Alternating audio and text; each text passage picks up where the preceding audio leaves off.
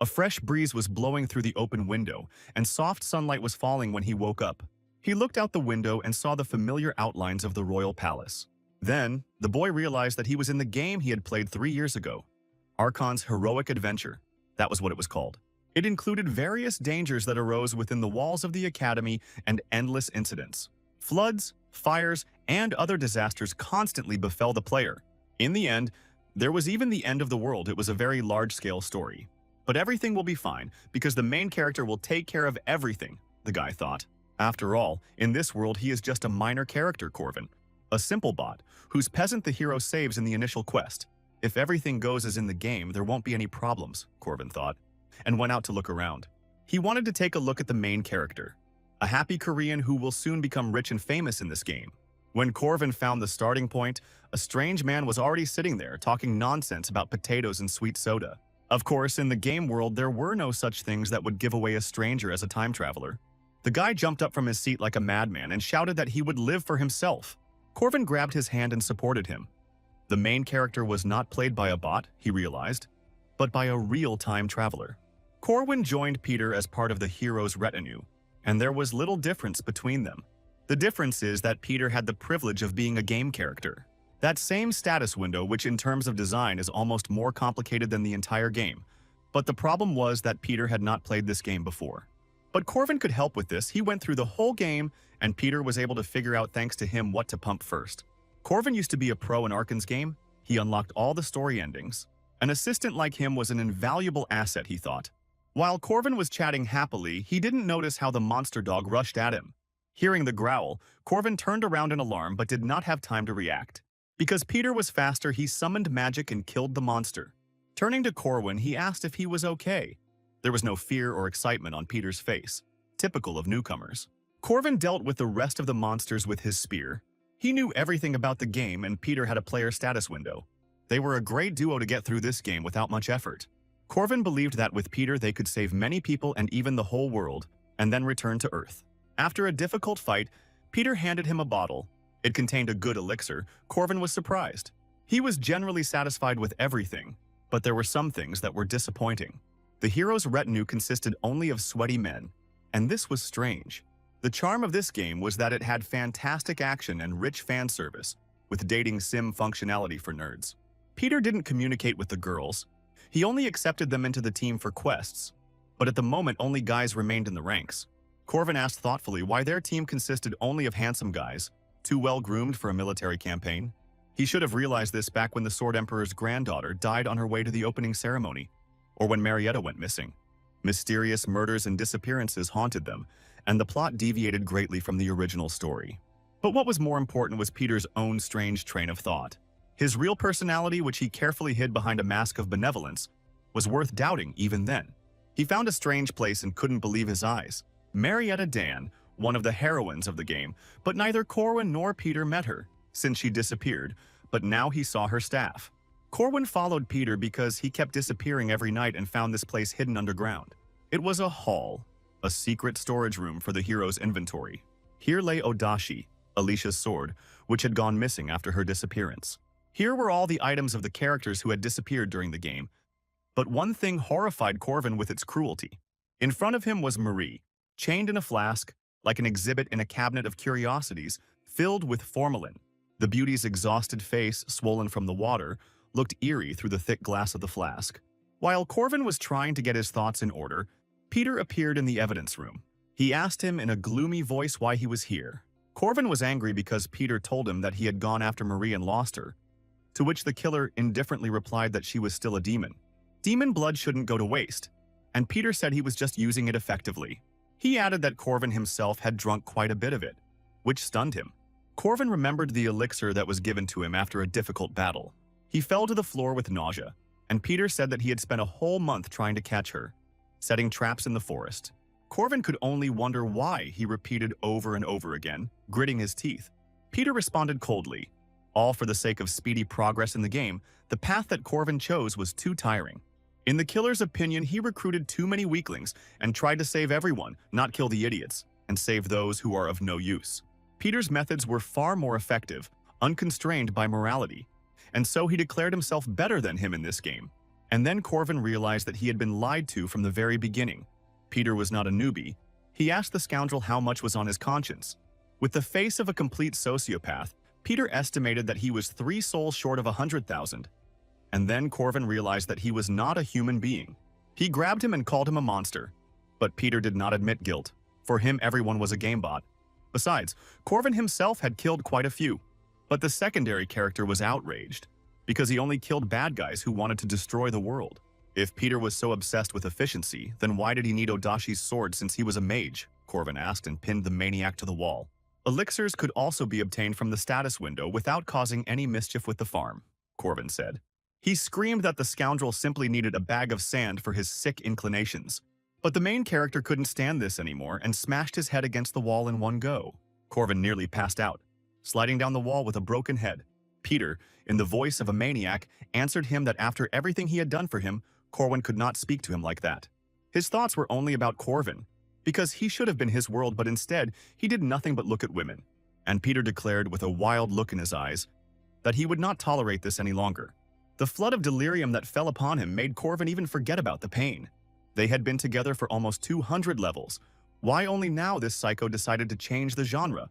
Corvin did not understand, and quickly crawled away. Peter replied that he had removed everything that could hinder them from their path for the sake of their future.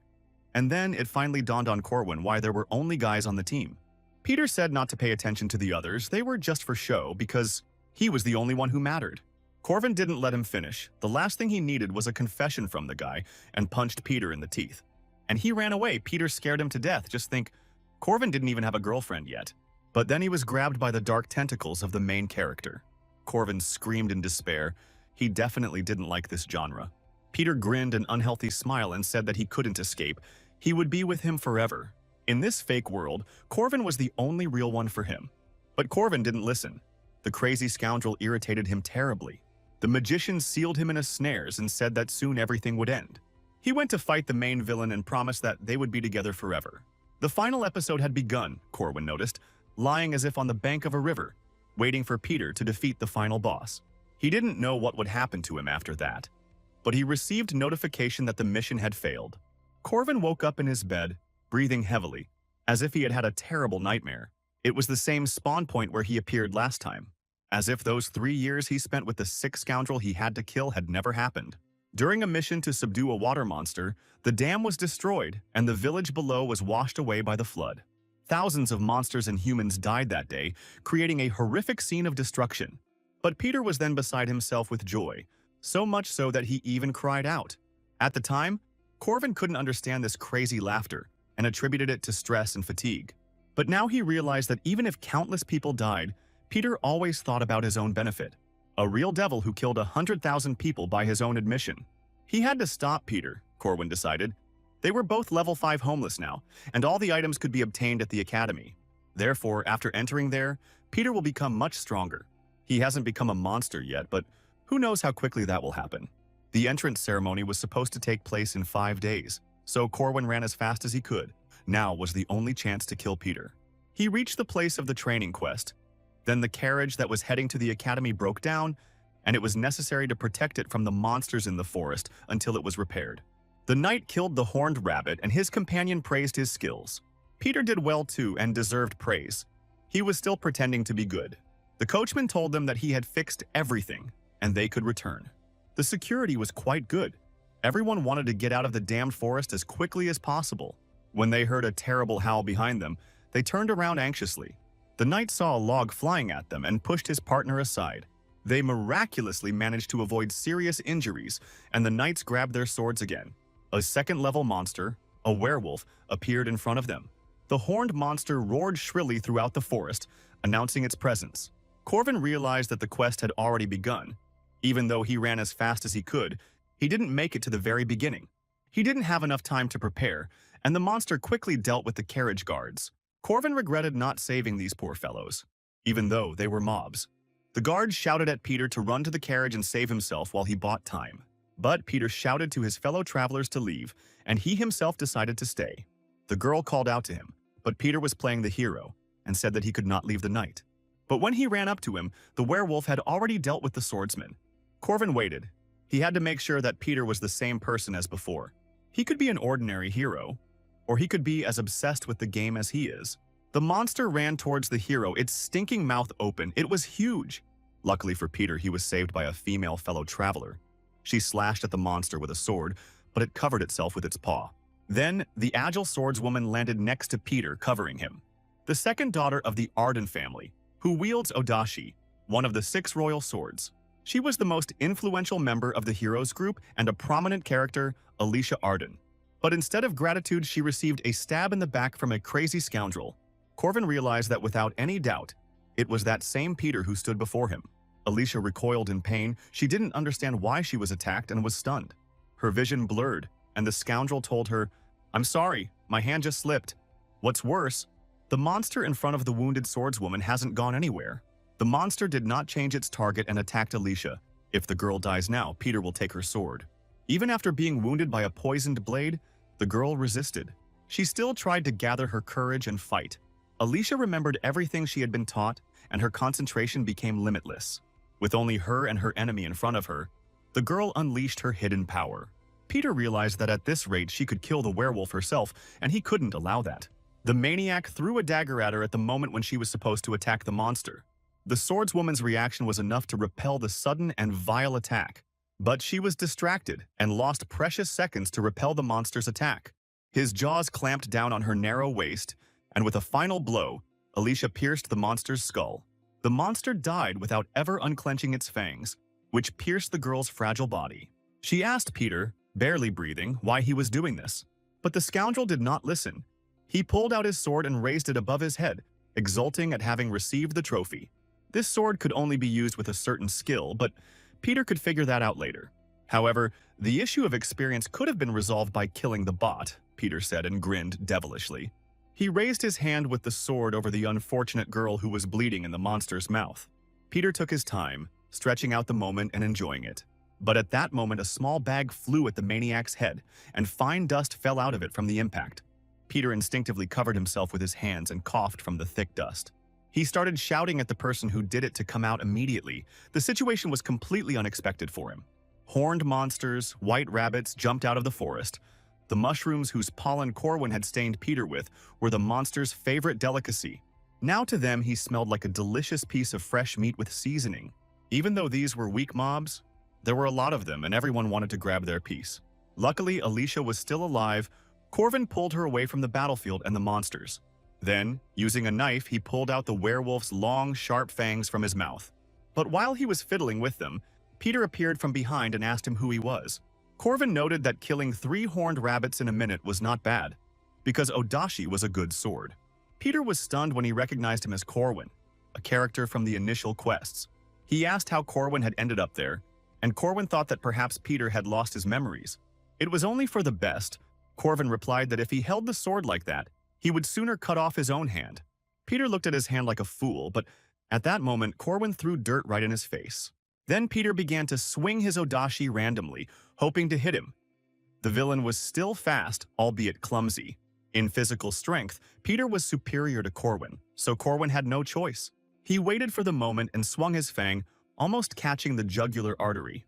As expected, the thought of this thing being in his neck scared Peter, and he recoiled. Corvin made him focus all his attention on the monster's horrible tooth, so that he would look only at it. He pressed the hero with courage and cruelty, and he began to retreat. And when Peter stumbled and began to fall, Corwin plunged his knife into him. The blow pierced the light armor and caused a lot of pain to Peter, who was not used to it. But Corvin didn't stop there and swung his fang with all his might. Peter put out his hand and the fang pierced it like a dagger. But it didn't help him at all. Corvin pressed harder, with his weight, and the fang pierced the throat of a man without moral principles. Corvin mentally thanked Peter for his past life, thanks to which he could now become much stronger. By moving away from his body, Corvin felt no regrets. He simply killed another monster that threatened others and could become a monster. Peter was dead, and the system began to look for someone to replace the hero, with Corwin becoming the main reserve. Corvin received a status window informing him that he was now a minor player, but now was not the time. He looked at the wounded girl who was simply lying on the ground in the forest. If she was not helped, she would die from wounds or infection. Corvin picked her up and examined her. At the very least, the girl was still conscious and could speak weakly. From her blindness, slurred speech, and deteriorating hearing, he recognized the poison of the tree frog. From a playthrough perspective, it would be hard to make an antidote without a status window. If the poison was even slightly stronger, she would have died already. As long as the werewolf fang remained in her body, she was still in danger, Corvin realized and pulled out his belt. He strapped her shoulder with a belt and calmed her down, saying that he was a master at stopping bleeding and extracting poison. If the girl bites her tongue, it will be problematic, Corvin thought, and looked around. His eye fell on the hand of the dead hero, which was conveniently lying nearby. Without thinking twice, he let the girl bite the still warm hand of a dead Peter. He warned Alicia that it would hurt and that she should clench her teeth as hard as she could, and he took off his shirt. He pulled her shirt behind her back to cover the wound and pulled the fang out of the wound channel. Corvin was happy that he had returned, because now this girl was alive. He didn't know the reasons why he returned, but the fact that he was able to save the man was enough. Corvin prepared an antidote on the fire and asked Alicia to hold out a little longer. He covered her with a blanket so that she would not freeze from blood loss and fever. And he told her not to worry. People don't die from wounds like that, he reassured the girl. Alicia wanted to know the name of her savior, but Corvin said it was not necessary and placed a towel on her face. He told her not to worry about trifles and to rest. Now it was better for as few people as possible to know about him, the guy thought. While there was time, Corvin decided to figure everything out. Arkan's game is a story about a hero. By solving problems and cases in the academy, the player becomes a hero who saves the world. He needs to defeat countless monsters and kill the final boss. The only reason Peter had progressed through the story so far was because without defeating the final boss, the world would end. But in the end, he's just dead now, and someone has to take his place. And that someone had to be Corvin, especially since the system had designated him as a secondary player. But, unfortunately, the system did not allow him to take advantage of the player's advantages, inventory, and other Windows skills. He was too excited when he saw the status window, and now he realized that it was a complete scam. Corvin trained for 3 years, was no longer just a guy on the bench, and wrote a sign in the sand, after which the fire in the bonfire flared up much stronger. This magic worked as it should, even without skill. Corvin was glad that everything worked out. He desperately wanted to survive in this world. As a person who had studied magic a little, he was able to use runes, ancient symbols with magical powers. Duty, restraint, oath, runes of the 3 main commandments, the 3 most powerful laws of this world, the source of its strength. So, biting his finger until it bled, Corvin drew them all on his body. The first was debt, the blood-burning fiery letters into his skin. This commandment gave the caster additional powers. If he kept the oath, he could make promises, even simple ones like not eating chicken. But simple promises give less profit, even if it is troublesome. Promises must be made that will be kept, and Corvin promised that he would not turn a blind eye to the misfortunes of good people. His status would rise every time he completed a task, and the commandment had chained his heart. The second law, restraint, no longer perceived the spirit world. In this world, everything was filled with spirits, and there were astral beings like ghosts and spirits, but they could only act if they were recognized, and could not touch people who did not believe in them and were far from spiritualism. The restriction gave him a shield from spirits, reducing their damage to a minimum. But breaking this commandment gave 5-fold damage to the body. The last commandment, the oath, is a backup option. It carries a huge risk, so in his past life Corvin did not use it. But even Peter, who had a system and all its advantages, lost to the final boss. In that case, Corvin should not have been too worried and took the oath with the greatest weight, promising to save this world. Breaking these 3 oaths resulted in death, and all were instantly enforced. Alicia opened her eyes in a hospital bed, not in the forest.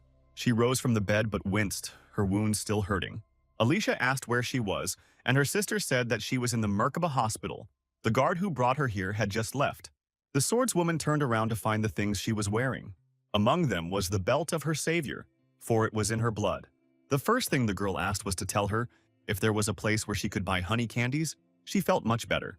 3 days after the quest in the forest, Corvin was thinking about where to get a student card. In the wallet, there was a letter to her dear son. The mother was proud of him and his friends, the Defenders. He was surprised to find this letter. Corvin was an ordinary, forgetful child, but he also had a family. When he first found himself in a new body, he behaved unnaturally, but his relatives treated him as usual. Thanks to this, Corvin was able to love his family in this world. In this world, that was the main difference between him and Peter. The station was crowded with people, mostly students from the Merkaba Academy. The girl with blue hair greeted all the newcomers, holding a basket in her hands. She approached Corvin, and he introduced himself. The girl noted his tall stature and praised him for his good appetite. Marie handed him the potatoes she had brought to treat the newcomers. She gave them a little tour as the magic tram took them to the academy. Marie was everyone's favorite mage who was in charge of the levels and floors in the second year of the academy.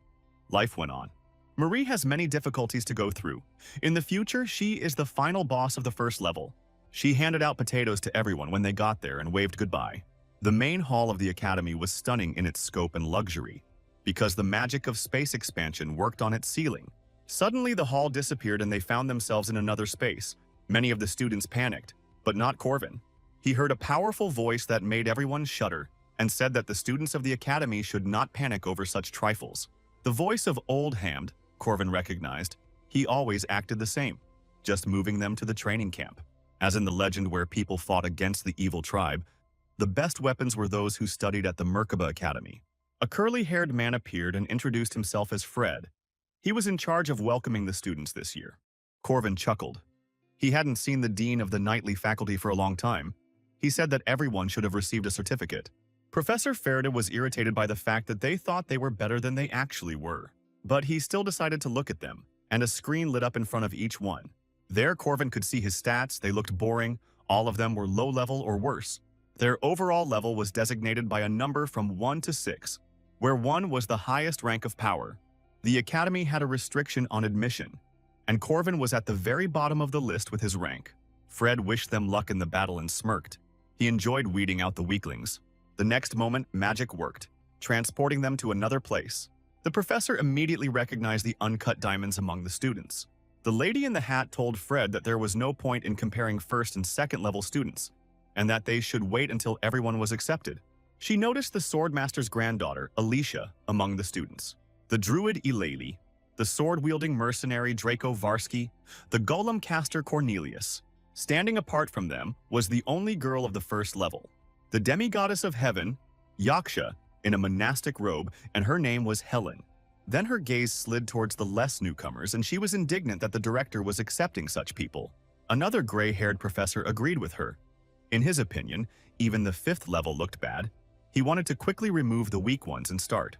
But the lady in the hat insisted that since the director told them to give everyone a chance, that's what had to be done. The professor with the mustache agreed with her, and boxes of weapons appeared in front of the subjects. The test consisted of fighting in an empty space with monsters of your level. Most of the students would have definitely taken everything they had from the closet, taken the swords. Corvin would have done the same in his past life. A small hound, a level 5 monster, but there were 3 of them, and they knew how to hunt in a pack. Of course, swords were good weapons, Corvin realized, but a spear took incomparably less time to master. That's why he chose what he wielded best, a short spear that could not only be used in close combat, but also thrown. The first hound disappeared before it even had time to run up to him. The guy smiled and asked the monsters for forgiveness. The remaining monsters hurried to him, but the same fate befell them. 2 thrown spears pinned them to the virtual floor. Corvin had accumulated a lot of experience in killing such monsters. He pulled the spear out of the monster's body. Killing them took a little longer than he thought. In his past life, he would have died before he could reach these monsters, but this time everything was different. Now he could kill everyone and increase his level, the guy thought, and began to wait for the next wave of monsters. But he waited for 5 whole minutes and the monsters still did not appear, and he began to think that perhaps the system had failed. The professors watched everything through their screens, the beating of inexperienced and weak students, most of whom couldn't even kill their opponents. Even the 5th level was weak, so the mustachioed one decided not to look closely at the 6th. But one of the students was chilling in his room, and there were no monsters around him. Then the professor thought it was some kind of bug and called the same hounds for him.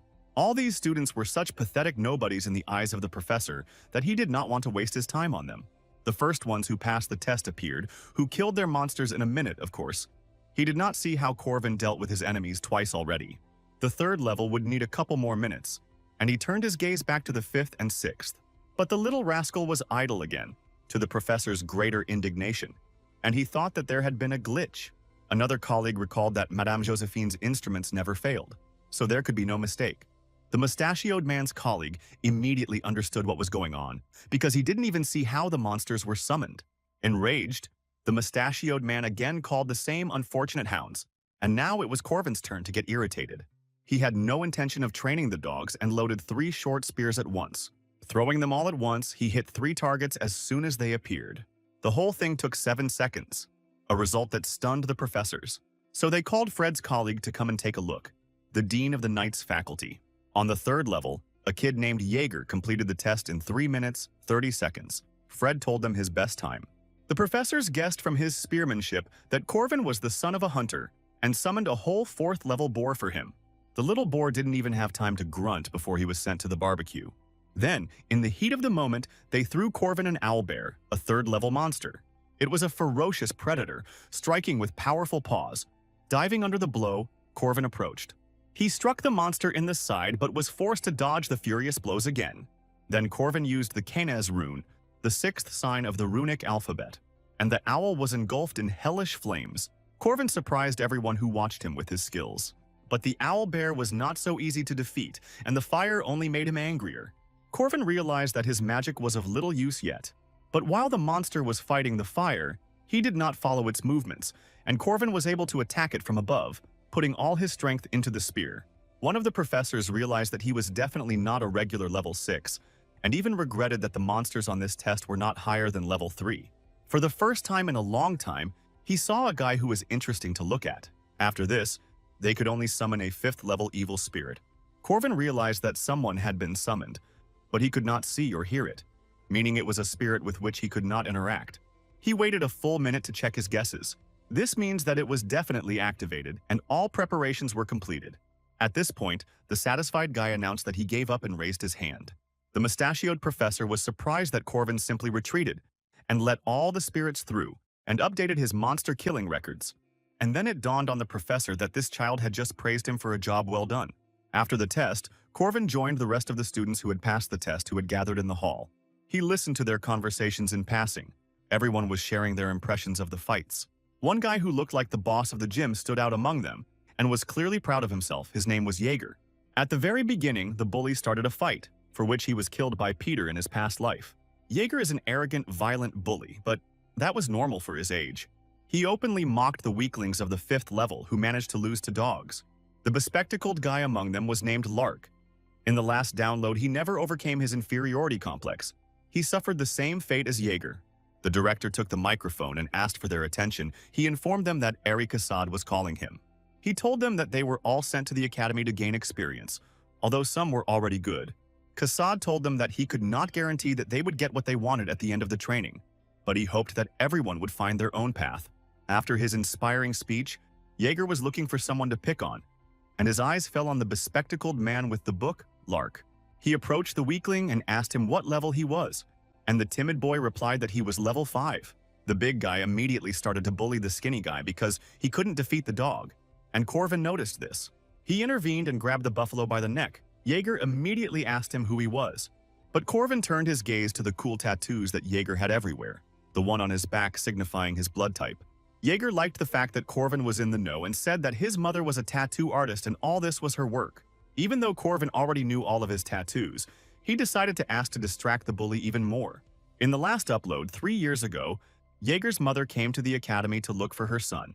These tattoos were not for show. She carefully prepared them before her son entered. Jaeger began enthusiastically showing each tattoo and talking about its purpose. That's how they met. Corvin also introduced himself. Then they turned their gaze to Lark, and he also said his name. The atmosphere was already different. They didn't know that Alicia was watching them. She liked how Corvin casually helped his classmate avoid bullying. Corvin seemed like a good guy to her, and her gaze didn't pass by his pendant. But the secondary character's goal was to make a good impression on Lark, who had the ability to remember. For Corvin, this guy was a free walking skill book. It was interesting that Alicia found his smile cute. Most of the amenities at the academy were provided for free housing, cheap food, and of course the best training facilities. The reason is simple. By training here, the impossible became possible. Corvin worked his spear through the air, trying to hit the glowing dove. Fighting with spiritual bodies was out of his reach in other places. Even other students came to see the newcomer. Usually, this kind of training is done by second-year students, so the students thought that Corvin was being overconfident. They laughed when he got hit on the head by the dove spirit. Corvin breathed heavily and caught his breath. He hoped that he could cope with this task. An instructor approached him and asked why a newbie needed such training, and Corvin replied that he wanted to hone his spear technique. The instructor asked if the boy was sure he could beat him, but Corvin had no doubt. He was a little nervous that this old man approached him and thought that something had happened during the exam. But the instructor praised him for his good attitude and handed him a dozen food coupons. He invited Corvin to come see him when he had finished his investigation and promised to praise him. This made the guy nervous for no particular reason, but once he got approval, everything was fine. Corvin continued hunting with a stick at a small, very mobile target. But the pigeon constantly counterattacked him into open places and moved very quickly. At the end, Corvin collapsed, exhausted, and simply stared at the ceiling. The goddess of freshmen, Marie, appeared above him and asked him how she was. His training was grueling, and she poured him some water, which she summoned from her finger. The girl gave him a towel and held out a glass, expressing words of support, saying that everything would work out for him. But Corvin didn't have another time 3 years ago. They had a status window, skills, potions. Now all this was gone. He killed the hero and had to do everything himself. Corvin returned the glass to the girl and thanked her, saying that she would still have time to give in. Determined to become the strongest, Corvin returned to action. He wanted to know his limits, to know where the boundary was for the abilities from the past. Then he began to use high-level swings with a stick with complex names. These were exactly the same powerful and fast movements with a stick, only more pathetic. Corvin had neither a strong body nor an aura, and his knowledge of the future was generally useless. But he decided to train as hard as he could. The powerful throw caused the dove spirit to spin around to avoid the blow. Marie was surprised that Corvin had thrown the spear so easily, but now he was open. But somehow, Corvin caught his spear again, and finding himself above the dove, he dealt it a piercing blow. There was a powerful explosion right above the training ground. Marietta couldn't find the words to express her admiration for this throw. Corvin, frozen in midair with a large explosion in his pendants in the background, looked very cool in her eyes. But the scene ended and gravity took over, mercilessly taking him into its arms. Then he realized that he had been a little hasty, almost falling to his death from such a fall. The next day, the goddess Marie, as usual, looked after the newcomers and came to give them a tour of the academy building.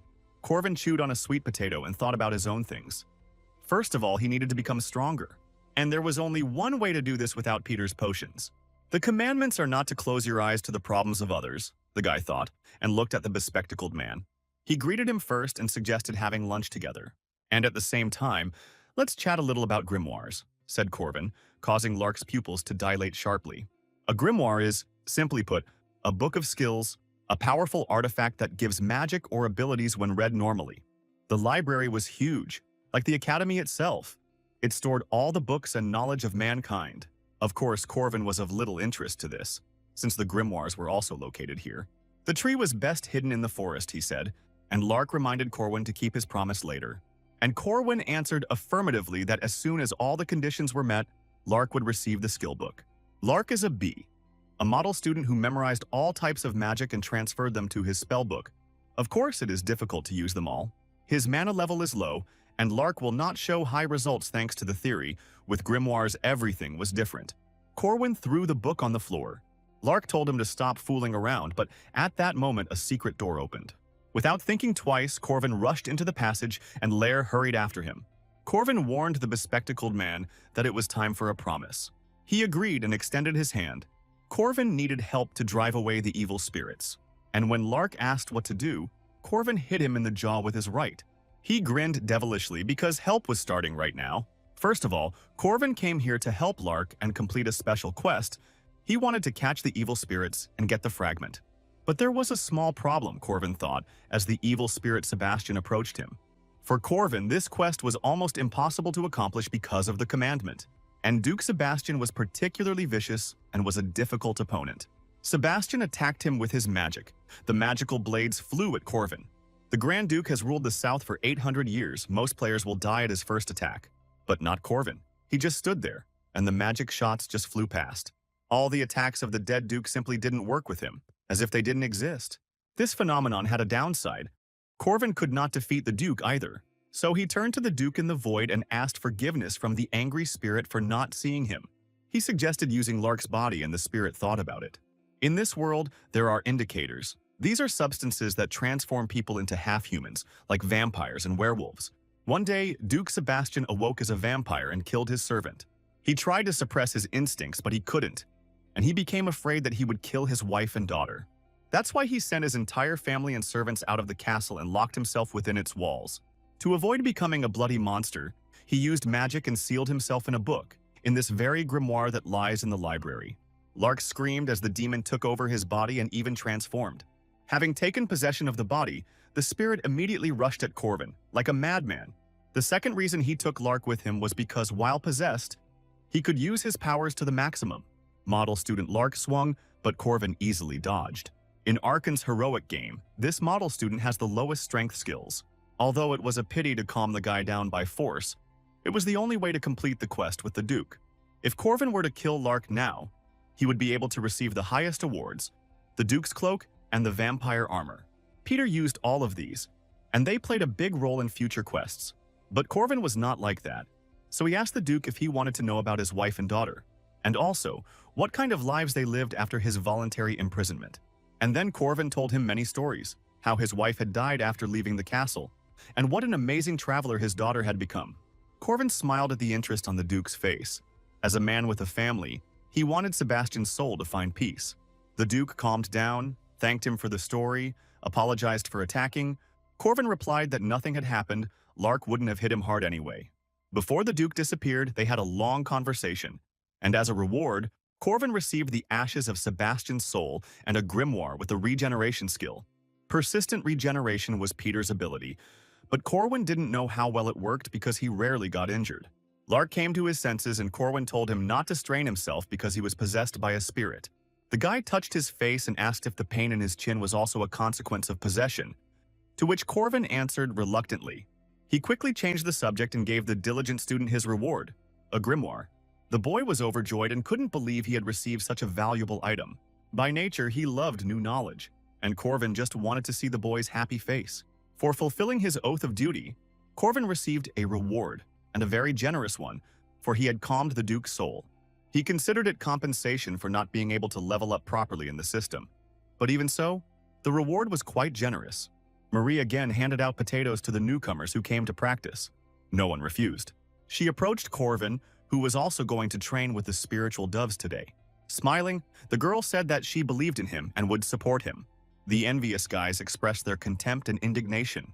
The newcomer could not defeat the pigeons, they thought, but the girl still supported Corvin and even bet gold on him, which made the hero feel like a racehorse. But all this didn't matter, because he came to find out how much stronger he had become after completing the quest and decided to start with the weakest techniques. Although Corvin didn't expect to win in one hit, an explosion sounded in the air after the first throw. The students were stunned by his strength and the complex technique he used. Even Corvin himself was surprised that he had become too strong. Marie also noted his skill. Yesterday he needed 3 hits, but today he did it with 1. Corvin thought about her words. It was one thing that Marie was watching him. Another that her eyesight was too sharp for a magician to see his blow. The girl, without a second thought, handed him a leather purse and said that this was his share. Thanks to him, she made money on the guy's desire to make her a debtor. And she asked how he felt about it, of course. Corvin accepted the award. What person doesn't love money? They laughed with the pure, innocent laughter of economic gain. In the last upload, Corvin also tried his best to hone his fighting skills. But even now they were difficult for him. There was still a lot to learn, although there was no need to rush. The main problem was runic magic, or rather the lack of magical powers. In his past life, he also did not solve this issue. Runic magic required a huge amount of mana. But if he could solve this problem, he would become much stronger. Although, no matter how much he trained, there was someone in the academy who could not be defeated. The only female character that even Peter couldn't defeat, and she is one of the strongest in the game. The infamous balance breaker, the celestial Yaksha Helen, sat under a tree with a book in her hands. Moreover, she also paid attention to Corvin. He didn't know why she needed it, so he decided to simply ignore it.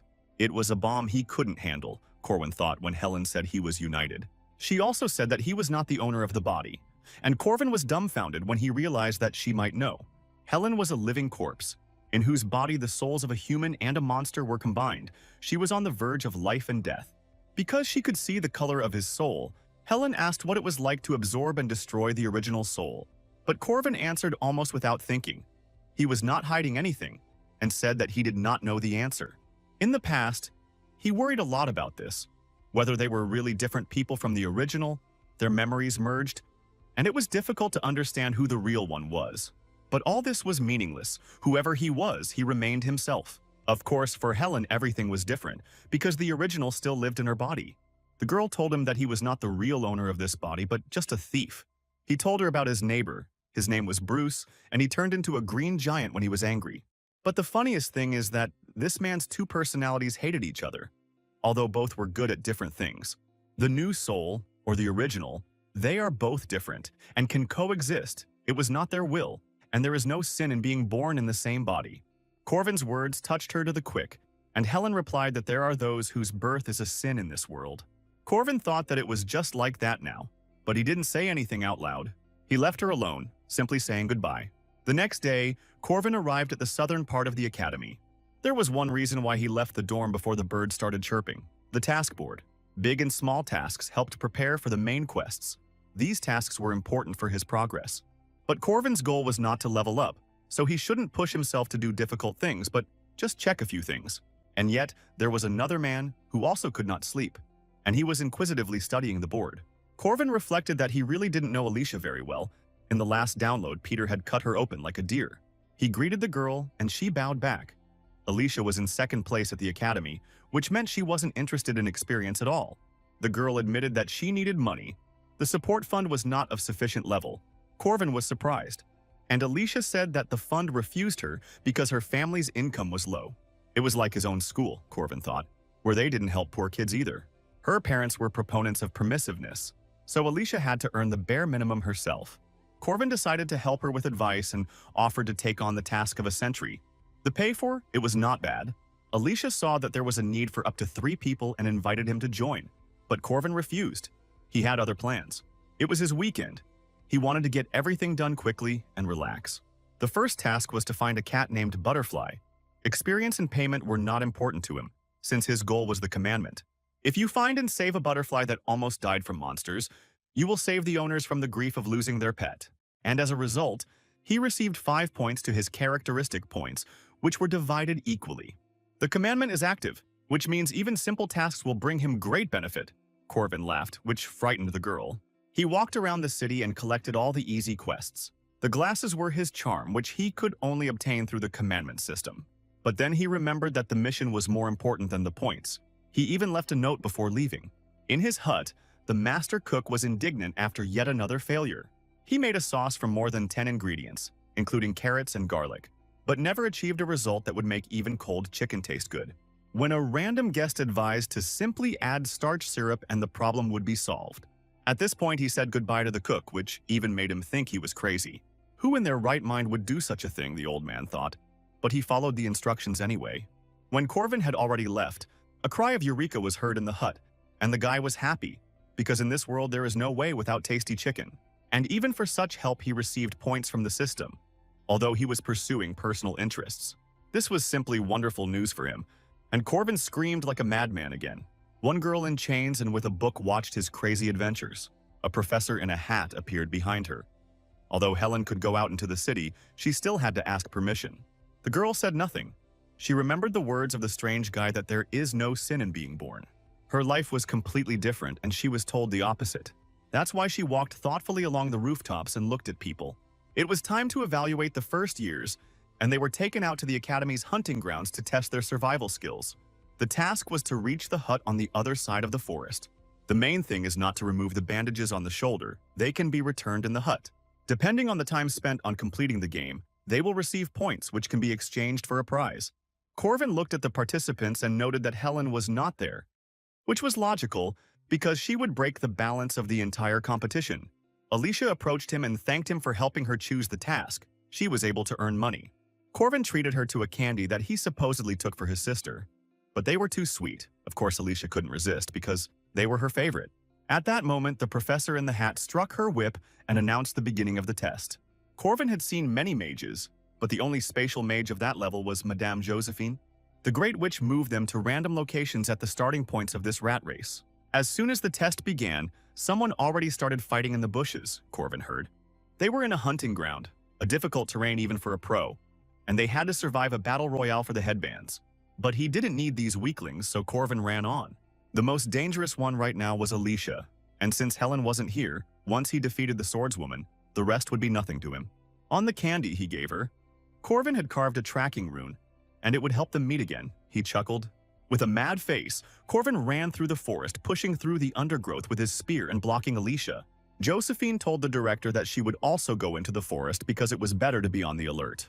And only then did she notice that the student she was supposed to be keeping the best eye on was missing. Kassad told the professor that he did not send the girl, she went on her own. And right now Helen was chasing Corwin. For some reason the girl changed her mind about participating in the battle. Alicia screamed at the stupid guys who attacked her, that they didn't know the word honor, since they all attacked her in a crowd. But the weaklings objected that her abilities were beyond honor. Another dummy attacked her from behind, but screamed loudly. Alicia could have taken care of him herself, but at that moment, a flying boulder knocked down the poor guy. Alicia turned around and saw Corvin, who had just saved her like a noble knight. But the guy, calling her sweet Alicia, suddenly attacked to take away her bandage. The girl cried from resentment. She thought that he was a kind person who gave her candy. Alicia had not yet fully mastered her keen sight, so her abilities as a swordswoman were mediocre, which Corvin was glad about. Now the girl was incomparable with her genius sister, but she was still among the best. Up until this point, she had easily dealt with a bunch of third-level opponents, and therefore did not consider Corvin as such. But the girl had to quickly change her mind when she felt his speed, strength. He constantly counterattacked and played with her. But she found holes in his technique. All she needed was to time the interval between blows. The girl made a sharp stabbing attack that passed Corvin's defense, but she relied too much on her abilities. She lacked experience, so Corvin easily transferred her attack downwards, knocking the girl off balance. He charged her with a simple combination, threw the weapon aside, and attacked the open body. The spear struck the swordswoman in her uncovered chest. Block, grab, throw, she flew back, missing a clean hit. To make matters worse, the girl lost her precious sword, Odashi. If she hadn't blocked the blow with her aura, distributing its force, the injuries could have been more dangerous. Corvin was not that strong or fast, but his skill was excellent.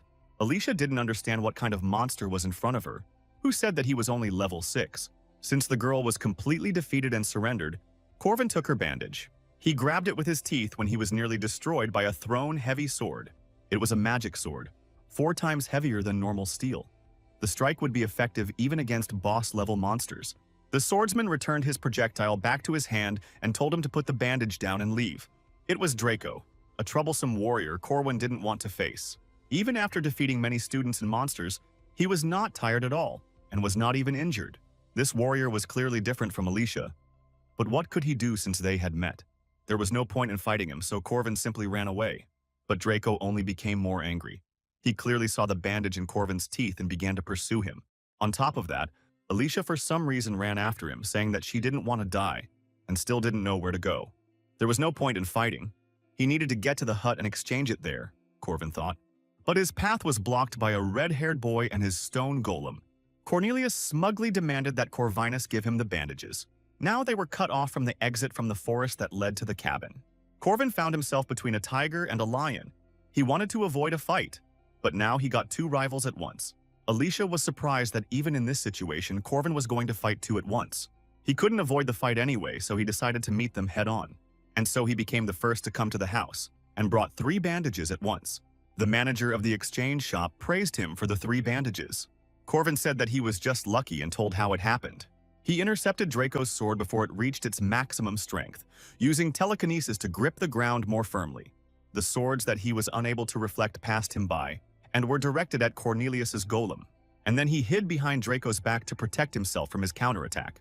And while Draco had to hold back the golem, Corvin smashed its core. His reaction, his speed of judgment, did not go unnoticed by Alicia. It looked like Corvin had participated in hundreds of battles. Basic spear skills, and techniques compensated for weaknesses. Alicia felt like she was watching her sister. She remembered Corvin's words that she only had basic skills and relied on talent, and decided that she would train harder. Draco thought. He was attacked so quickly that he didn't even have a chance to show his skills, as if Corwin knew about his abilities in advance. Leaning over Cornelius, he told him that golems were easy opponents for strong but agile enemies. He needed a friend for cover. But the boy whined that he had no friends, and Corvin realized that his advice was more of a slap in the face. 3 distinguished first years remembered Corvin differently that day. Now, of the strongest students in the forest, only the druid Alela remains. However, she was confronted by the strong Marie, who summoned a huge water ball. She was the strongest of those present in all the academies. Since the older students took on the role of monsters and helped with training, Ilele was given a completely unequal opponent. And so the trial in the hunting grounds ended. After the battle, Marie warmly welcomed Ilele. They thought it was all over, but Helen appeared behind Marie. Marie looked at the lying fighters and realized that Helen must be looking for someone specific, choosing those who looked like Corvin. But Helen made no reply to the polite greeting and rushed away. A huge ice wall appeared in front of the nun, summoned by Marie. Even though the students might have ignored her presence, she is now a monster according to the rules of this competition. Corvin had earned a lot of points and could count on a generous reward, the most valuable being Bear Bile. But he had another plan. He took the mandrake seed and the shopkeeper praised him for his good choice. Corvin still had a few points left, and he was offered to take something else. He chose food supplements and headphones, little things that were useful to him. He was pleased with his successful investment. In the past, he had not been able to get such a good outcome. Moreover, for the first time, he saw that everything ended well for others too. Lark and Jaeger worked well together and were able to get their points. The bully suggested they practice tonight. Corvin told Jaeger that if he had the strength, he should help find the golem's core, and Cornelius was surprised. The core was expensive, and Corvin promised to help. The red-haired boy began to refuse, but he said that in such moments you just need to say thank you. In his past life, he worked a lot with Cornelius. There weren't many who could fight golems. Everything gradually went as it should. The second-rank mage Cornelius found his core, which he desperately needed. Alicia was injured after their fight and needed time to recover. Draco smashed his swords against the golem's stone, temporarily losing his fighting power. The second-level druid mage Ilele looked like a dead person. But even for Marie, it was too much, Corvin thought. Fortunately, the druid girl was fine, just exhausted. She told Corvin to run when they heard a loud cry in the forest that caused all the animals to flee. Marie had a natural talent for recognizing magic. In addition to her inexhaustible mana, she never experienced despair or failure. For her, helping the younger ones had always been just a game, and had never caused any difficulties, but now it was not so. The girl desperately tried to defend herself from the attacking Helen and fired ice arrows. But Helen easily broke this attack and continued to press. Marie belatedly summoned an ice shield to at least somehow restrain her opponent. But even when she was giving it her all, Helen still got through her defenses. After the heavy blow, Marie landed on the ground and could no longer stand on her feet. What stood before her was not a knight or a magician. It was not a man, but a natural disaster in human form. Marie couldn't admit defeat. She just didn't know how, and she screamed at Helen to stay away from her. The nun stopped only when Professor Josephine appeared and covered Marie with her body. Even though the girl said she was okay, she fell down exhausted. The training brought some unexpected results. Corvin took first place in points, and Marie lost. This scared Corvin. He thought that Marie had already woken up as a boss. Now she was fine, and he hoped that the game scenario had not changed. He decided to think about it later, because Marie was supposed to come to her senses only in 3 weeks, and now there were things that he had to prepare. Corvin returned to the forest to meet the creature that lived there. First, he made a few drops, which caused tears. He pretended to slip dramatically and drop a mandrake seed into the pond. And when he began to cry hysterically about how he regretted the lost thing, a voice asked him why he was crying. There was an Easter egg in the game that only appeared once: the golden axe of the Taoist hermit. One day, a woodcutter dropped his axe into a lake, and a hermit appeared who asked him whether the axe was made of gold or silver, and it made no difference which he dropped. You could throw anything, expensive, into the lake and get a leveled result, but Corvin threw a seed there. The old man offered him increasingly valuable mandrake seeds in turn. But Corvin knew he had to refuse every time. The Taoist always admires honesty, and therefore in the end gives away all 3 seeds. So objects can be multiplied even if only once, but Corvin was incredibly happy about it. These seeds increased the level of mana. In the past life, Peter ate the gold one, and he ate the silver one. Now both improvements belong to him. In 3 weeks, there will be a mission after which Marie will awaken as a vampire and a boss. Corvin believed he had time, and so he gradually became close to important characters. Otherwise, they would not have wanted to join his party. In a week, the important heroes will be restored and ready to raid the first boss, and Corvin will be able to unite them. Marie was a special vampire, and she had a few weeks left before she would awaken. When she woke up, the girl who was sleeping next to her bed also stood up. The friend was worried about Marie, who got it in the fight with Helen. If Corvin had enough preparation, time and people, he could easily save Marie. Until then, he must train Alicia, in whom he has already ignited the fire of rivalry. And to take the rest, Draco, Ileli, Cornelia, if they are properly prepared, it will be easy to defeat, exclaimed Corvin. Marie's eyes were swimming as she stood up. Her friend looked strange. The neck seemed so inviting, and I was terribly thirsty. Josephine said only that she shouldn't have been sent, and offered to share her knowledge. She told Helen to remain under arrest and think about her behavior. She did not know what she should have done with Marie and why she was punished. The girl flinched when Corvin suddenly appeared at her window. Corvin said hello and brought her some treats, and reminded her that they had seen each other recently. Even though it was an unexpected visit, he handed her a cake. Helen said that what he did was against the school rules, but the boy said that since Madame Josephine was not there, everything was fine. But I still thought about it. At first glance, it was clear that Helen didn't have a scratch. Even though she wasn't human, locking her up for a week was harsh, and Helen complained that Josephine was not only not there, she had not come to the girl for a whole day. Hearing this, Corvin fell from the tree and collapsed below. Fortunately, he had regeneration. He shouted to Helen that they would see each other again. Obviously, since Madame left, leaving behind the most dangerous man in the academy, something had happened, and the other teachers were also alarmed. Corvin approached one of the guards guarding Marie's doors and informed him that the visitation request had been denied. Corvin said that everything was fine. He just brought him some food, at Madame Josephine's request. The guard was pleased with such care for his subordinates on the part of his mistress. The guard didn't notice that there was a rune on the food. He was forbidden to see Marie, and her friend disappeared, which aroused even more suspicion. Corvin noticed that the guard's stomach was twisted and said that there was a restroom nearby. He asked him to keep a light eye on the door while he ran back and forth to relieve himself. Corvin assured him that he definitely wasn't going to go in. There was still a month before the main events. Corvin really wanted to be wrong in his suspicions. And when he lifted the sheet, he found another girl there. Isabella was lying in Marie's place, and on her neck were the characteristic marks from fangs, which was exactly what Professor Josephine was trying to hide. The worst happened. Marie woke up as a vampire, and the boss of the first part of the game. And it happened much earlier than expected, just when he was least prepared. To defeat her, you need to go through 4 stages. In the first phase, you need to deal with a wave of monsters. In the second, Marie's power must be contained with the help of magic circles. The third phase is a battle against a powerful enemy that rages in a sea of blood. When an enemy is knocked down, the last scenario switches. Even without the cheater protagonist, just with a team of famous characters, the battle was easy, until the third phase. However, Alicia is out due to the injury he inflicted on her. Draco's weapon is broken, as is Cornelius's golem. They were one step away from failure, and all because of his interference in the plot, Corvin realized. In a past life, Peter deliberately let Marie escape into the forest even though they were waiting for her. And now everything is going downhill thanks to his actions. Cornelius lost his golem and was largely useless in battle. Helen could have been considered, but there were too many variables that could have happened in the fight if she had intervened. Corvin suggested that Draco go on a boss raid, but he began to resist because he was left without a sword, so he had to offer 20 coins. He offered the mercenary the vampire's ashes as collateral, and the boy immediately agreed. In the library, Corvin found a druid girl and surprised her with her knowledge of ancient symbols. He promised to teach her this alphabet if she helped him in the raid.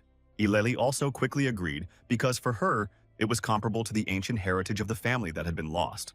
Corvin came to Jaeger and Lark with the same thing and said that a raid was coming up, deadly dangerous and unprofitable, and that the weak-minded and the brave were needed.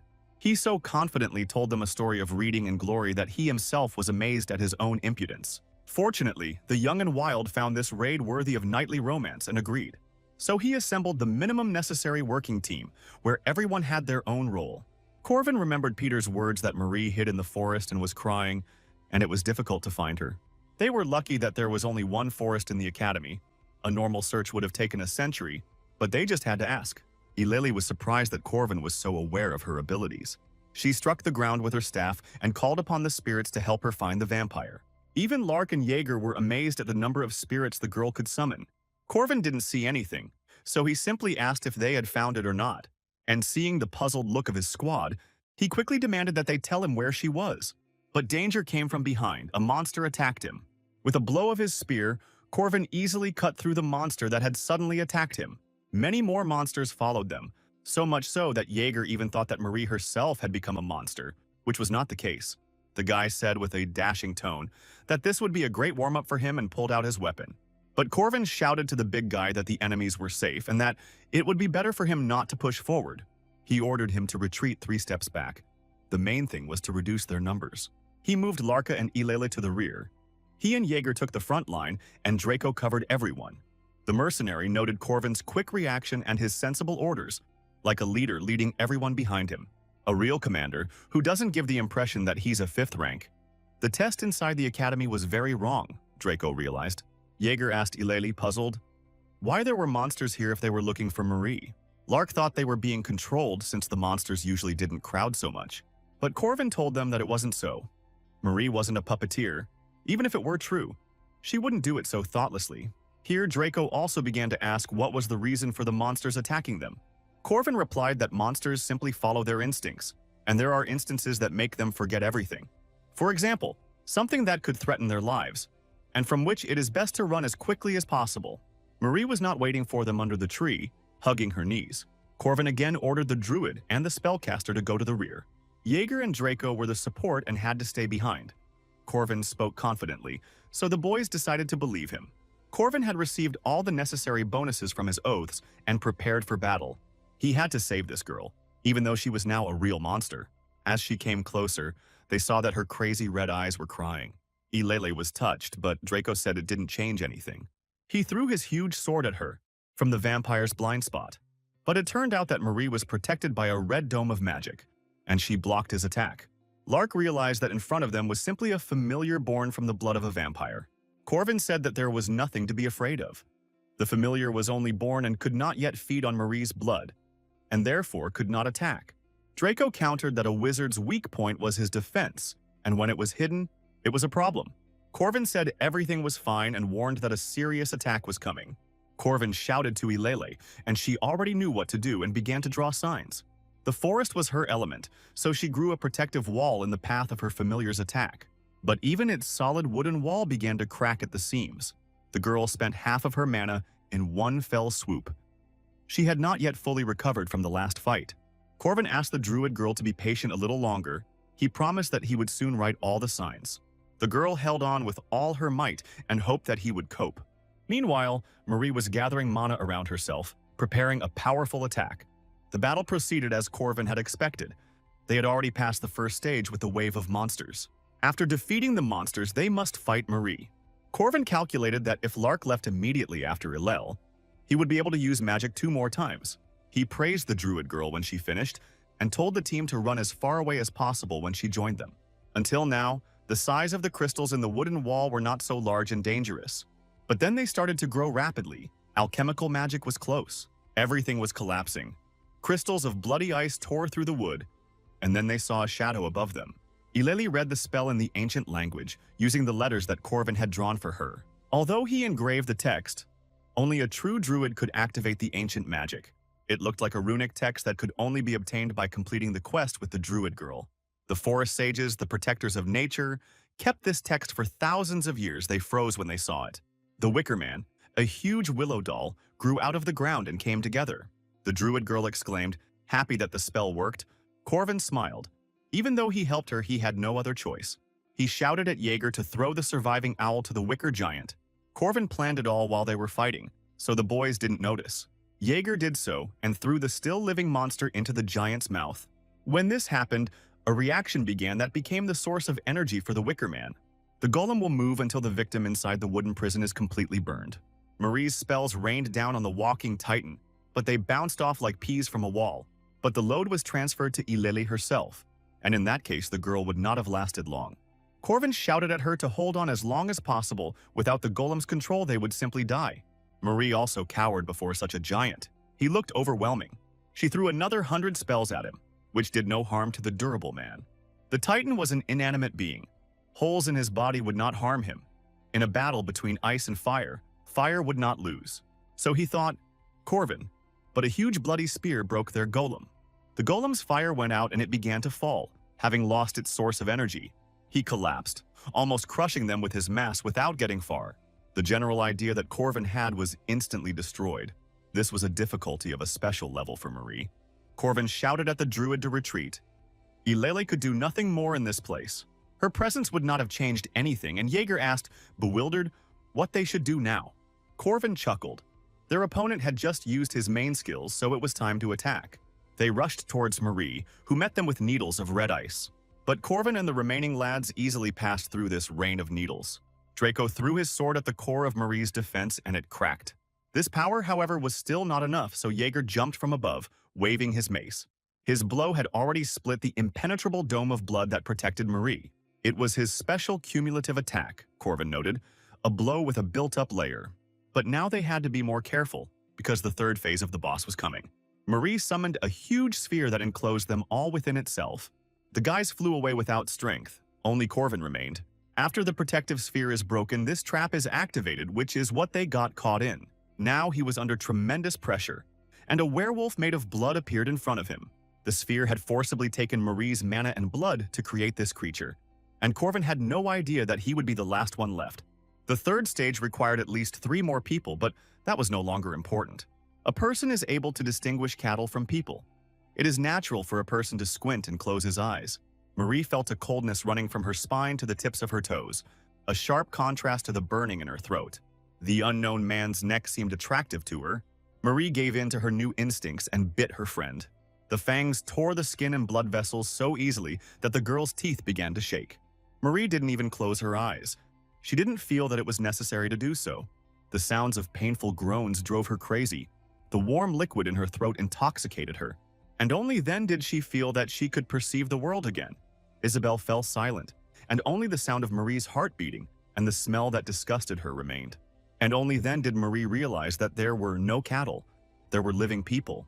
She realized that she had committed a crime, killed a friend, but in the end she could not accept it and simply ran away. And she hid there until this guy came to take her away. The werewolf growled terribly and blocked Corvin's path to his mistress. He threw projectiles at him that looked like spiked balls. Corvin swung his spear to perform his technique. With quick movements, he cut the balls of projectiles and attacked the werewolf. Then the werewolf summoned 2 small hounds from himself at once.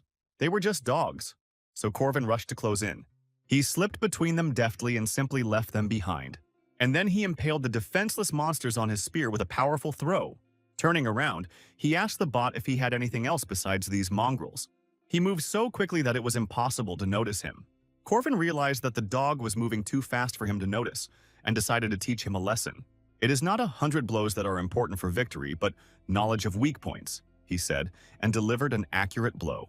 The werewolf didn't have a chance because he showed everything to Corvin in advance. And then Corvin began to boast of his skills with a spear. A powerful blow with a long name caused the trap sphere to crack. And then he could again see the starry sky above his head. The dog coughed as he lay in the large hole left by Corvin's blow. The dog kept trying to move to protect its creator to the last. Such was his sin. Corvin told the dog to just wait and promised to protect his mistress. Marie, in a mad guise, slowly approached him. The final stage begins as soon as Marie deals critical damage to one team member, which is why she cannot be dealt with alone. Usually, to save the victim, everyone stays close to the wounded person to stop Marie. But now no one will help him. Corvin let her bite him, and the girl began to regain her strength. But thanks to his strong regeneration, he could withstand all this. Corvin clenched his fists. He was simply returning to the girl the kindness that she showered on everyone. That's what adults do. He gently stroked her head and told her not to rush or she'd choke. Marie pulled away from him, as if awakening from her obsession. Sebastian, after awakening, killed his servant by drinking all his blood. Even he could not resist his thirst. Peter spent a month capturing Marie. She drank the blood of monsters, which, like salt water, only increased her thirst. But this girl with a kind heart still did not kill people. She had inhuman willpower. This was too much for the boss, who was expecting a bad end, which meant there was another outcome. Corvin really wanted to believe it. It didn't matter how many times she crossed the line, or that she was a first-level mage. Even that she was a vampire was a minor issue. Perhaps Corvin also looked at this cutie only as a character in the game, but the teachings of his mentor from this world changed him. She was a dazzling warrior, always protecting the weak like a real adult. The mentor had saved him, and as a student who had absorbed her knowledge, Corvin thought it would be a good idea to show it in practice. He mentally told Peter that his path would definitely be different. For helping Marie, he received a generous bonus to stats. Marie was placed in a dimensional prison created by Professor Josephine. Now the girl was enjoying the baked potato, which she adored. Corvin appeared before her so quickly that she flinched at his greeting. He asked Madame Josephine if he could come in and said he trusted Marie when she became worried. When he entered the cage, Marie was still coughing, but was surprised that she was given potatoes without water. He thought that her taste preferences would change after everything, but the girl enjoyed ordinary food. Marie said that potatoes are always delicious, no matter how they are prepared. When his face came closer, embarrassed, she began to hit him to get him to move away, because she had not been in the shower for a long time, and Corvin reminded him that he was not clean either when he was bitten. He reassured her and said it was no problem, but the deflated Marie had already turned away. She told him she was scared then, and Corvin didn't immediately understand what she was talking about. Helen was quite scary. Marie thought at that time that she would really die. That's why she was scared. Corvin realized that after meeting Helen, he awakened something in her, so she fought Marie with full force, and she became a vampire. Marie asked how he was able to get up, why he didn't give up. Everyone laughed at him when he fought with the spiritual dove, but he did it. To Marie, he seemed cool at that training session, although modesty did not allow Corvin to accept her admiration. He told her that he just liked good endings, where the right people were rewarded and the wrong ones were punished. Simple, touching stories. And Marie was a good senior for him, he added. She's nice, and Corvin likes good endings. The player smiled encouragingly. So he tried to say that he just wanted her to be happy, which made Marie blush. She told him to leave quickly because she needed to wash herself and finish her potatoes, even though Corvin had just arrived. And that was the end of the date. He waved goodbye to her, and Madame Josephine saw him off. Marie smiled, although she herself did not know whether she deserved the right to be happy. Marie will be isolated for a while, but then she will return to the academy? Questions could arise, but she is not the only half-human studying there. So most people will not experience any threat from this. Director Kassad materialized in front of Corvin and asked for a moment. It was the first time they had met in person. Kassad asked politely how they were, and Corvin replied that everything was fine. The director said he wanted to talk to him about Marie's punishment. He had no idea that there would be no happy ending to the story. Corvin insisted. After all, he was the one fighting her and had the right to express his opinion. The decision was made too quickly. But Kassad cut short his fiery speech at the very beginning. He smiled and said there was no punishment. The director did not consider Maria guilty. He just wanted to see his reaction personally, and now all his doubts were dispelled. He told Corvin not to worry because the isolation would end soon. He just needed to make sure her condition was stable first. Of course, Kassad listened to the others who fought with Marie, but he wanted to know everything in detail and asked Corvin to tell him everything. Then the player said that Marie was not a monster. He didn't know how much Kassad would believe him, but the message was clear. The director thanked him and said that he would make an official statement. Of course, they could not reveal all the details. Now that Kassad had heard all the details, he was ready to do his job. And with these words, he bowed low to Corvin, which even made him jump. Kassad was grateful that he had helped them avoid the worst that would have happened to them, and he promised to pay. Kassad acted more than decently for the director of the academy. He always acknowledged his shortcomings, just like his teacher who had experienced many failures but took responsibility. Remembering her words in his past life, he believed in the director's goodwill and asked him not to bow his head. Marie sat in her room on her bed and thought about life, hugging her knees. The hand that stroked her head was warm then, and the touch was gentle. When the cold beast went away and she came to her senses, all she could say was, "Forgive me." Did she have the right to ask forgiveness from Isabel? She was one of those girls who thought about others more than about herself and tormented herself with guilt. That is why she did not resist at all the magic of Madame Josephine, who imprisoned her. She then pretended that everything was fine when Corwin visited her, although she herself was being studied. Because before that she was a beast, a monster, and a demon, an enemy of people who saw them as cattle. And just one phrase of his that she should be happy sent all her worries and doubts flying. These words rang with honesty, because the girl remembered the selflessness of this guy and how he sacrificed his body to save the monster. That powerful moment, his genuine goodwill, Marie knew she would forever imprint it in her memory. A week after the incident with Marie, rumors about Marie began to spread throughout the academy. There was a lot of noise because of some students who were against her return, but it quickly died down because Helen was studying at the academy. Even a week later, some were still wary of Marie, although officially the girl's isolation was completed and she was declared stable. Many students supported the girl, but she looked for her friend Isabel. Even though Marie was free, it didn't mean that she freed herself from the guilt complex, and she thought that Isabel hated her. It was understandable. Few people would want a friend who could take a piece of you. Marie didn't want to interfere with Isabel and the others. But when she was already thinking about disappearing from the academy, there was a knock at the door. As soon as she opened the door, her friend Isabel threw herself on her neck.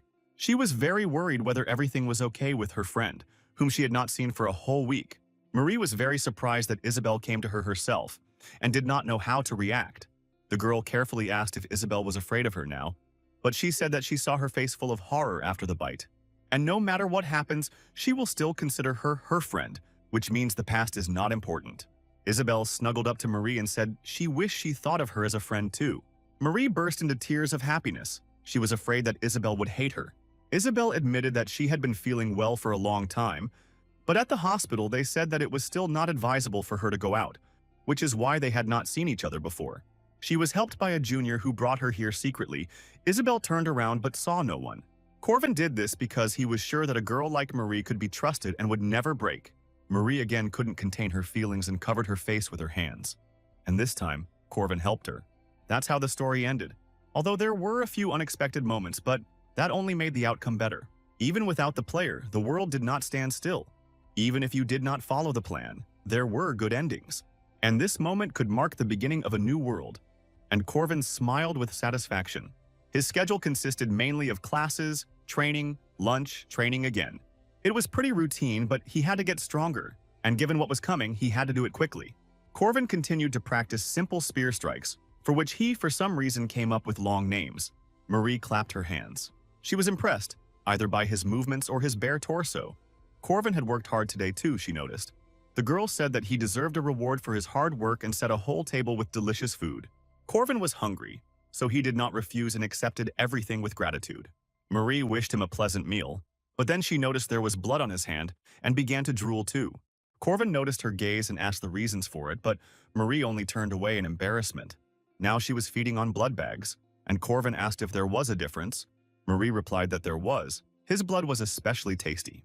The difference was like the difference between fresh meat and frozen. And Corvin realized that she was doomed to eat like this for the rest of her days. And he said that there was nothing wrong with drinking fresh blood sometimes. He offered his own, but Marie immediately burst into flames from this. The guy said that his regeneration allows him to give her blood if she gets tired of stale blood. This confused Marie even more, so she changed the subject and handed him a vial of her vampire blood, which was considered the best elixir. Corvin swallowed her bodily fluids without thinking, and did it right in front of her, which added to her embarrassment again. The elixir gave him strength, but he became even stronger than the last time he received this blood from Peter. This cool feeling convinced Corvin that he was now ready to begin the next chapter of the story. Alicia Arden is a direct descendant of a famous family and a second-rank knight, and her life has changed greatly compared to the past.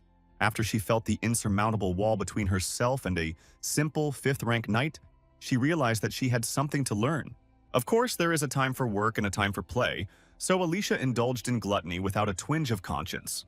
Alicia was quite lazy by nature and didn't care much about her skills. She was just a genius without any zeal.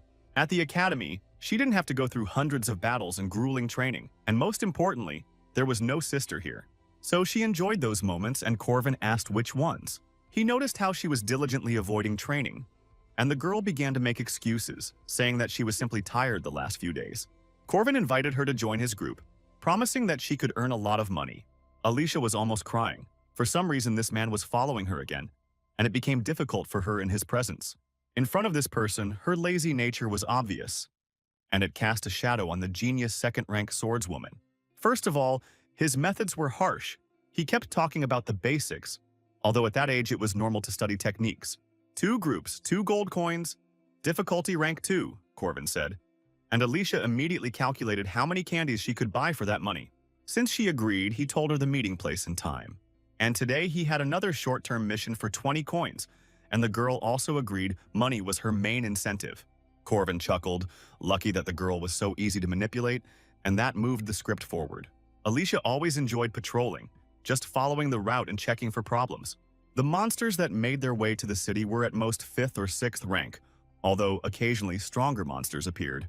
They didn't have much to do, but they could make money by selling the monsters' claws and teeth. She loved this business because it was easy, and besides, simpletons always admired her and sang her praises. This pleased her vanity quite a bit, so Alicia enjoyed it. Her brothers constantly reproached her for her lack of diligence and used their older sister as an example. Even though her family looked down on her, Alicia thought she wasn't that bad. Corvin told Alicia about the owl bear, and the girl said that it was easy to deal with. On this day, everything was safe. Until changes occurred, they saw a signal from another group about a meeting with monsters. Some patrols ended without work, but upon seeing the signal, the sentries could not go home. The other fighters were not discouraged, because they had a brilliant second-rank swordswoman with them. The nest of monsters that the other group discovered was a gathering of wolves around a werewolf. It was about a monster that Alicia defeated even when she was wounded and poisoned. So this time, everything worked out without any difficulties. But then a rider on a ghostly horse appeared, a black knight. It was Dalahan, a first-rank monster, and the rider was quickly approaching Alicia. The girl immediately tensed up and released her strength to fight back. She delivered 2 powerful blows that flew at the monster in a single stroke.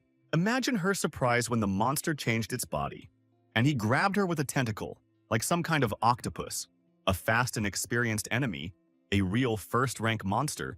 Alicia realized this was no joke, and once things got going, she quickly cast aside her pride, which was non-existent, and began to beg Corvin to save her.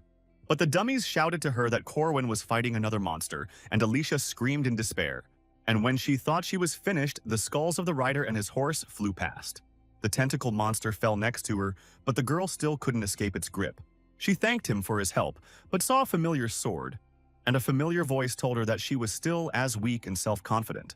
The eldest daughter of the Arden family and possible future heir, the greatest swordswoman of their generation who follows the path of the Emperor, Lily Arden. Alicia froze at the sight of her strict sister, whom she did not expect to meet here. The older sister was by all appearances the older one, and stood out for her attractive stature and large amount of mana. Lily looked at her sister with such contempt that she shrank back. She asked her why she didn't retreat when she saw Dalahan, and didn't analyze the enemy properly. But the main thing is how she drew her sword, so casually imitating. Alicia shrank even more and asked for forgiveness, but stern Lily said that everything that happened was entirely her responsibility. Her spontaneous actions endangered the soldiers who trusted her and followed her, Lily said, and Alicia couldn't find anything to say in response. And she didn't dare, and received a blow from the back of the sword on the shoulder. The swordsmen of Arden must always be confident in themselves, said the proud Lily. And then she turned to Corvin, and he thought he had been caught. After all, he was looking after Alicia while pretending to fight monsters. Lily walked up to him and introduced herself with her full title. Corvin also introduced himself by stating his name and fighting style, and that he was Alicia's friend. Corvin saw the question in Lily's eyes, but he couldn't tell her that he had a skill that only a few people in the world knew about. Besides him, there were only 2 masters he had not yet met. Lily reassured him, saying that he didn't have to talk if he didn't want to. Her elite retinue reported that the monsters were finished. They were 5 swordswomen, all of Alicia, rank or higher. Lily said that there was no point in chasing the scattered monsters and wasting time on them. And when Alicia was already thinking of slipping away, Lily told her to follow her. Swordsmen travel in groups, somewhat similar to a gang organization. They follow their leader, unite into groups based on interests, often consider themselves a clan. 60 years ago, a leader appeared who began a new era. He spread the idea of martial arts schools. The swordsmen of this clan became a famous family and organized a pavilion. The bandit's spirit, command, and habits remain to this day. Alicia greeted her sister respectfully, kneeling. The students didn't understand what was going on and why one great swordswoman of the family was bringing another to her knees. Lily held in her hands a list of tasks that Alicia had carried out, all of them absurd relative to her skills. Alicia explained that she was simply handing out leaflets in a cafe. Lily at first thought that her sister's assistant was doing this, but this was not the case. The girl, embarrassed, admitted that the cafe had a cute uniform. Lily called her sister pathetic. Who would have thought that she would use her skills in such a way as if she wanted to disgrace the family? On all these missions, she only encountered weak monsters, as if she wanted to be known as a hero. Alicia remembered the words of her father, who told her to remember that she could not escape her essence. Not knowing what to answer to this, the girl only bowed her head more strongly. After Alicia left, the swordswomen began to discuss the girl, saying that she looked good, but Lily wanted to know about Corvin. That boy was only 5th rank, the maids told her. But Lily immediately doubted the Academy's own ranking system. She noticed that Corvin's gaze was fixed on Alicia until the very end of the fight. The monsters did not bother him at all, as if he was a true warrior. Even though Corvin's spear seemed simple to wield, As the genius swordswoman, Lily understood everything. She was pleased to have this friend in Alicia. If this guy had stayed with her sister, it would have definitely helped her. Lily received a request from the academy, so she will be able to see him there. Every time Corvin saw Marie, she came with a large amount of food, mostly made from potatoes. The mince in the pie was freshly prepared from cattle that Marie herself had killed at the request of Madame Josephine. While the girl lived the tasteless life of a vampire, Corvin could enjoy such wonderful food and almost cried with happiness. Since he liked it, she promised to bring beef next time, and Corvin grabbed her hand. He thanked her sincerely and said that he really liked the proposal. Marie agreed. But then her brain began to fail from the feeling of his manly, trained, slightly rough hands. The girl was called out to, and she perked up as if she were doing something shameful. Isabel asked her friend what it was, and Marie quickly ran to her to tell her that nothing happened. Corvin thought about her behavior and decided that there was something he didn't know about kids her age. In the past, he couldn't go on a date. Sometimes Ileli brought him rare and precious mushrooms from the forest. Then they studied the ancient alphabet in the library. Draco also came to him quite often, but they were more like useful colleagues for each other. Usually Corvin spent time with other students like Jaeger and Lark when they were horrified. Corvin turned around, thinking there was a monster behind him, but it was only Helen who said one word: food. Corvin had completely forgotten that he had promised her to bring more food when Marie went missing. A month had already passed and he was surprised at how good her memory was. Corvin said that they wouldn't be able to see each other today, and the guys disappeared faster than the wind. He took the girl to a restaurant, hoping to appease her unpredictable nature there. The girl tried to put a whole fish inside herself, and Corvin was afraid for her throat. Besides, it was disrespectful to the food, he said, although Helen believed in just chewing. Then the guy cut up the fish and put a piece of fillet on the rice. He suggested that they smell it and enjoy the food. This was what it meant to show respect for food, and Helen thought about his words. When she started to devour the food, he told her to eat more slowly. It might still be early, but the second arc would soon begin, Corvin thought as Jaeger tried to catch his breath. There were 10 minutes left before their exam, and for some reason the bully was sticking his head into a bowl of water. They asked Corvin if he had prepared for the test, but he replied that he did not need to. It turned out that the player was different from mere mortals because he was taking this exam more than once. The professor gave the command and said that the exam was beginning. Corvin turned the test over and read the problem statements there, but unfortunately, he didn't understand anything. After the exam, Lark asked how Corvin was doing since everything was clear with Jaeger. Turning pale, he replied that it was enough for knights to be able to write their names. He completely forgot that in his past life, he didn't study at all, and only studied expert skills but not real knowledge of the world. He crumpled the paper. It was just a pathetic written test, the guy thought.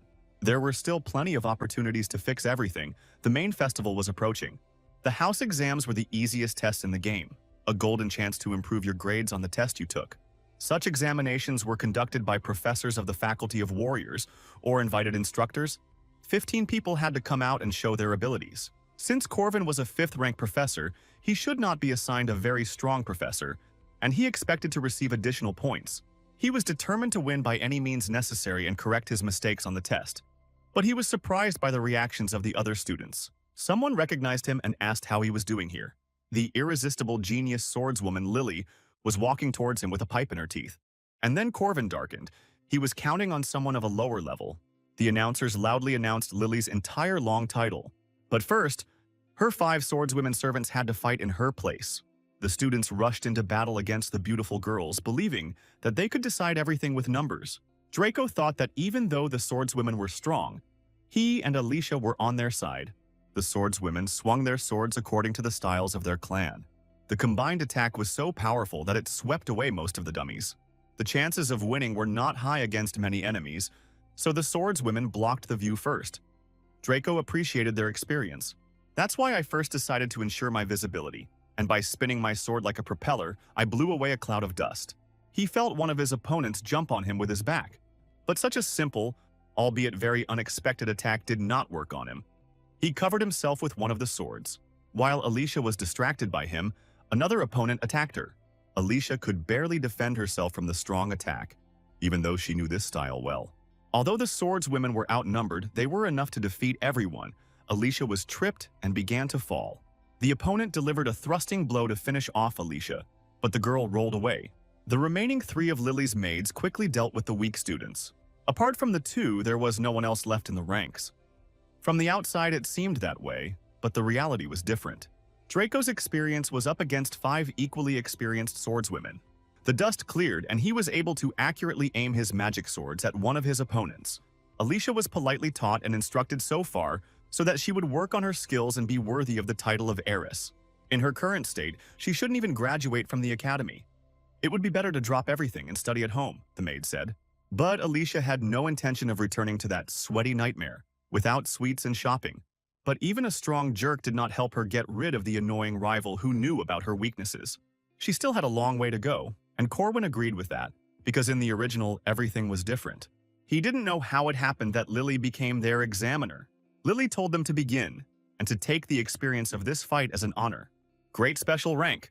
This is a monster that can take on an entire army. A catastrophe that even dozens of guardians like Helen might not be able to cope with. Most people will never encounter such a monster, and no one will believe in their existence. However, it is a completely different matter when it comes to Lily. Because Lily is one of those who can face such a disaster and not retreat. She herself is a monster among monsters. From her swings, the entire arena instantly became unusable. Corvin barely escaped this catastrophe. Behind the stone, chaos reigned everywhere. Jaeger barely survived. Such a performance was too much for him, and Corvin reassured him that they were still being pitied. On top of that, Jaeger also managed to grab Lark with him, who would have definitely died if he had left him there. Corvin shouted at Jaeger not to switch off because he wouldn't be able to carry Lark on his own. Lily told them that they were all too weak to learn anything from her, and told Corvin to go out because he was left alone. He immediately wanted to just give up. Lily didn't mind if he agreed to the lowest grade, but she knew that he wouldn't do that because he won't want to give up a rare opportunity to fight a strong opponent. In the last download, he and Lily were partners and fought side by side many times. The master taught him how to fight with a spear. Lily gave him real fighting techniques, but even at the end of the last download, he was no match for her. This is a wall that he would have to break through at some point, and since he wants to take the player's place, he must overcome it. Lily saw the determination in his eyes and attacked first. They crossed their weapons, sparks flew, and Corvin held on with great difficulty.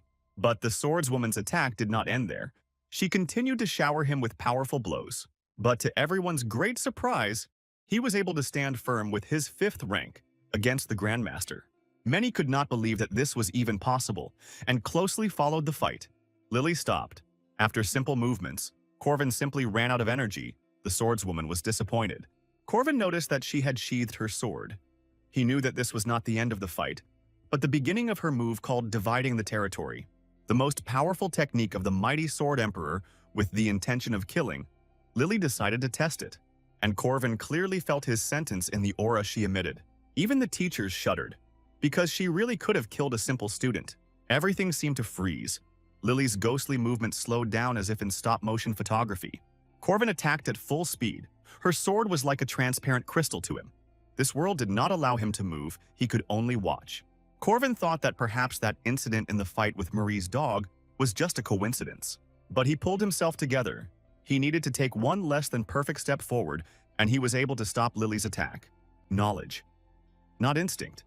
The feeling that you are the center of the world, she pointed her sword at him. This was Corvin's response to her division of territory, and Lily was satisfied with it. It was time to finish. She cut Corvin's spear in half, and he was lucky that the swordswoman stopped in time and did not cut off his hand. The sister turned around and saw Alicia frozen without moving. The test wasn't that important, Lily said. He accepted the challenge to show off his territorial skills, she supposed. She realized that he also knew about Alicia's talent, and so it was. Corvin lost the battle but achieved his goal. Lily said that she had some work to do in the city, and he shouldn't be impudent and interfere because nothing would change. Because she would crush Alicia with her own hands, the proud swordswoman declared. But Corvin chuckled. After today's demonstration, he was sure that nothing would go according to Lily's plan. After this, the teacher awarded him the highest score in marks. But for many, it all looked like a farce. They could not believe that what was happening was real. The mustachioed professor remembered the guy he gave food coupons to for his successes. The curly professor was also indignant. He recognized the techniques that Corvin used. Even before Lily's advice, Corvin already felt the lack of quality weapons. He came to one master whom he knew well. Corvin had high-quality raw materials with him. Weapons were usually created with quest rewards. However, all he had at his disposal was special soul dust, a runestone of the 1st and 2nd ranks, and the support of the director. There weren't many weapons that could be created on the Academy's premises, and this was one of them, the Silver Spear. Alicia was horrified. The bleeding did not stop, although the wound was not fatal. She remembered the first time she found herself in a real battle that made her blood run cold. Then she chopped up many 5th-rank monsters into cabbage without even thinking. But the smell of human blood, the feeling on the blade was completely different. Even when she felt it for the first time, she immediately understood it and trembled with horror. Today, Alicia went to work again to get her thoughts in order. She needed to catch Beowulf. It was much better than another more dangerous but also profitable mission. There was another reason why she chose the werewolf mission. The girl held a simple leather belt in her hands. She wondered where her savior might be now. Alicia heard the noise and turned around to see who was talking and what they were talking about. Under the watchful eyes of the others on the tram, Corvin greeted her. The reaction of the other participants of the raid was not very good. Corvin went on this mission on quotas for students. The guards didn't expect to see such a simpleton in their ranks, but Corvin was glad that Alicia was with him. He knew that they wouldn't dare say anything to him in front of the Sword Emperor's granddaughter. But the evil looks only increased. Leaning closer to Alicia, Corvin asked how her eyes were, but everything was fine, Alicia answered, not understanding. But Corvin hinted at something else, and Alicia guessed that Lily had told him. He told the swordswoman to hurry because Lily was serious about crushing her so that Alicia wouldn't even be able to lift her sword. To which the swordswoman replied that she could simply give up the sword in that case. Corvin sighed. He wasn't sure Alicia would ever be capable of doing something like that. The capture group quickly and skillfully dealt with the monsters and even managed to catch one. But then the situation took a different turn. There were more monsters and they attacked more furiously. The soldiers were worried about where that 5th-rank boy was, but now was not the time to care about him. They thought how lucky they were that Lady Alicia was doing so well. And then another wave appeared. This time they were ghosts. Usually ghosts were not attracted to places where there were few people. It looked as if the place was artificially created. Alicia sensed danger and turned around. Someone was approaching her. She could tell by the weight that it was not a ghost but a knight, asking to be saved. Alicia didn't understand why she was being attacked and warned him that she would kill him if he did it again. But a second possessed ally attacked her from behind. He raised his heavy mace to finish her off, and the girl froze. But she was still forced to attack, and with 2 swings she wounded the knight. When she came to her senses, he was already lying dead and cut up. Alicia realized that she had just committed real murder. Fear pierced her, and another possessed knight jumped after her. But Corvin threw a stone at his head and asked Alicia why she was sitting there for so long, because these are not people. He explained to her that these were ordinary dead people who were raised with the help of magic. The main event of the second part of the story arc, the subjugation of the bloodthirsty killer from the Foggy City. In the original, the heroes group is pursuing the maniac that Marie missed in the first episode, but it was possible to choose this task with werewolves. Then you can meet the killer earlier and fight him. A few more dead people ran up to Alicia, and behind them she saw a figure in a cloak with an angry look. Corvin told her that everything was fine and that she should prepare to run. He himself swung and threw his spear at the ghost that hovered above them. The blow pinned his robe to the tree. The dummies from the squad thought that he was some kind of weakling because he went limp in one blow. Of course, this was not the case. Then he would not have become the boss of the next episode. Corvin alone would not have been able to cope with this monster. The spirit said he was impressed that he was able to kill the puppet and promised to meet again, his secrecy being the main problem. Everyone saw how ominous smoke began to pour out from under the red mania. Crimson haze. When the undead mage's life indicators reach 0, a death fog appears. What Corvin destroyed was just a doll, just an undead creature using the corpse of a mage. The real puppeteer was difficult to catch because he hid in his puppets and blended into the fog. Corvin shouted for everyone to run, as the fog looked dangerous. Alicia asked if it was okay to leave the spear there since it was expensive, and he said it was okay. Corvin used the Rune of Return, and the spear fluttered into his hand as if alive. They heard someone scream and turned around, because their comrades were running behind them. One guard named Charlie Lucky tripped over a tree root in the forest. Alicia was the first to reach him to help the blockhead up. But he shouted at her to dodge, because he saw a huge hand reaching out to the swordswoman. A hand grabbed the girl and dragged her back into the fog. Corvin picked up the lagging oaf and told him to get out of the forest, but demanded that he give up his cloak. Grabbing the red cloak, Corvin rushed to save Alicia. He didn't think he'd have to do it again. In the last download he'd gotten into it himself, the condition had become critical in less than a minute. He could regenerate, so he could last longer, but the problem was Alicia. The blood mist was quickly draining her blood, so she wouldn't last long. Alicia desperately tried to cut off the ghostly hands that were groping her.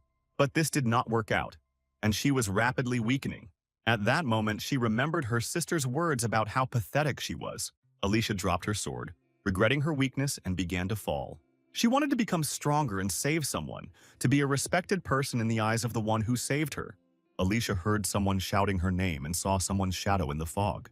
The voice seemed familiar to her, like that time in the forest, but she saw Corvin's face. The girl was still wrapped in red misty hands, but he helped her up.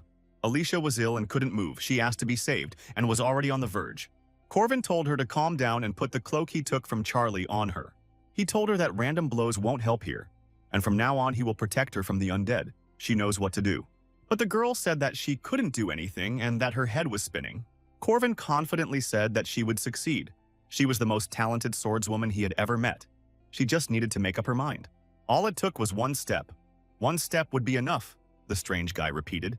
Corvin thanked her for her help and rushed forward. Alicia knew she couldn't hold out for long and was surprised how Corvin, with a lower aura rank, was coping. But since he told her that she could, she simply had no other choice but to take it and do it, the girl decided. It's her grandfather's secret technique that can cut through anything, and to master it she must awaken. A cursed ability that allows one to forcibly see other people's territories. Falling tears, dripping blood, and even overwhelming emotions become the energy for one step towards the frozen world.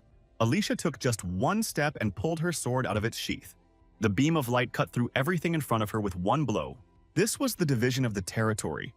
All the monsters in front of Corvin were cut in half. Like the entire forest in the path of the blow, together with the main boss, it became a moan clearing. After this swing, the bloody fog that was taking away her strength dissipated. Seeing what had happened, the other guards returned to help them. The murderer from the foggy city lay dismembered on the ground. The guards did not believe that the entire forest could be cut down like that. Even Corvin was confused. He thought she would use the third form, one cut or iron wave. But the girl was able to deliver the ultimate blow. Alicia ran to him for praise, and he wanted to tell her that she shouldn't be able to do that yet. Rumors began to spread among the guards that Alicia would now definitely become the heir, since only the Emperor and she could use the division of territory. They began to praise her, and Corvin realized that once again his plans had gone awry. He became despondent, not understanding why everything had turned out this way again. This news was so impressive that it was even written about in the newspapers. But the journalists' speculations about the future heir did not satisfy everyone. Lily's maids were angry and wanted to get rid of all the rumors. The mistress of Lily herself sat on her throne, sipping tea and thinking. The Arden family operates within the swordsman faction and operates according to the logic of power. While they were led by the head of the family, they waited for a worthy heir.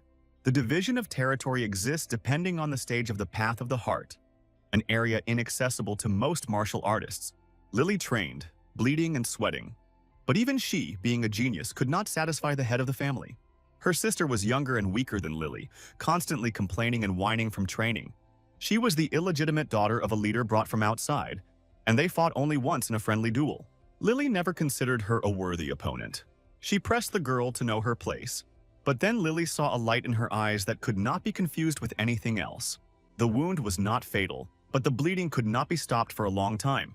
Just one blow turned the tide of the battle. Lily didn't even have time to see him before the blow that finished her off. It lasted much less than a second, one flash of an eye, and Lily was defeated. It wasn't even about speed, it was something else, the deepest path of martial arts. And Alicia took a step into this space. Bleeding, Lily did not understand how this was possible because Alicia was a small, lazy child. There was no doubt that the girl herself was in shock.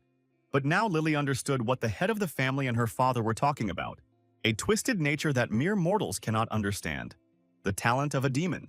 After seeing this fight, the chief appointed Alicia as a promising candidate for the inheritance. Alicia grew up completely neglected by their father, while Lily pitied her and stroked her hair to support her. All these memories remained somewhere far away, Lily thought. Her swordswomen called out to their mistress when she withdrew into herself for a long time. It was obvious that they were worried about her. Lily told them not to worry. She wanted Alicia to reveal her talent. She hoped that if she could see that sword again, she might be able to reach it. Lily stood up and ordered her servants to prepare the test of the sword. The doctors told Alicia that she would need 2 to 3 days of potions to recover, and she offered Corvin a candy when he arrived. The girl was so carefree, but he came to ask her how she was able to use the territory because it was not a simple technique. The girl replied that it was because he believed in her and looked away. embarrassed. "If she tries, she will succeed," Alicia said, and Corvin almost choked with envy in front of such a genius. But another visitor came to the hospital who was worried about his younger children. Marie entered the room screaming. Marie and Alicia met for the first time, so they introduced themselves to each other. Corvin asked Marie if she had come to visit Alicia, and the girl stuttered and said that everything was like that. She was worried about her. But then her tone changed and she asked how close they were. But at that moment, there was a knock on the window, although they were not on the first floor. Leaning over like he once had, Helen demanded the raw fish she had eaten last time. Corvin immediately noticed that Marie might be uncomfortable with Helen's presence. Marie forced a smile when she heard that he and Helen had already eaten, and Corvin didn't know what to say. He quickly reassured her by saying that he had prepared a delicious meal for her too, and Marie immediately thawed out. But at that moment he thought about how many famous participants had gathered in this room. Corvin thoughtfully informed Alicia that since rumors of her successes had spread, Lily would soon come to her to test the sword. It is a tradition among swordsmen to test the pavilion master, but it has been a long time since this ritual was used to eliminate disputes. Alicia burst into tears. She was sure that she would die because she couldn't even defeat Lily's 5 servants. Corvin told her that he had an excellent method and promised to tell her on one condition. Alicia immediately grabbed at this straw. From now on, if he even offered to go and deal with monsters or train, she would have to follow him without complaint. Alicia immediately vowed to be the faithful companion of the true just hero. To the surprise of the other 2 girls, Corvin accepted her loyalty as a vow and spoke solemn words. Late at night, one of Lily's maids was heading somewhere when a knife plunged into the wall in front of her at great speed. Someone stepped out of the darkness, recognizing her as an opponent, and the swordswoman grabbed her weapon. Even in the darkness, she easily recognized the academy student Helen. Helen said that she was a master of the knife and attacked the swordswoman. It was just someone promising to treat her to sushi if she caught this target. Corvin was fighting another swordswoman at that moment, and the night was filled with the ringing of steel. The girl did not understand the reason for such a sudden attack and barely fought back. Corvin introduced himself to her as the master of the Alicia clan and named his style. He asked permission to train under her as a sword master and attacked again. And so, overnight, they formed an entire clan, where each was the bearer of his own style. Helen was a master of knives because she couldn't be given anything more dangerous than that. Draco was hired to pose as a master of flying blades. Alicia was a master of alchemical magic and transformation. And of course, Alicia herself became a grand master of this school that was created on her knee. And so, Lily's elite sword squad was routed by Alicia's squad. The swordswoman who fought Corvin asked him why he was doing this. He replied that their young clan needed followers and wanted to raise their status. And now they were sticking to offensive tactics. In the order of the clan, there is a sword test, an exam to choose the head of the clan, which answers all questions. But everyone understands that this is simply a legal way to eliminate a competitor. So Corvin proclaimed that he would change this order. That's why he created a clan. And in the subsequent battle, he defeated experienced swordswomen. Ultimately, all this was necessary to arrange a duel between 2 sisters. If Alicia wins and makes it official, her sister's faction won't be able to influence her for a while. Registration, purchasing weapons, an old dojo, and hiring Draco all fell on Marie's shoulders. Alicia hoped to pay later. Lily approached her first and said that the situation was interesting. She called her sister stupid and said that she should have run away as soon as they saw each other, because even the duel was not her idea. Perceptive Lily immediately realized that behind all her sister's tricks was the Grey Cardinal, who was now whispering hints to Alicia. The girl was still not sure that she could win. As a new martial artist, Alicia challenged her sister to a mock fight. Lily accepted her challenge to a friendly sparring match, but came with a warning. Training swords, treatment, except in emergency cases, will not be used. The girls took their swords in their hands and stood in a stance opposite each other. Lily was really strong. Even Marie wasn't sure she could win if she turned into a vampire and used all her power. She was worried about the younger one and asked Corvin if everything would be okay, but he was adamant and believed in the swordswoman. Marie immediately calmed down. She trusted him completely. Lily threw the heavy purse to Corvin, and he asked something about it, because even for repairing the hall after the duel, it was too heavy. Lily replied that it was for a complete reconstruction and attacked first. The powerful blows immediately destroyed their flimsy dojo. Corvin and Marie were horrified when the building simply lost its roof and walls. Alicia always admired her sister. When she still had a passion for swords, Lily was her idol. From an early age, Lily achieved fame and success and seemed to Alicia like a hero from a fairy tale. She was an illegitimate child, Her mother died in childbirth and her father considered her a disgrace. And yet the girl always welcomed her sister. Lily always treated Alicia well and reciprocated her love.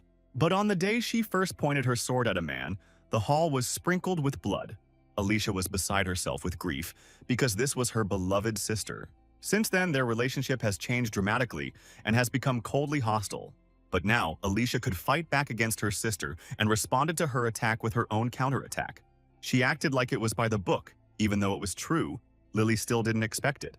But this did not slow down the sister's offensive tempo, and she struck again with a powerful blow. Alicia reacted quickly and absorbed the momentum of the punch with good footwork. Maintain speed, get out of sight, and strike suddenly, Alicia thought to herself, and her body moved as if on its own. But she barely managed to stop her technique, as her sister was already ready to meet this blow.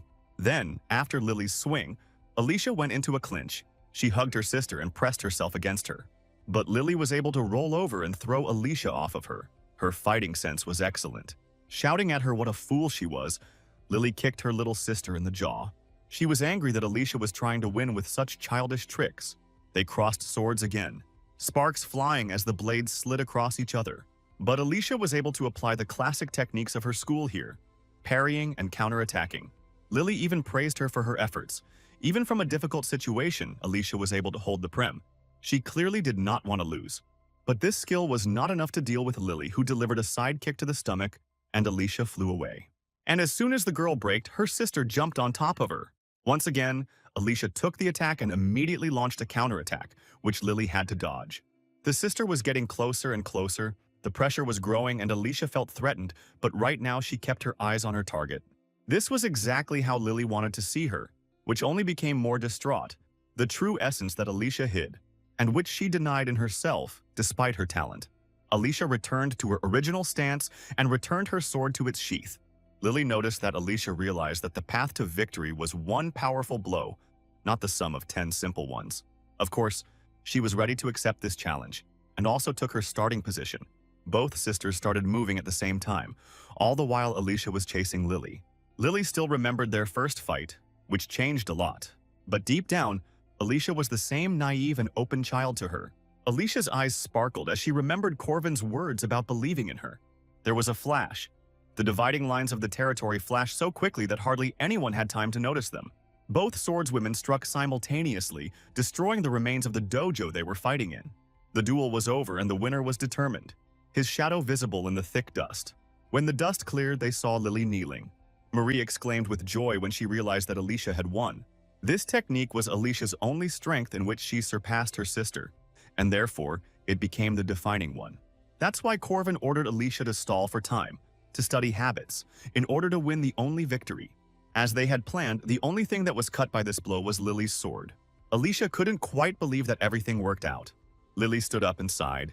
It seemed her sword wasn't tempered enough, she said. She added that from now on she would not interfere in Alicia's affairs and wanted to leave. But Alicia hurried after her and quickly caught up with her sister. She felt awkward and scared. She understood that her sister would once again be disapproved of because the weak Alicia had defeated her. She was afraid that Lily would turn away from her again, but it was in vain. The older sister reached out and ruffled her hair. In the last download, Corvin met Lily much earlier due to Alicia's disappearance. Lily was looking for the scoundrel who took her sister's life and stole the sword. But the search was fruitless because the hero was behind it. On the 3rd anniversary, Corvin was able to talk to Lily, who was still looking for the culprit, and she came to the grave and read prayers. He thought that there was discord between them and that they didn't like each other, and that's what happened, Lily admitted. She thought Alicia was a lazy, frivolous bore, she told Corvin. But apart from Lily, there was no one who could free Alicia from bitterness and resentment. Lily will never turn away from her beloved sister, even if the latter bypasses her. The older one will still look after her. The Lily Arden that Corwin remembered was exactly like that. Alicia was afraid of battles and avoided them, afraid of facing her sister and avoided hard battles so as not to fight. She won the duel and will now be accepted as the heir to the clan. And now Alicia was worried that her connection with her sister would really be broken. But Corvin, who was peeling the apples for her, confidently said that this would not happen. Sure, they'll drift apart for a while and the relationship may be awkward, but their connection isn't something that can be easily broken. After all, they are still sisters, Corvin said. And she's really a good girl because in his childhood, all he did was get kicked by bullies. Later, It was not this that tormented him at all, but the fact that he did not dare to fight back and was angry with himself. Alicia called him strange. He spoke like an old man. Although they were the same age, he exuded maturity after going through hardships. And so it was. Corvin lived 14 years longer, but Alicia simply thanked him with a smile on her face. For that incident, and for that fight in the forest when he saved her, she stretched out in bed. After all, it was he who saved her from the werewolf the first time, the girl said. Corvin was surprised how she was able to find out, and the girl said that it was thanks to his voice, his waist, and her intuition. The guy just waved it off, but the girl thought she owed him a lot and said he could ask for anything. Then Corvin asked to be his friend and surprised Alicia. The girl was embarrassed. She didn't have any male friends yet and agreed. Corvin smiled too and said he hoped they would get along. Alicia responded in kind, happy that she had such a loyal friend. Punishment for the wicked and a good ending for the good people? That's how it should be, Corvin thought. Thanks to his actions, the sisters were able to get along for a long time. Isabel peered anxiously around the corner. Recently, her friend Marie had a problem. The girl was the center of attention before, and now even more so. Many fans tried to offer her their blood and feelings. Of course, Marie refused, because she received it from Madame Josephine, and Isabel was angry because her friend was being put in an awkward position. This happened every day, but she was more worried about Corvin, in whose presence Marie always felt lost, and her face invariably blushed when she saw him. Corvin was a well-known newcomer and often hung around Marie. It didn't matter that he was a 5th rank, since he could fight on par with Lily, meaning he was capable, but that made Isabel even more worried. When Corvin offered his blood to the elder, she immediately accepted, and they retired to a private room. Isabel's imagination immediately painted a passionate picture of what could happen behind the closed door. Isabel listened carefully to their conversation. Corvin asked if Marie had thought about his proposal. Corvin suggested that Marie build a hotel on the site of the destroyed dojo and offered her to invest in this project. Isabel was biting her nails. The scoundrel was trying to do business with Marie and was behaving very impudently. Later, Corvin saw Alicia in the training room. The girl was much more willing to attend classes now. Even though these were just the basics, Corvin had no intention of deviating from them. Alicia also agreed to do simple exercises, which had never happened to her before. As a reward, Corvin gave her a voucher to a nice restaurant, Holy Panda, and Alicia's motivation immediately jumped. Isabel, who had been watching him the whole time, immediately lost her temper. Because this was an establishment for couples, the scoundrel did not miss a single skirt. Alicia heard a noise like someone had fallen from the roof, but Corvin didn't notice anything. Not only did he run after 2 girls, but he also constantly asked about their wallets. Isabel was indignant. In the evening, he met Helen at a fish cafe and treated her to fresh fish. Once again, Isabel spied on him and overheard Corvin talking about investments, making it obvious to her that Corvin was simply a fraud. All the manipulations with Lily's duel resulted in 100 gold coins, a fabulous amount of money which Marie paid. Corvin was surprised that in this world students could manage such sums. He received another 50 coins from Lily for the damage. The reward for the red mist ghost was another 110 coins. Even Helen had her own capital, as did all of his companions. So Corvin collected their capital and was able to buy this land with it. Right now it's just a site on the edge of town, in the middle of nowhere, but in the second semester there will be an exchange festival here, which will be the peak of the tourist season. In just 2 weeks, all of Corvin's investments would pay off. He was a time traveler, and also a time traveler, and he knew how to handle the money.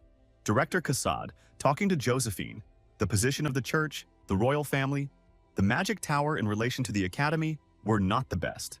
Of course, this could not be called an insoluble crisis, and besides, the council was on Kassad's side. The director told Josephine that he would be away for a while, but she assured him that he would manage. She was supposed to take care of everything while he was gone, and if anything happened, she was supposed to be the emergency contact. Madame Josephine adjusted her glasses, determined to do everything right. There were a lot of papers on the table with matters that could not be delayed. But what shocked her most was Corvin's proposal, which again involved him in something. Corvin left a request to collect mandrake juice and came to the building for experiments. To collect the mandrake, you needed headphones and an open space because it screamed loudly when pulled out. Corvin used the headphones he had taken during the test in the forest, and they came in handy.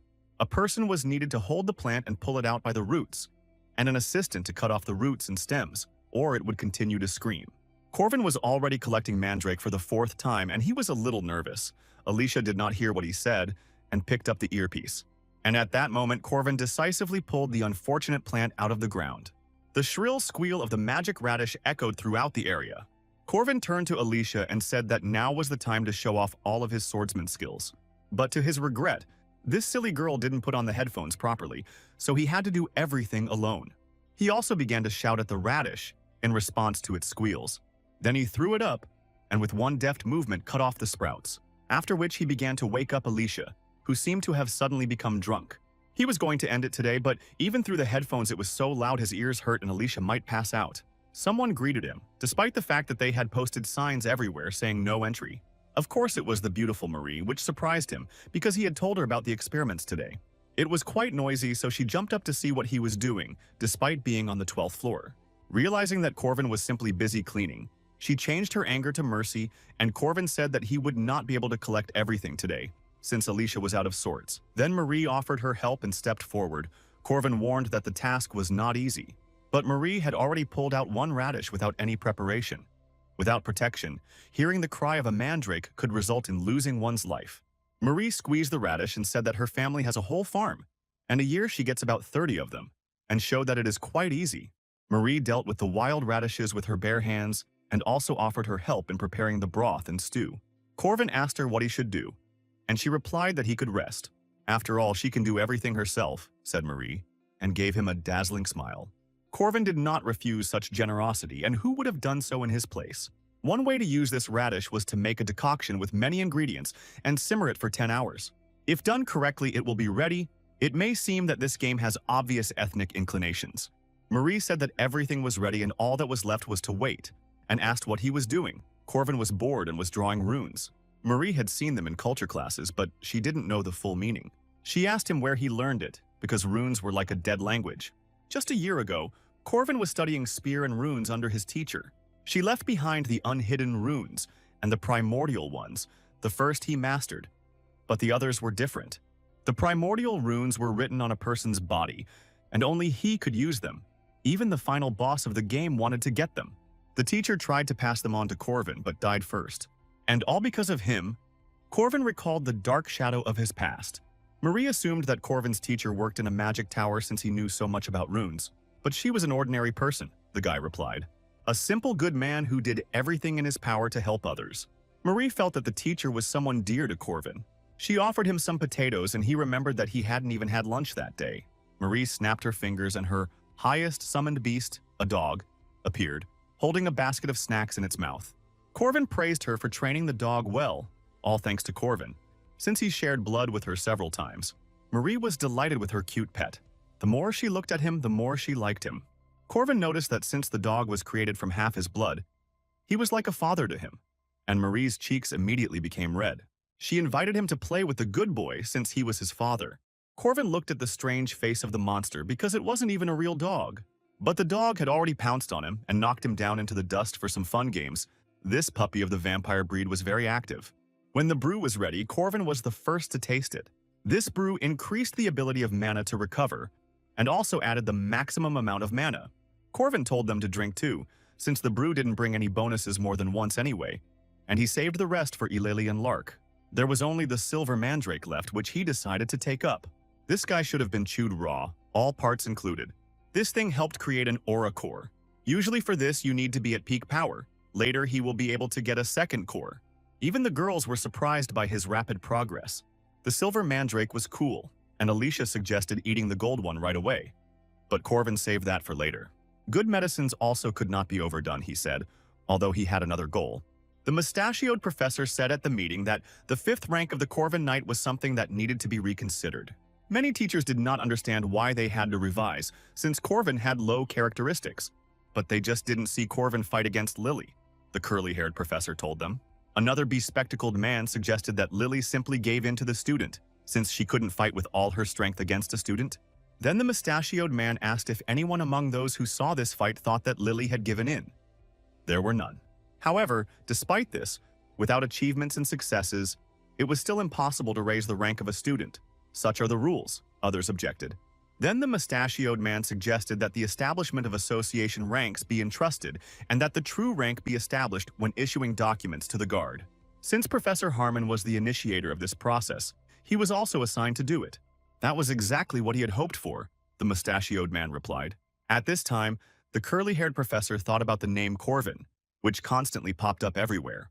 In terms of stats, even rank 5 was a luxury for him, but he showed an amazing sparring with Lily. Besides, Corvin had a special spear technique that man had, the curly-haired man thought. Alicia met him in the library and said hello. Today, they had the same lesson, so she asked to sit next to him. Corvin didn't have time to object because the girl had already sat down, only it was Jaeger's seat. But as soon as he saw who sat on him, he immediately decided to sit somewhere else. Corvin noticed that the guy was angry and asked him what he was unhappy about. After all, Corvin was surrounded by beauties everywhere, the kindest of them being Marie. A scary but cute demon girl in a nun's robe too, and also the granddaughter of the Sword Emperor. Jaeger was simply dying of envy. It was a personal dating simulator, only in real life. He suffered from his wasted youth because there was always emptiness around him. A curly-haired professor entered the classroom and said that even if they were not ready for the lesson, it did not matter today. As was said, today they had group work planned. Many students were despondent, and the professor cheered them up. Since they all studied at the Knight's faculty, he would not force them to solve difficult problems. He snapped his fingers and an image made up of fragments began to appear behind him. The topic of the group assignment was spear handling technique. Corvin felt the scenario change again. In the last download, it was a fist fight. Alicia said he was lucky. Fermat was a boxer, a fighter who could control distance, use a dash. Thanks to his shadow, he was a first-class knight. Known for engraving magical runes on his gloves, he must have already guessed, Corvin realized. The professor wanted to test him, the boy had no doubt.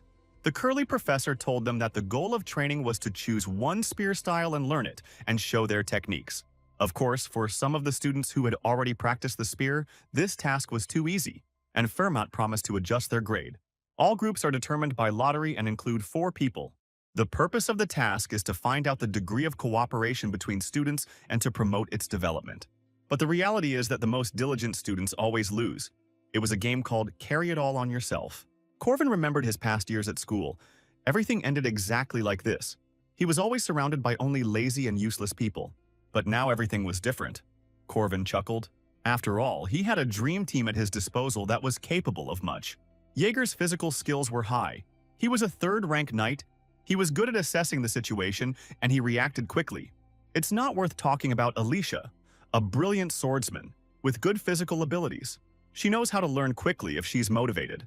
The last in Helen's group, she didn't have the best manners, but she was one of those who worked hard and could concentrate in class.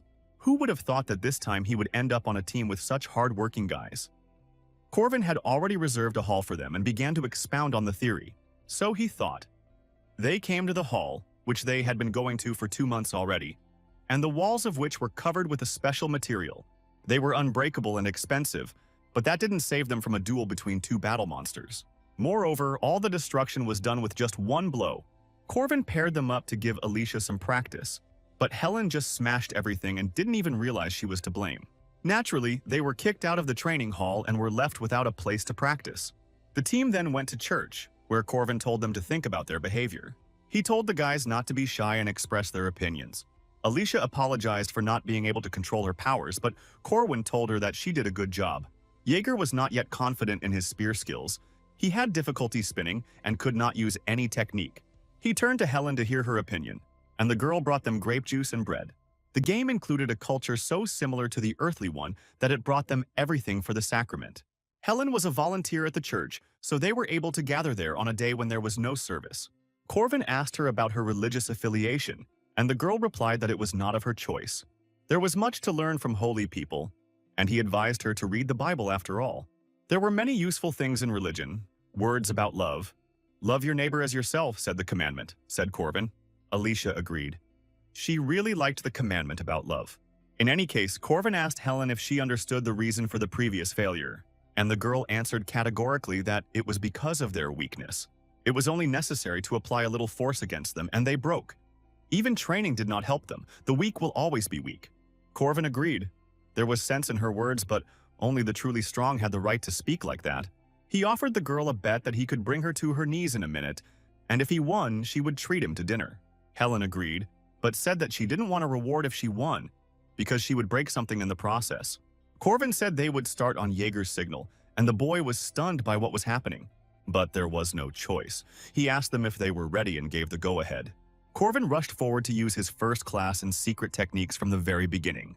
A flower bloomed in front of Helen from the blows of his spear. She took the blow as if nothing had happened, simply covering herself with her hands. The girl lived up to her name as a goddess, but Corvin wasn't going to stop there. Unfortunately, his spear broke, and he looked at the fragment in confusion. The girl said she could handle him with her bare hands, and moved so fast that her movements blurred into the air. She had warned him that her specialty was destroying things. In the fist fight, Corvin had to dodge every blow she threw, but he even managed to tease her about the fact that she couldn't hit him. This irritated Helen greatly. Her eyes flashed red. She charged with a powerful blow and advised him to run if he did not want to die. It was a direct blow that could really destroy him. As she advised, he should have dodged. But Corvin still decided to block her power, and extended his palm towards her, in which he had gathered strength. He felt his muscles stretch from the tension. Helen was surprised that he didn't evade, but then her head began to spin and the girl fell to one knee. Corvin smirked smugly. It was his victory. Helen immediately wanted a rematch, but Corvin refused.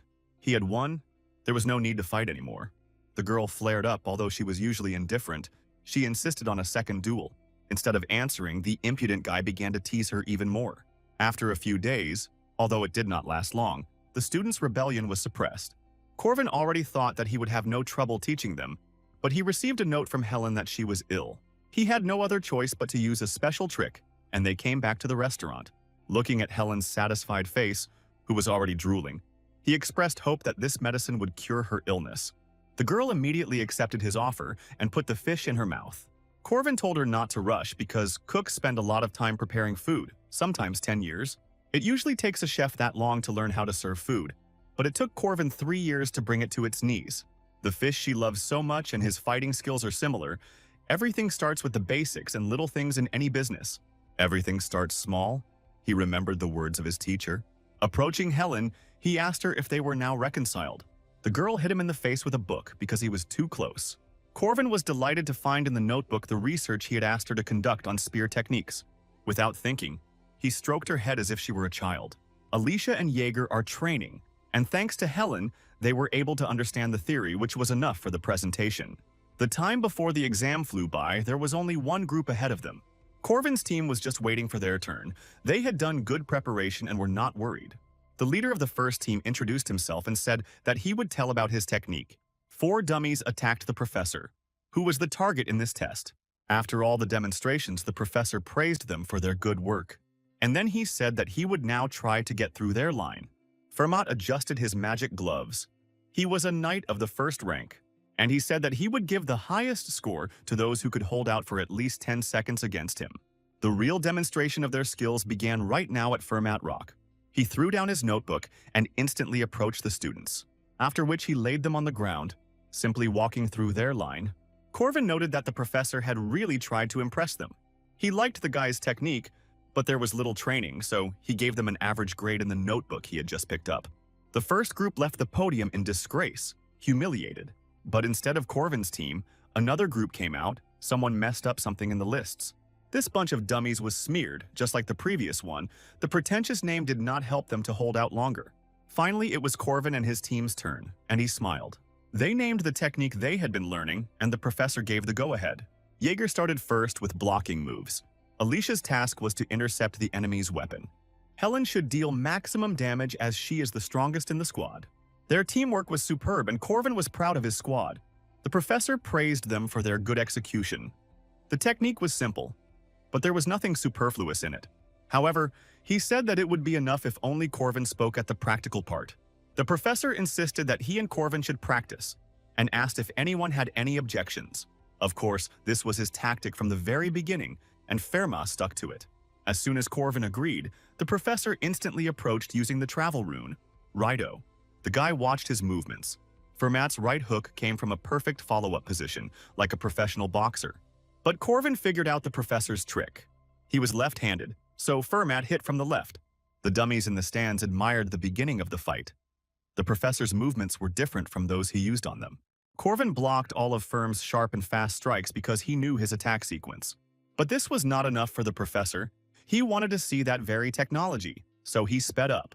At some point, Corvin simply froze in place, and no longer defended himself, so Fermat's fist simply froze in front of him.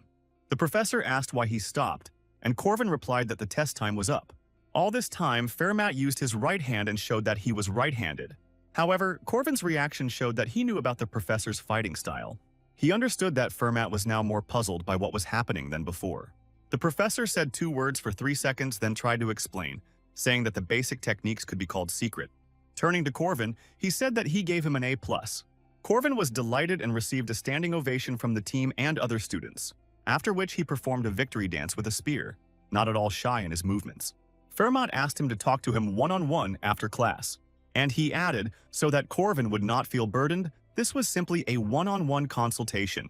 In the office, the first thing the professor wanted to know was whether Corvin was really a 5th-rank knight. Of course, the professor understood that the boy knew that his skills far exceeded this rank. However, Corvin could not catch even weak spirits of the 5th rank, since he cannot see them without certain conditions. The professor told him about a recent faculty meeting, the topic of which was, among other things, to review the boy's rank. Therefore, Corvin will be given several missions, and with their help his rank will be measured. The tasks are difficult, but he has something to show. There was nothing wrong with that. Even though the task was difficult, the reward was high, and he would be able to choose where to start. Corvin agreed and asked what to do. The professor said that he needed to defeat the monster and the spirit, of course alone. There were currently 4 missions in the Guardian Association, Corvin thought. The timing for this was not the best for him. The professor handed him sheets of paper with descriptions of the problems and told him to choose.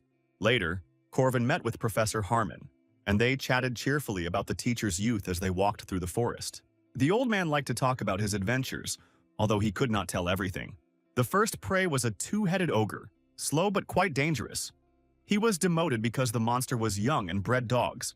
This meant that an open attack on the ogre was out of the question, Corvin realized. Being a guardian requires more than just strength. The supervising instructor will be evaluating all of Corvin's actions, the professor warned. Along with Harmon, other observers also came out. They will not interfere with the test until the very end. The processor asked to report his analysis to make sure the guy wasn't acting recklessly. Corvin said he saw the tracks of an ogre walking with his hounds. There were 3 dogs there, he determined. Corwin also determined that one of the individuals was pregnant because the tracks showed that the prey was carried to the nest, rather than eaten on the spot. Ogres were unable to store food, which meant that there were those who needed food but could not move. A pregnant female, a cub, or a wounded monster. The professors were impressed by his tracking skills and asked how he would hunt them. The reason the monsters were so dangerous was because of their wild nature, so Corwin was going to use something that only humans could do. The most powerful weapon in the universe is the brain, and Corwin was a master of it. Even though humans continue to grow in power, there is still a threat to them. After all, demonic beings constantly declare their greatness, and the 2-headed ogre is the ruler of this forest, a tyrant in an almost deserted place, and the forest is his kingdom. The hounds noticed the strange incident and began to howl to call their owner. The female, who had recently given birth, disappeared. The dogs barked at each other and tried to sniff out tracks. Realizing that their most precious possession had been stolen, the monsters became enraged, and the entire forest shook from their screams. The hounds urged each other on with barking. They picked up the scent and hurried on. As always, there was nothing in the forest that could frighten them, which meant that the stupid attacker would pay for his crime, they thought. They found the female tied with ropes by all 4 legs. The male of the pack was the first to check her condition by rubbing his nose with her. And when they thought it was all over, wooden stakes popped out of the ground. One of the logs was rapidly approaching the dogs, who did not know where to run. The activated trap crushed one of the hounds with a log, and more logs fell from above, and the dogs simply froze in place from fear. It was not a battle, but a massacre followed by flight and survival. The monster was only thinking about getting out of the forest, where there are no trees and therefore it is safe. They exhaled, stopping in the clearing, but the area was strewn with runic signs. When the ogre arrived, this place was a real ashes. The runes had burned everything out. The hellhounds were all killed with extreme cruelty, even for monsters. The ogre lost his loyal followers and friends who brightened his daily routine and fell into a rage. He stood in the exact spot where there was another trap that had been triggered by the signal. But the burning logs couldn't even touch the ogre. He scattered them all. However, the tyrant of the forest did not know that the real hunt was only just beginning. The ogre was an excellent hunter. One head had good eyesight, The other had a keen sense of smell. Now he was looking for traces of the killer of his hounds. But the ogre could not find the target. Although he searched all day he was led by the nose, and the ogre sat down to rest. And at that very moment, Corvin attacked the ogre, who would not have been able to react at all. But one of the heads was not asleep. That's why the ogre was able to dodge the hail of blows from above and deflect some of them with his stick. Although the attack did not cause any damage, Corvin constantly bothered the monster, preventing it from sleeping. In addition, he constantly set fire to the forest so the ogre could not stay in one place. Thus, 3 days passed, during which the monster was unable to rest and was constantly subjected to sudden attacks. And only then did the ogre realize that he himself was prey, and all that remained of his rage was bitterness and anger. And when he was already weakened, the culprit of his condition appeared. Corvin also yawned and told the monster that he wanted to figure it out quickly. Using the last of his strength, the ogre rushed furiously towards the enemy. This time, Corvin did not run away but also ran to meet them. The guy jumped, and the ogre figured out where he should land to slam him to the ground. But even in flight, Corvin threw a spear at him using a special technique, so it hit the unprotected monster straight in the chest. When he landed, a huge hole appeared in the ogre's body because the spear had gone right through it. Jumping up to the defenseless monster, Corvin used martial arts against it and sent it flying. The tyrant who ruled the forest was defeated and fell to the ground. Corvin was a little disappointed. He filled his mana core to the limit but never used it. 3 days ago, he met with Marie and asked her how much she trusted him, and the girl was ready to believe everything. And since the guy stunned her with the question of how long she could be with him, Marie crushed the bag of blood with her hands. She replied that she would follow him to the end. The guy had a plan, and without her, it could not be realized. He began to explain, saying that from tomorrow she would need to work with Alicia. Marie was indignant. It was only their plan, when suddenly the name of another girl surfaced. Even though Marie had a full life as an experienced guardian and a special vampire, she was still an ordinary girl. Corvin always showed up where he was needed, preparing in advance for what was about to happen. But Marie didn't understand how he knew so much. She couldn't help but wonder. But her sympathy for the guy was so strong that she was blind. The professors looked at the wild boar, which could not be killed, and so it was sealed in the building where the academy experiments were conducted. Professor Fairmat asked what kind of research she was conducting and whether it concerned the alpha energy of monsters. All that was required from the curly-haired man today was to write a few runes on the monster's body that he knew. Runes were almost a dead language, and in practice they were not easy to use, Fairmat said. Besides him, another person was invited for experiments, or rather a vampire with enormous power. It was a meeting of two special species. Their first meeting, Marie said hello. The boss of the second arch, a wild boar nicknamed the King of the Iron Mountain, sensed her approach. Next, Corvin had a mission with a ghost house. It was a simple task, which in the original was available from the second semester. However, to defeat the spirit, you need to avoid its attacks, dodge furniture, destroy the magic circle in the basement, and so on. Like all spirits, this spirit had entered the house, but Corvin still could not interact with it, because of the commandment. Of course, since the spirit had a body, it could not be ignored. It could attack Corvin. She made a leap, dodging the creeping roots that wanted to catch him at the entrance. Then he ran forward with his spear at the ready, knowing that the window on the terrace would break and the fragments would rain down. You just need to dodge them, which is not difficult if you know the right time. Once inside, Corvin easily bypassed all the traps, because he had done this many times in the game. The teachers were shocked by everything that was happening and watched with great interest, after which Corvin activated the magic of the runes he had drawn earlier. And like a true hero, he left the house without looking at the explosion. He himself was stunned by his own coolness and how well everything turned out. Even 2 first-rank wizards couldn't do it. The observers were surprised, but Corvin only grinned. Lucky he was watching the guides. The mustachioed professor congratulated him on completing the test. Corvin had already undoubtedly become a knight of the first rank. There was a port city nearby, and the professor suggested having a bite to eat in a restaurant there. This city was the reason why Corvin chose to carry out his mission nearby. The professor was glad that Corvin liked raw fish. It was definitely a great establishment. Out of the corner of his eye, he saw Marie's dog following him, as previously agreed. 80 years ago, many resources were developed in the mountains. There were so many mines that the place was called the Iron Mountain. And then, many prospectors who were looking for gold, iron, and silver here witnessed an amazing spectacle. The huge boar greedily devoured the ore, literally gnawing out vein after vein. Alicia was in a hurry and was afraid of being late, because the task was entrusted to her by none other than Corvin. A few days ago, Alicia met Marie in the lab. The swordswoman apologized for distracting her from an important experiment, but Marie replied that she was just having fun. Alicia asked why she was called, because it was the dog who called her to the meeting, and it was again about one guy. It was Corvin who asked Marie at this time to convey a message to Alicia. In the meantime, Marie offered Alicia something to drink, something like an elixir. If it was good for one's health, the girl was all for it, so she drained the bottle instantly. Marie said not to rush because the potion was hot, and she also wanted to check if it was safe or not, and these words made Alicia cough. But surprisingly, the potion was delicious. Like the taste of home, Alicia was satisfied. Marie made notes in her notebook. The taste was confirmed, as was the safety, toxicity noted. Meanwhile, Alicia asked what exactly Corvin wanted from her, and Marie said that she would explain now. Corvin asked to tell her what would happen in the near future. Hearing this news, Alicia ran at full speed, pushing the students aside. The devil boar that was sealed in the building for experiments. Alicia didn't know what happened, but she hurried there after hearing this information. The professors asked Marie what the monster's strength was, and she said that strength was a natural passive skill, like the power of control. The power of control was one of the most powerful abilities. Some monsters emit a special energy. They are called alpha individuals. These are the ones who are stronger than their brothers and can give them orders. While this may come easy to them, it does not apply to all creatures, only within a species. However, a special kind could give orders to all demonic creatures of lower rank, Marie added. Marie remembered that when she ran into the forest, she was able to manipulate monsters into giving her their blood. But after thinking about it, the girl said that she couldn't call it control. Rather, she was using the monster's fears. A lot of it had to do with what family she belonged to. Monsters, spirits, humans. The influence was different for everyone. Marie thought about it. It turned out that she could easily give orders to demonic people, although this area required research.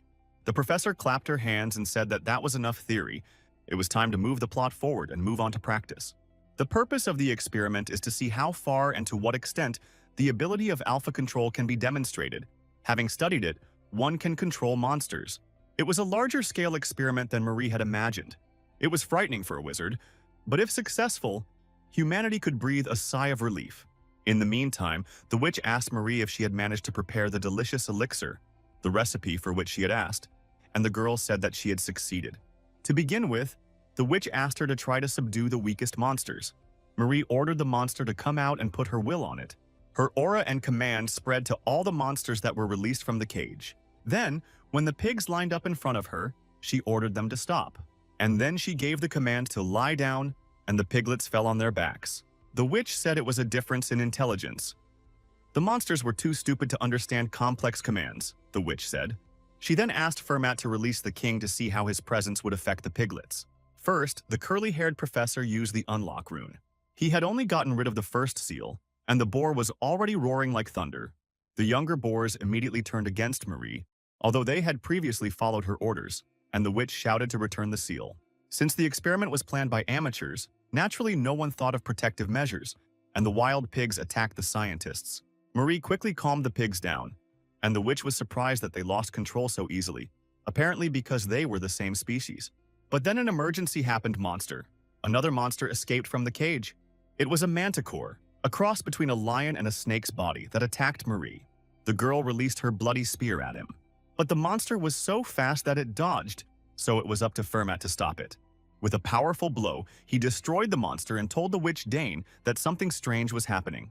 All the monsters in the cages were fighting like crazy and trying to get out. Dana's assistants shouted at her that she needed to leave. The first thing to do was to seal the king again. Even though the experiment had already failed and they had lost money, safety was more important. The magic group reported one loss of control, and the others said the same. Someone damaged the magic sealing circle and it stopped working. And no one provided a backup, of course.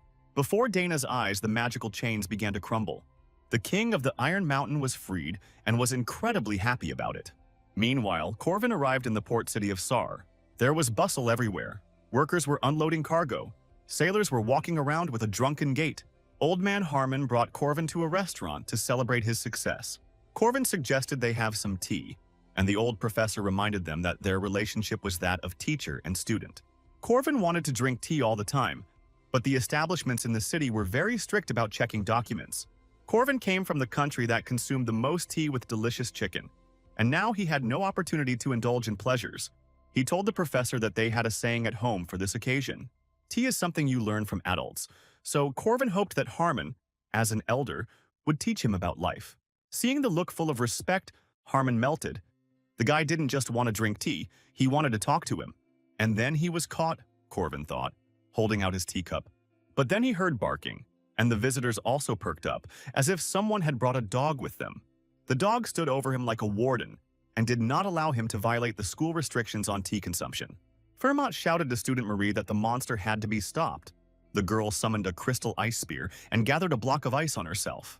The boulder hit the Boar King straight in the head. Its size made it impossible to miss. But the action had no effect. The spear simply broke. But Firma shouted to her that she had done a good job anyway, since this way, he could run up to the monster. But even his superboxing punch didn't leave a scratch on the king of the boars. Moreover, the boar himself could use the ancient runic language and spat in Firm's direction, causing him to fly away. Dane saw that the wall was damaged, which meant that the magical circuit was broken. Hundreds of monsters that they kept in cages in one building predictably broke out when the defenses weakened. A signal was heard in the laboratory building to evacuate and activate everything that was there. The second line of defense, the defensive golems, have been activated. The iron blocks met the monsters in formation and with a synchronized attack. But then a first-rank monster, a whole dragon, burst out of the wall. And behind him there were more. There was a feeling that someone had arranged a deliberate sabotage and placed all the dangerous creatures in one room. Soon the monsters had a huge army, led by an invulnerable boar.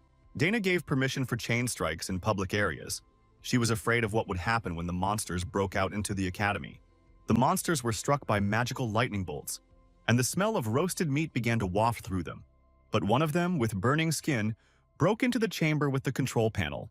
But fortunately, 2 swords pierced him at once and saved Dana. The professor was extremely surprised to see Draco there, who told her that he had simply come on a tour. He ordered her to leave, and his blades began to mow down the monsters like grass. Some demon was breathing fire like a dragon, but Draco didn't flinch. After all, he was covered by a reliable ally who summoned a huge golem. Cornelius was happy. The formula that the scoundrel gave him turned out to be correct. A few days ago, Corvin gave him the formula for golem magic, but in exchange, he made him train his endurance and come on an excursion today. The battle between Godzilla and a huge mechanoid golem began in the arena. When the golem Cornelius had problems, he was subjected to fortification magic and became entangled in druid magic. Ilele did a great job and was amazed that Corvin knew everything in advance again, and even this method of controlling magic. Dana screamed that the gray dragon was climbing up to the 3rd floor, but he was immediately killed by an experienced swordswoman who could cut through anything. Alicia jumped to the side as Snake Sashimi rained down next to her. Dana was also amazed that an entire emergency rescue team had appeared here at the perfect time. But she couldn't ask why they were all in the building for experiments, because they didn't have clearance. Of course, the guys replied that they just came for an excursion. The plan was made by a boy who wasn't even at the academy at the time, but everything worked like clockwork. Marie summoned the blood sphere. As Corvin told them, they prepared magical barriers, and now the monsters will not get beyond its boundaries. Ice pillars rose from the ground, limiting the king of the boar's mobility, but Marie said that it was too early to relax, even though she belonged to a special rank, like the king boar. The huge lizard that the others were fighting could destroy everything with its actions, so Draco shouted for them to do something. Cornelius asked Ilili for more reinforcements, even though they were already barely moving. The Cornelius golem was assembled from the fragments of other golems, as well as from Corvin's formula, and enhanced with druid magic. His potential was huge, so he gave the huge lizard a good punch. But the lizard was not so simple and had already counterattacked. Cornelius asked the druid girl to direct the entire fortification into his hand. He was going to explode all 5 absorbed cores and release their power. The 2 giants collided with enormous force, causing the entire hall to tremble.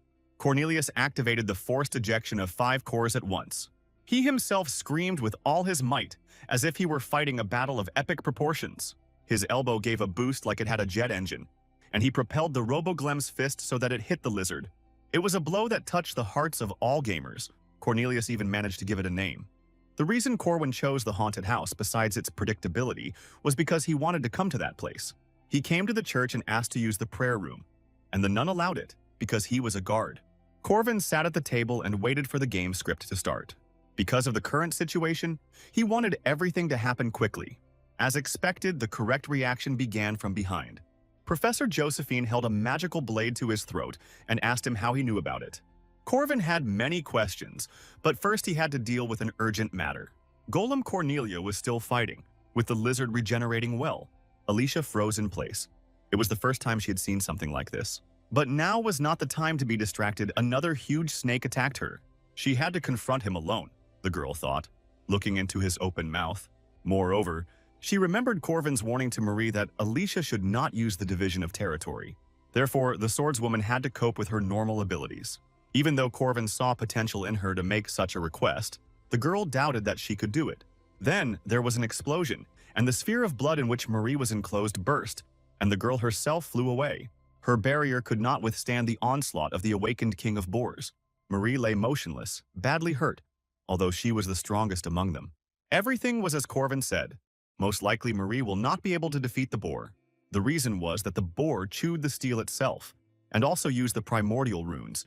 His power of resistance made him invulnerable. For this reason, the boar was sealed because they could not destroy it, but Marie was not going to give up. Alicia was distracted again and didn't look at the snake's head that was quickly approaching. But all she could do was just take it and deal with it on her own.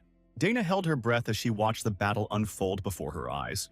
Marie used snow alchemy magic, and the boar's face was covered in explosions again. But he was a legendary beast, and that didn't stop him. And even as an elder vampire, Marie couldn't do anything. Dana felt like she was sharing a moment that would become history. That fate itself was being decided now, and she couldn't overcome her fear and curiosity. The boar rushed towards Marie and threatened to simply crush her like a bug. The girl again desperately threw hundreds of arrows at him, hoping to slow him down at least a little.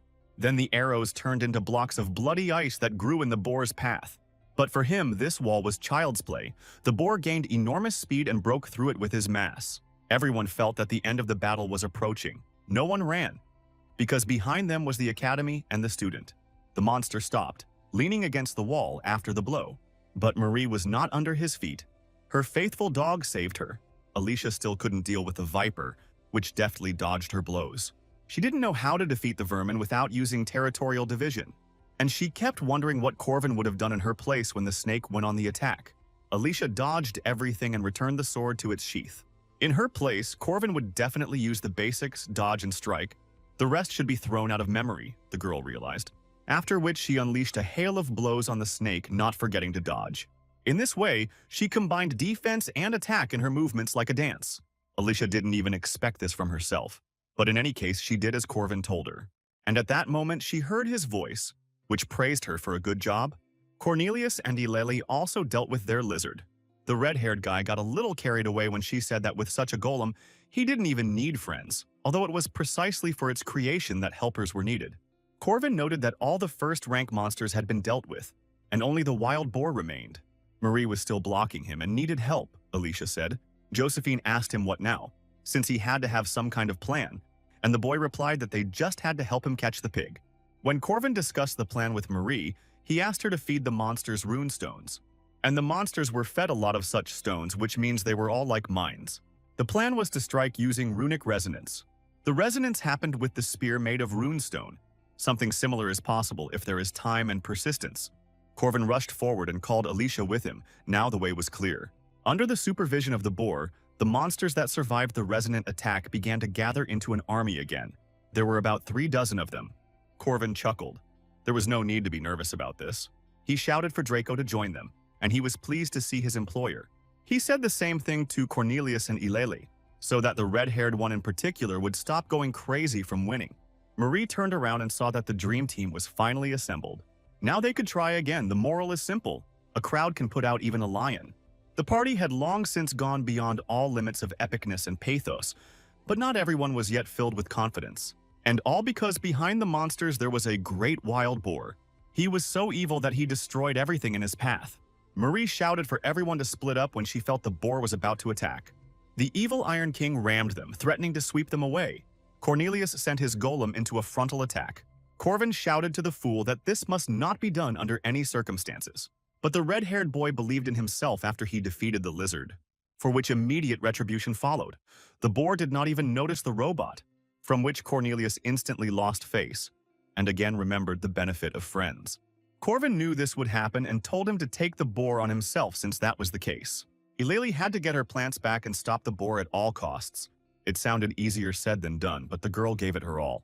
The summoned vines tightly entwined the boar's carcass so that he really lost his balance. But then, using the primordial rune, he was still able to break free from the bonds.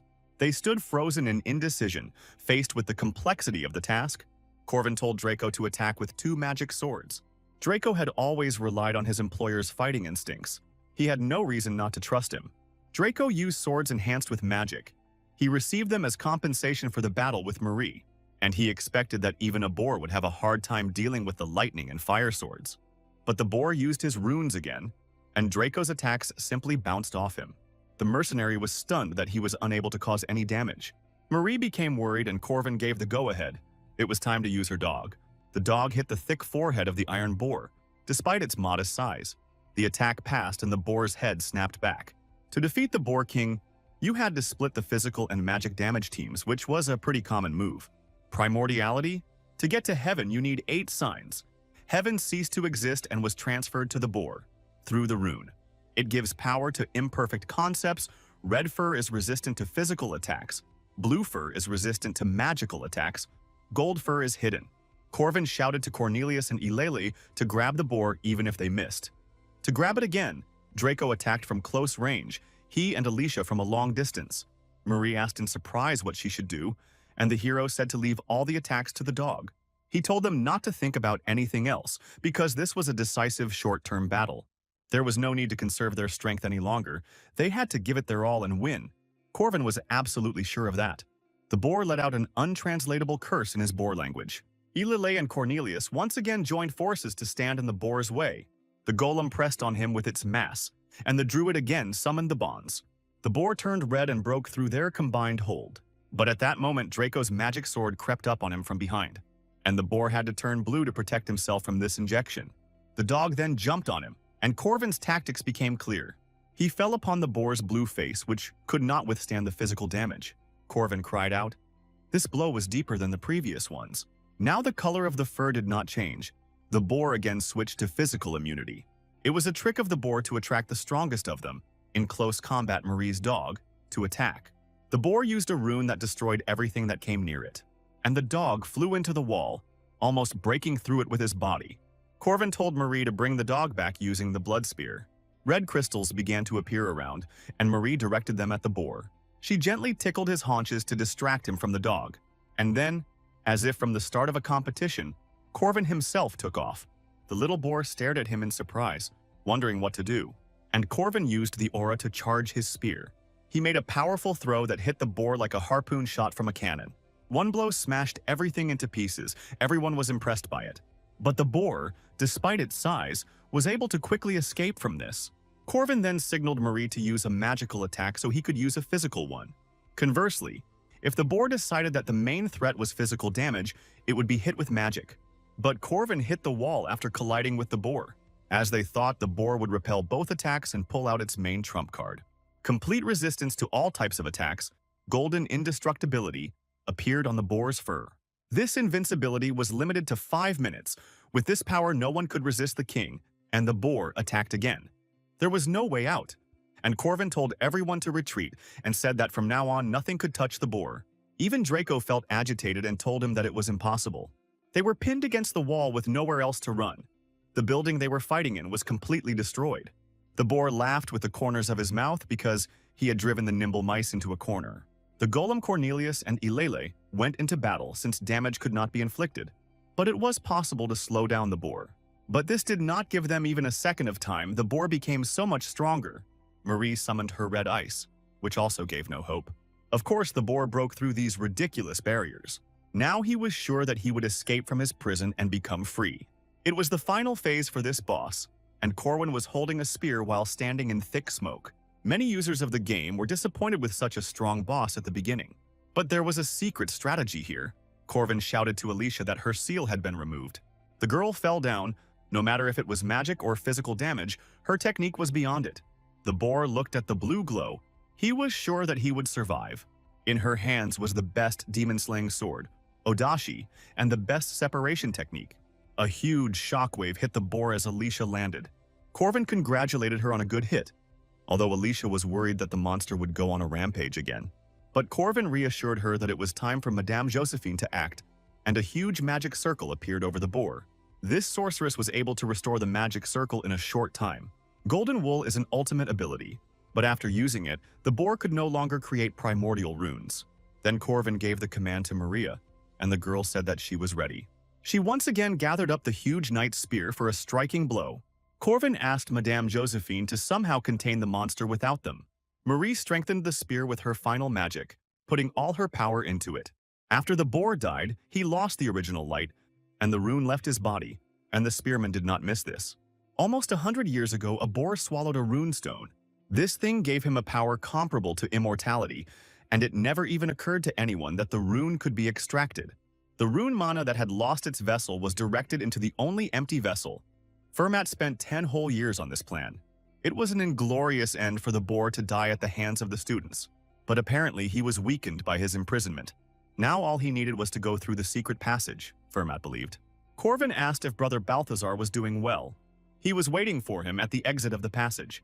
Corvin said he was a student of the teacher who taught Master Fermat, which meant he was older than him in this tangled genealogy.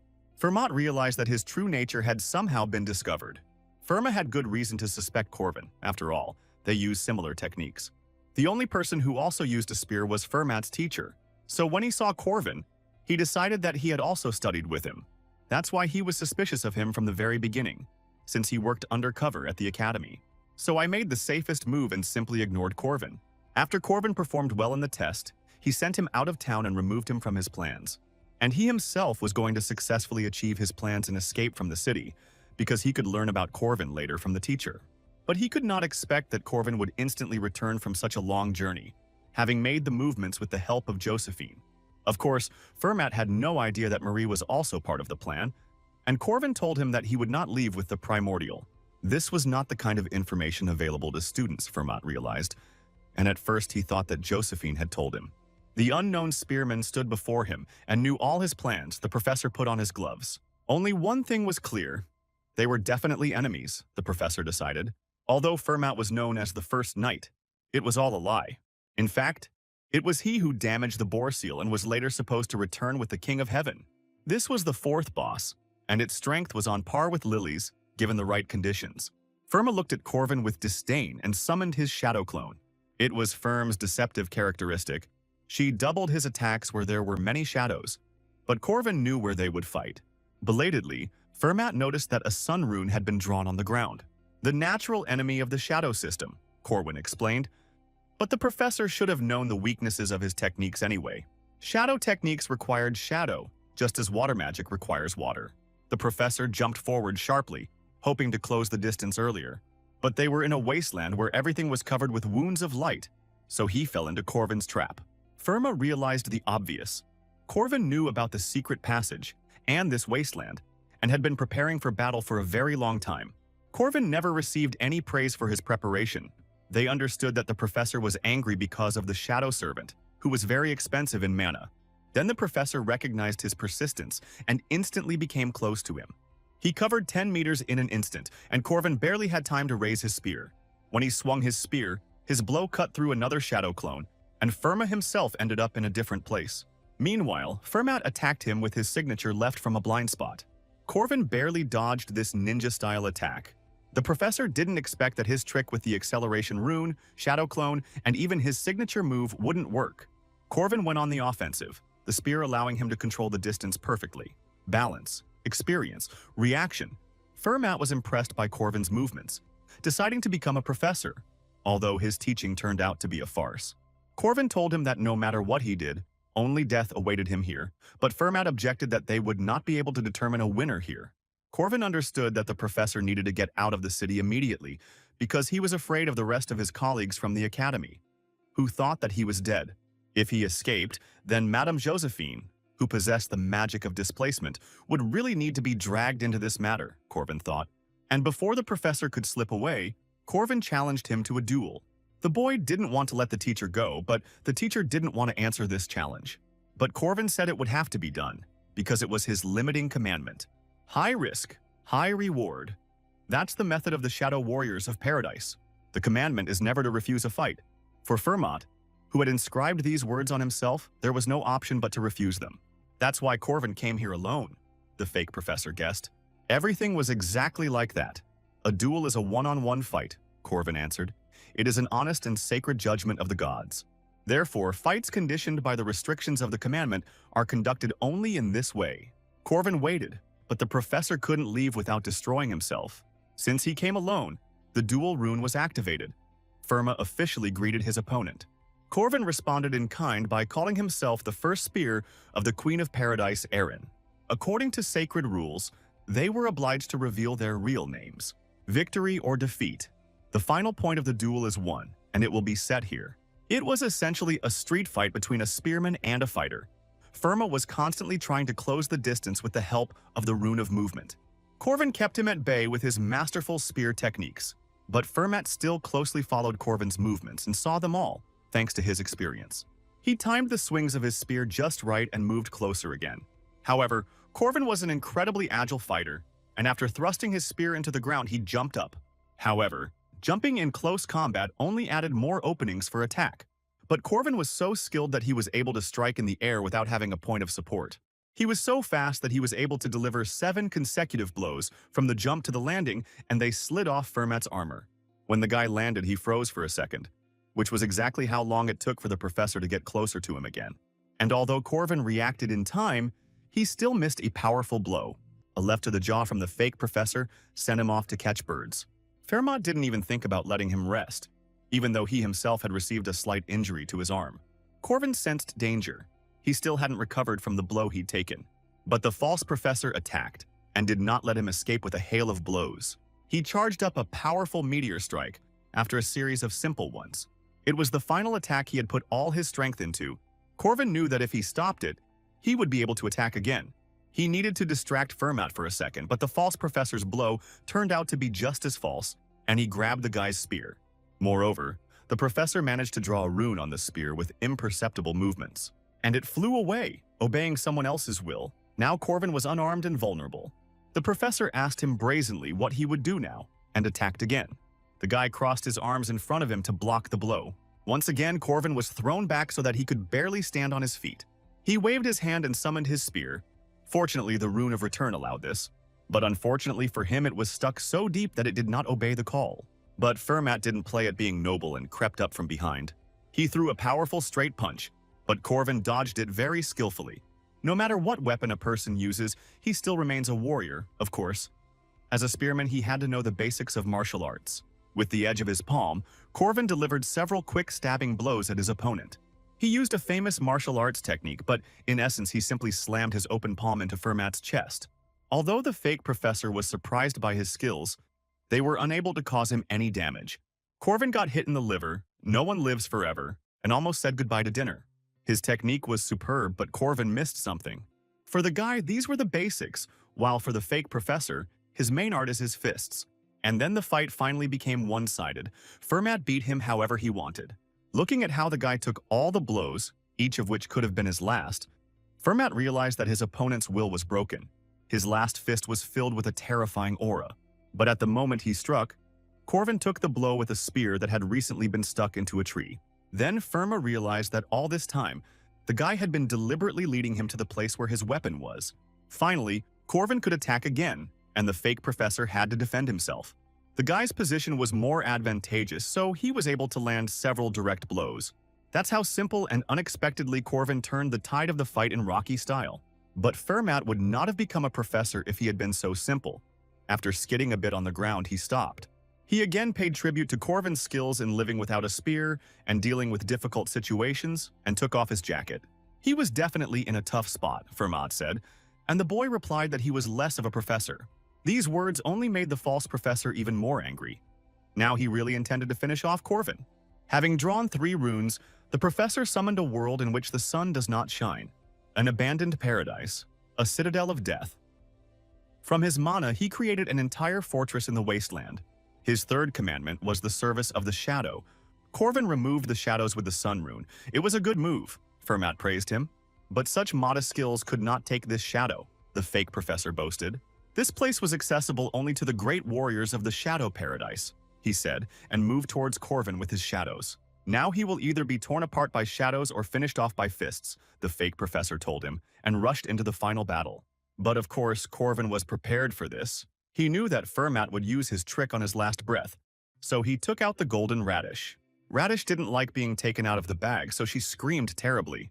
A deafening scream stopped the fake professor, and his shadows began to retreat.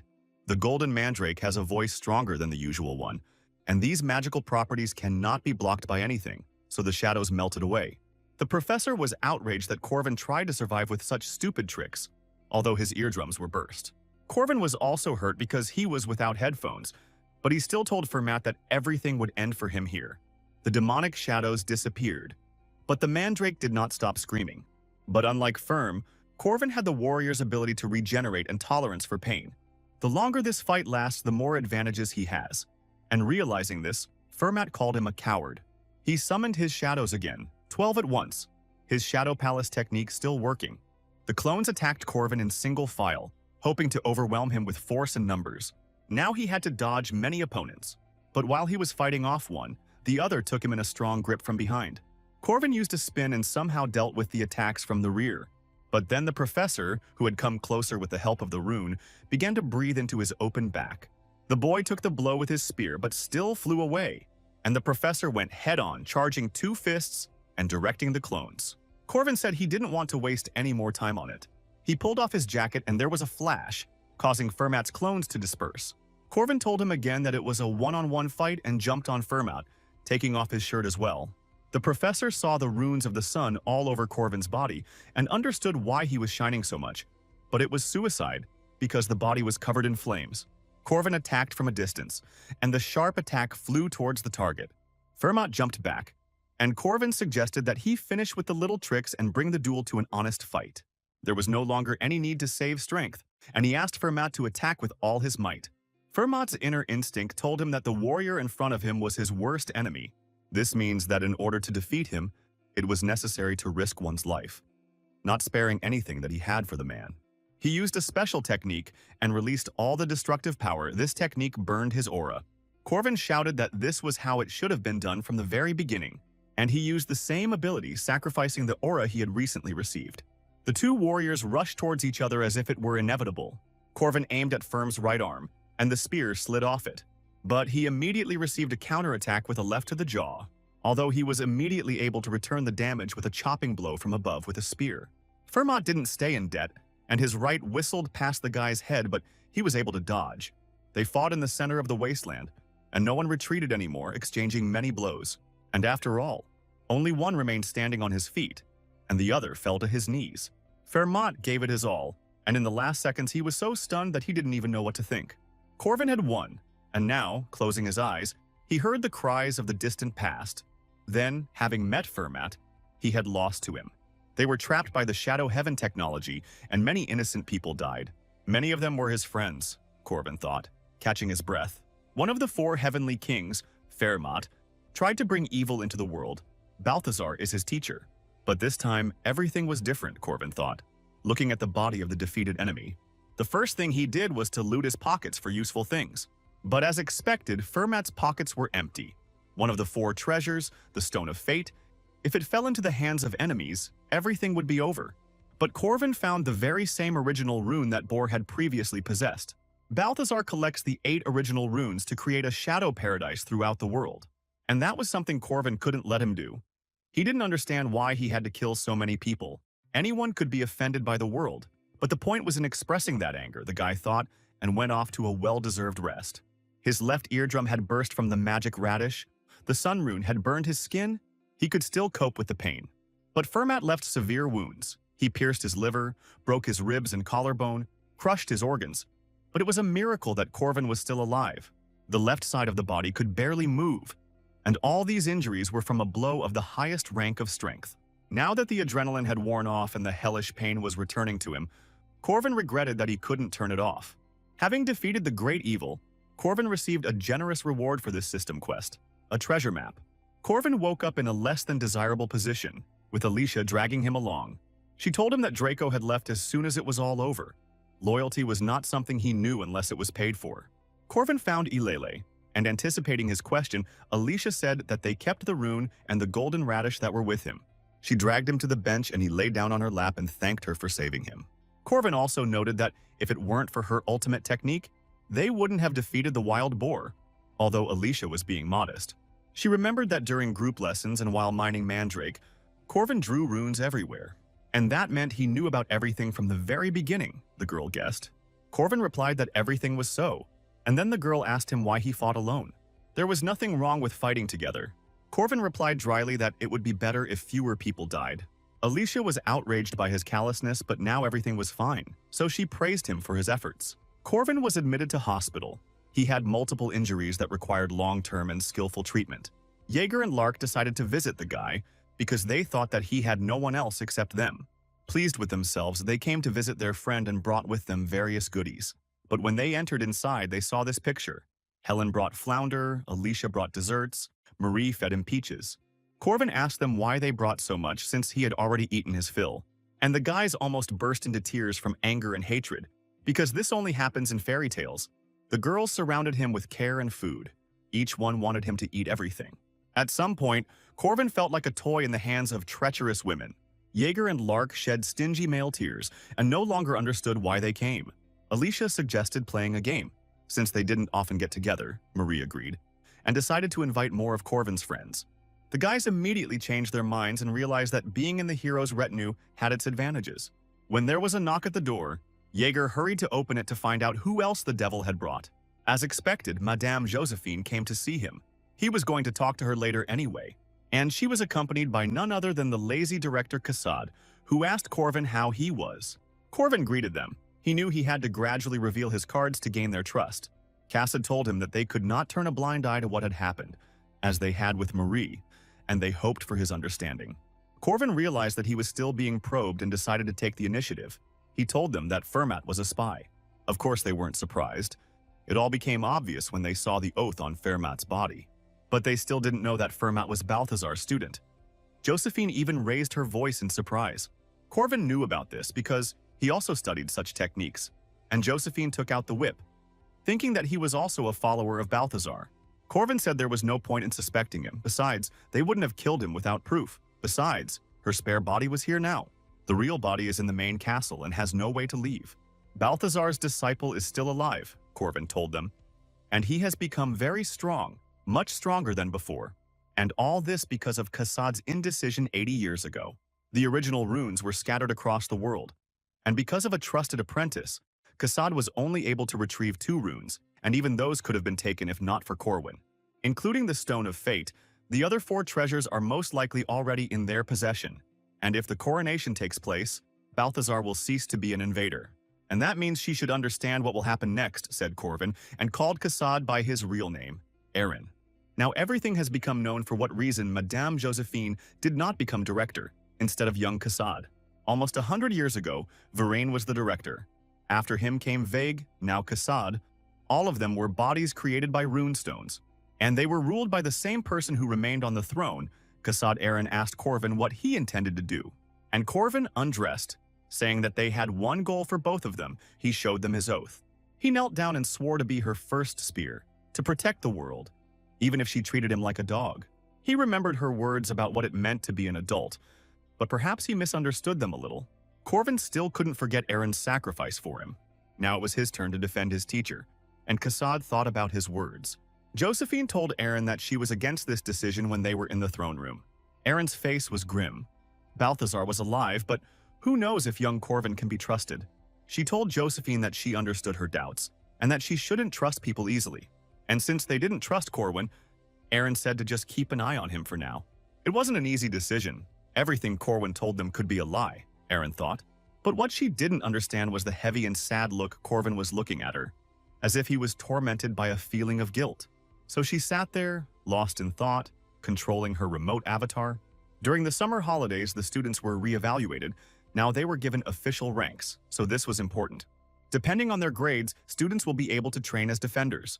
Marie asked her friends to give the students potatoes. Otherwise, they would have spoiled in the warehouse during the holidays. It was strange that the girl had a whole warehouse of potatoes, but they heard that they would now announce those whose rank had been changed. And Marie heard her name, Although she was among the strongest, she still behaved like a modest person. She was recognized for her services in protecting the experimental building. After she became a vampire, the girl was forbidden to leave the city. However, because she helped Dana in her research and achieved success, it was impossible not to raise her rank. Of course, her contribution to reducing the number of wild boar victims did not go unnoticed. She was given a half-rank boost, up to a special level, which Kassad solemnly announced. Many students cried, some from joy, some from envy, because Marie was the youngest to hold this title. The director then said that he would name everyone who participated in this incident except Marie, which surprised the students. The details were kept secret because the boar's presence was a secret, as well as the betrayal of Fermat, who was declared a fallen hero. Corvin's team was called on stage and they lined up for the award. Of course, it couldn't be done without a cheater, a time traveler, and simply the main character, Corvin. Everyone was also raised to pre-first level, almost to Marie's previous level. Then it was time to tell a heart-wrenching story about what a great guy Corvin is. He made a dizzying rise from 5th rank to 1st, which excited all the student dummies. He received an unofficial rank after discussing everything with the Defense Association. His abilities were undeniable, but the reason Corvin was promoted was to keep him quiet about Firm's betrayal. An important part of this matter is the special rights of the Knights of the 1st rank and the ability to directly hire defenders. Corvin chuckled. In the game, he would have come to this in the 3rd year of study, in the last download in the 2nd, but here he managed before the end of the year. He was going to take all the aces, all the cream, but this also gave him a bad feeling. Such power gives more opportunities. The holidays began, and Corvin decided to find out about his friend's plans. Draco will earn money. Jaeger will go home. Cornelius will look for cores. Eulalie will go to the forest. And Lark will go to the magic tower. Alicia returned to her family because her grandfather asked her to come. Corvin himself had already tried going home during the holidays, but it was a waste of time. When he arrived, the house was empty, as the whole family had left without him. And all because the letter from Corvin's parents arrived 3 days later, and Alicia said that since he had no plans, he could go with her. She was scared to go alone. This was not surprising because Alicia was timid, but there should be no problem, so he refused because he wanted to go to the east. He had to be somewhere, which meant he had to leave the academy, Corvin thought as Marie joined them. There was still time before the next episode, and if not now, he would never be able to visit there again. And so he got on the train and set off on his journey. The train had to travel through an endless field, and it would take about 9 hours. The people in the carriage were arming themselves. They took out swords and crossbows, and sour faces on serious faces. Then the bandits blocked the exit and told everyone to stay put and hand over everything valuable. The bandits said that they had better stay where they were if they didn't want to run into him. But at that moment, one of the passengers entered the carriage from the neighboring one. The bandit shouted at them to learn to read and demanded that they give everything back, holding a sword to Corvin's throat. But the fist of the just hero suffered a resounding fiasco and sent him to check the air outside. This is how the defense of the South began, Corvin thought, catching the admiring glances of the people. The library at the academy was the place where the best books in the world were concentrated. Corvin turned the grimoire of the stalwart warrior, which granted regeneration, over and over in his hands. Then he saw a warrior who was dying, the author of the book wrote. In the middle of a battlefield that was saturated with the smell of human excrement, this warrior stood like a gutted doll. And then he asked the warrior if he wanted his torment to end. But the warrior replied that he would like water and would be grateful for it. As a sign of respect for the stern warrior, the author gave him water, after which something unexpected happened. The wounds on the warrior's body healed. Corvin didn't understand where the ancient people got such cruelty from, and the book was a country, but he liked it. Lark asked Corwin if his castle in the south was intact, and he replied that it was. Lark said that if Corwin had reason to be in the south, he should look into Lark's office. The boy was possessed by a vampire spirit, and it told him about the rune mage Sebastian had met in his past life. After all, with this book, nothing will be impossible for Corvin. Not a hero, not a sage, a mere mortal who swore to save the world. Corvin always had the opportunity to escape, but he did not, which earned the respect of the ancient vampire. He said thank you for telling him the story about his wife and daughter, and disappeared. Following Sebastian's words, he went south, and since Marie was from those lands, she went with him. On the platform, the head of the train thanked them for skillfully dealing with the robbers. If it weren't for their help, the train conductor said, they wouldn't have made it. He gave Corvin a wallet, and although he said it wasn't worth it, he accepted the money. Even for such nonsense, he received bonuses to his stat points thanks to the oath. Seeing them off, the train conductor was glad to see such kind and selfless children. Marie brought him to the station, but it still took them a long time to get to their destination. But instead of the usual station, it brought him to the Wyvern landing site. In the last download, Corvin flew them several times. It was faster and more comfortable than the train, but much more expensive. But Marie said she had prepared something else, and Corvin saw a passenger Boeing land nearby, judging by its size. This bird carried a palace in its claws and cost as much as 20 wyverns. The control tower reported that they were ready to accept this aircraft for landing.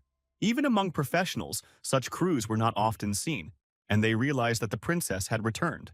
The arrival was soon, which meant that the employees were also happy to meet Lady Maria. The bird landed and a castle appeared in an open field. It was customary in Marie's family to travel in comfort. When the palace doors opened, they were greeted by hundreds of servants. They congratulated her on her promotion, and Corvin was stunned by the greeting. Marie told him that her family was engaged in agriculture, and Corvin asked how large their lands were. She gave a staggering figure, but then corrected herself that these were different units of measurement, and she smiled like a true landlord who owned half the continent. And then Corvin understood where she got such wealth from, imagining these vast spaces. This is what the vastness looked like, a land that could not be traveled around in a month. And her family was a kind of icon of the South, and they were very well known here. Wherever they went in the city, Corvin saw signs with Marie's family crest. They then arrived at her family mansion, which was in no way inferior to the imperial estates. Corvin immediately felt tiny in a world of inexhaustible wealth. He asked her why she didn't say she was rich, but Marie objected that it was her parents' money, and the butler added that even though she said so, she would still inherit it as the first daughter. The butler Paul asked for her luggage and asked Marie who was with her, and she introduced Corwin as her junior from the academy. Paul immediately jumped up to Corvin and informed him that it was customary in this family for the son-in-law to live in the house and receive his place and help. But Corvin quickly changed the subject to Sebastian's castle, for which he had come here. Marie said that someone bought this castle, a certain Count Cassius. Corvin remembered that in his past life, the castle had also been owned by someone. A very nasty person. He was constantly boastful about his wealth and treated people badly. He and Peter had to spend a day and a night catching the snake that was bothering Cassius, and eventually reached the castle with difficulty. Corvin was gloomy at the thought of having to go through this nightmare again, but Marie reassured him that she would go with him and had already warned Cassius. Since the Count loved to lick the boots of his superiors, he was happy to receive dear guests. Corvin was in tears because this stupid quest could be completed so easily. The next day, Marie went shopping, he needed clothes, and her husband was bored, and she paid for everything with a blank check. And then the guy began to worry that after such generosity, Marie would force him to sign some kind of slave contract. Corvin didn't know what to do. The girl was frightening him more and more with her generosity, but they came to the forge, and she handed him a box with an order. It contained the same material that was used to create Alicia's sword, an indestructible stone, an item that could not be obtained from the academy. This material can withstand the division of territory. Corvin was incredibly happy with this acquisition. Only one stone made him happier than all the previous gifts. Of course, Marie understood that a powerful spear could be created from this material. It was her last gift, the girl said, and his happiness made him happy too. Corvin simply said thank you. Words were unnecessary here. In the evening, he arrived for a family dinner. Although the family was not large, they set the whole table. Marie waved cheerfully at him from behind a table so large that it was easy to get lost, and her mother appreciated his appearance. Corvin bowed. He immediately understood that the woman in front of Marie was her mother, which meant that the woman in front of him was her father. But first, his father said that Corvin had to answer one question, and it would determine whether he would stay in this house or not. But the question itself stunned Corvin with its stupidity. Marie's mother was also embarrassed and began to shout at the head of the family for such an act. But the head did not calm down and said that his daughter was under ban, and he could not give her away. Now it was my turn to get a scolding from my daughter, who was very strong. The father did not understand why she was behaving this way because he just wanted to protect her, and the embarrassed girl dragged him away. When they left, Marie's mother told him that she had heard a lot about him from her daughter's letters and was glad to meet him. She stood up and sincerely thanked him for helping her daughter. Corvin said that this was too much. He just helped as best he could. What was more important was that Marie deserved to be happy, he added. When her daughter's mother received the letter, she thought that she was simply in love and was looking at the world through rose-colored glasses. At that moment, the father's voice was heard from the door. He only allowed holding hands, nothing more, and the family again began to calm down the excessively violent and jealous father. The mother's views were more free on this matter. Then Corvin chuckled, and they really were a very cheerful family. The next day they arrived at Sebastian's former castle.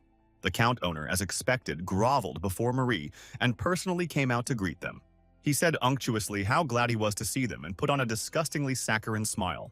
Corvin couldn't believe that it was all the same person. Marie walked in front. Corvin accompanied her. She was dressed in a luxurious dress. Corvin even combed his hair for the occasion and was proud of himself. If he had not saved Marie then, he would not have seen her so happy that day, and the Southerners would have lost their pearls. Her presence in the castle instantly raised the status of even Count Cassius. It would not be an exaggeration to say that in the South, the influence of Marie's family was absolute. It was much more pleasant to be with her than to catch a kite in the sea. Corvin decided that before visiting the office, they could relax a little at the reception. They took all the equipment with them, and when the evening was over, they would visit Sebastian's office. Someone called out to Marie, and when she turned around, she saw some dandy asking for the first dance. But besides him, many other nobles wanted to be awarded this honor. At some point, a forest of arms from suitors formed, and the girl became confused. But Corvin, who was nearby, came to her rescue and asked for the same thing. Despite their energy, they lacked manners, he thought, looking at the gloomy, envious ones. Corvin tenderly kissed her hand and looked only at her, as is proper, according to etiquette. The first dance is danced with the one with whom you came. If there is a beautiful lady in front of you, a gentleman should ask her to dance. He recalled the instructions from his past life. Marie, burning with shame and barely hiding her joy, agreed. The music started playing and they started dancing. Corvin apologized for what he might have done rashly, but Marie said that everything was fine. It seemed as if he would turn away from his savior, because he had received so much when he arrived in the South. Looking at the beautiful Marie and her pleasant curves, Corvin felt danger for the first time. Even a veteran like him could be embarrassed, so he politely turned away. But at that moment, it became clear that Marie was not a very good dancer, and the heel in her foot quickly sobered him up. Then Corvin decided that it would be better if he led the dance. He leaned over to the girl and told her to put her left foot on his. What difference did it make if his shoes got dirty or the dance was awkward? She should just think of him as a partner. Corvin smiled. He led her in a dance with ease, telling her to just look into his eyes and watch her steps, as he had learned in his past life. Maori's eyes trembled with excitement every time they met each other's gaze. This made them laugh, and no one knew who started it. They danced and shared this beautiful moment that was like a dream. Of course, the other men did not calm down and demanded a dance with Marie. But the girl with a flushed face said that she was already tired of dancing and wanted to rest. Corvin offered to accompany her to the drawing room, and she accepted the offer, and they left the hall. Many ladies appreciated Corvin's gesture, and even considered it romantic that during the dance her leg was on his, and noticed her smile. They then changed into their usual clothes and entered the former owner's chambers. Corvin told her that they were looking for traces of him. He saw a book on the shelf called Sebastian's Story and picked it up. Neither in his past life nor in the game had Sebastian invited him into his office. But even after a long search, Corvin still found nothing. It seemed there should have been a secluded place, but nothing. Marie was hungry, and Corvin asked her why she had not eaten in the banquet hall, but they had left immediately, the girl replied, and smiling slyly, she looked at him.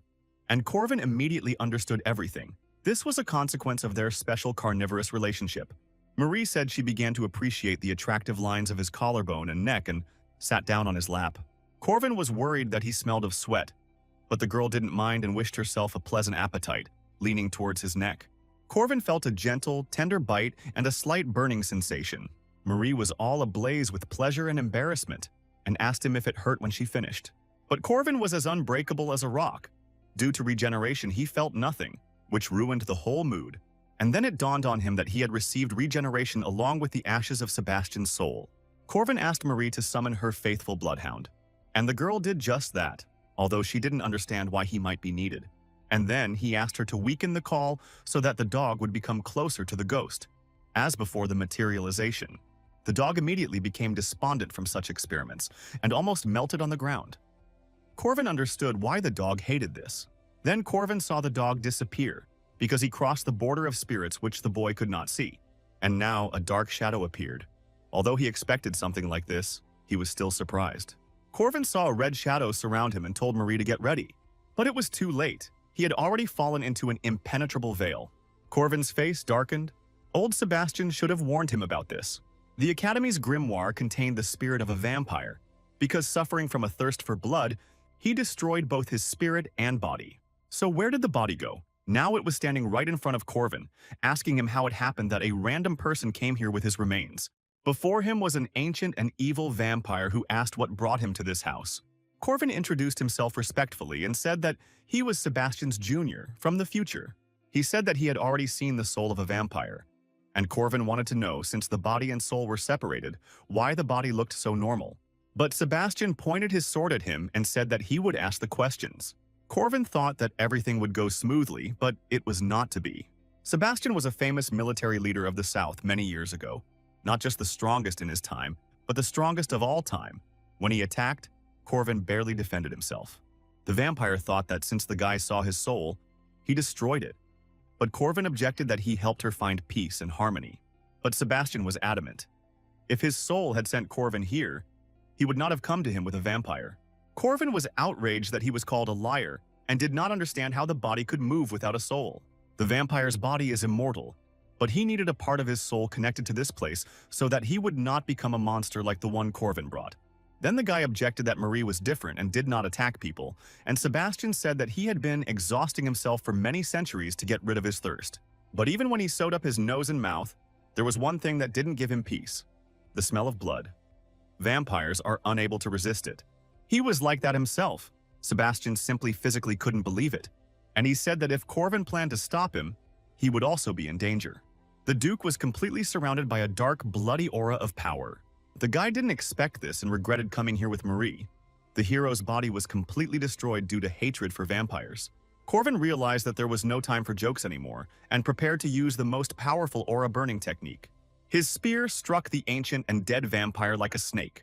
Sebastian seemed to be waiting for his blow and did not move. Corvin's eyes were burning with fire. He had to stop the dead man before Marie got hurt. But the Duke could also use various techniques. In his youth, Sebastian gained this power after killing a dragon. And then Corvin realized how badly he had miscalculated. The vampire was a monster that went beyond the first rank. Sebastian told Marie that she was a pathetic monster and approached her. What could she expect while living a human life?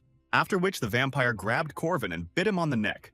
Even if she has overcome her thirst and does not consider herself a monster, does she really think that it is due to willpower? The vampire asked.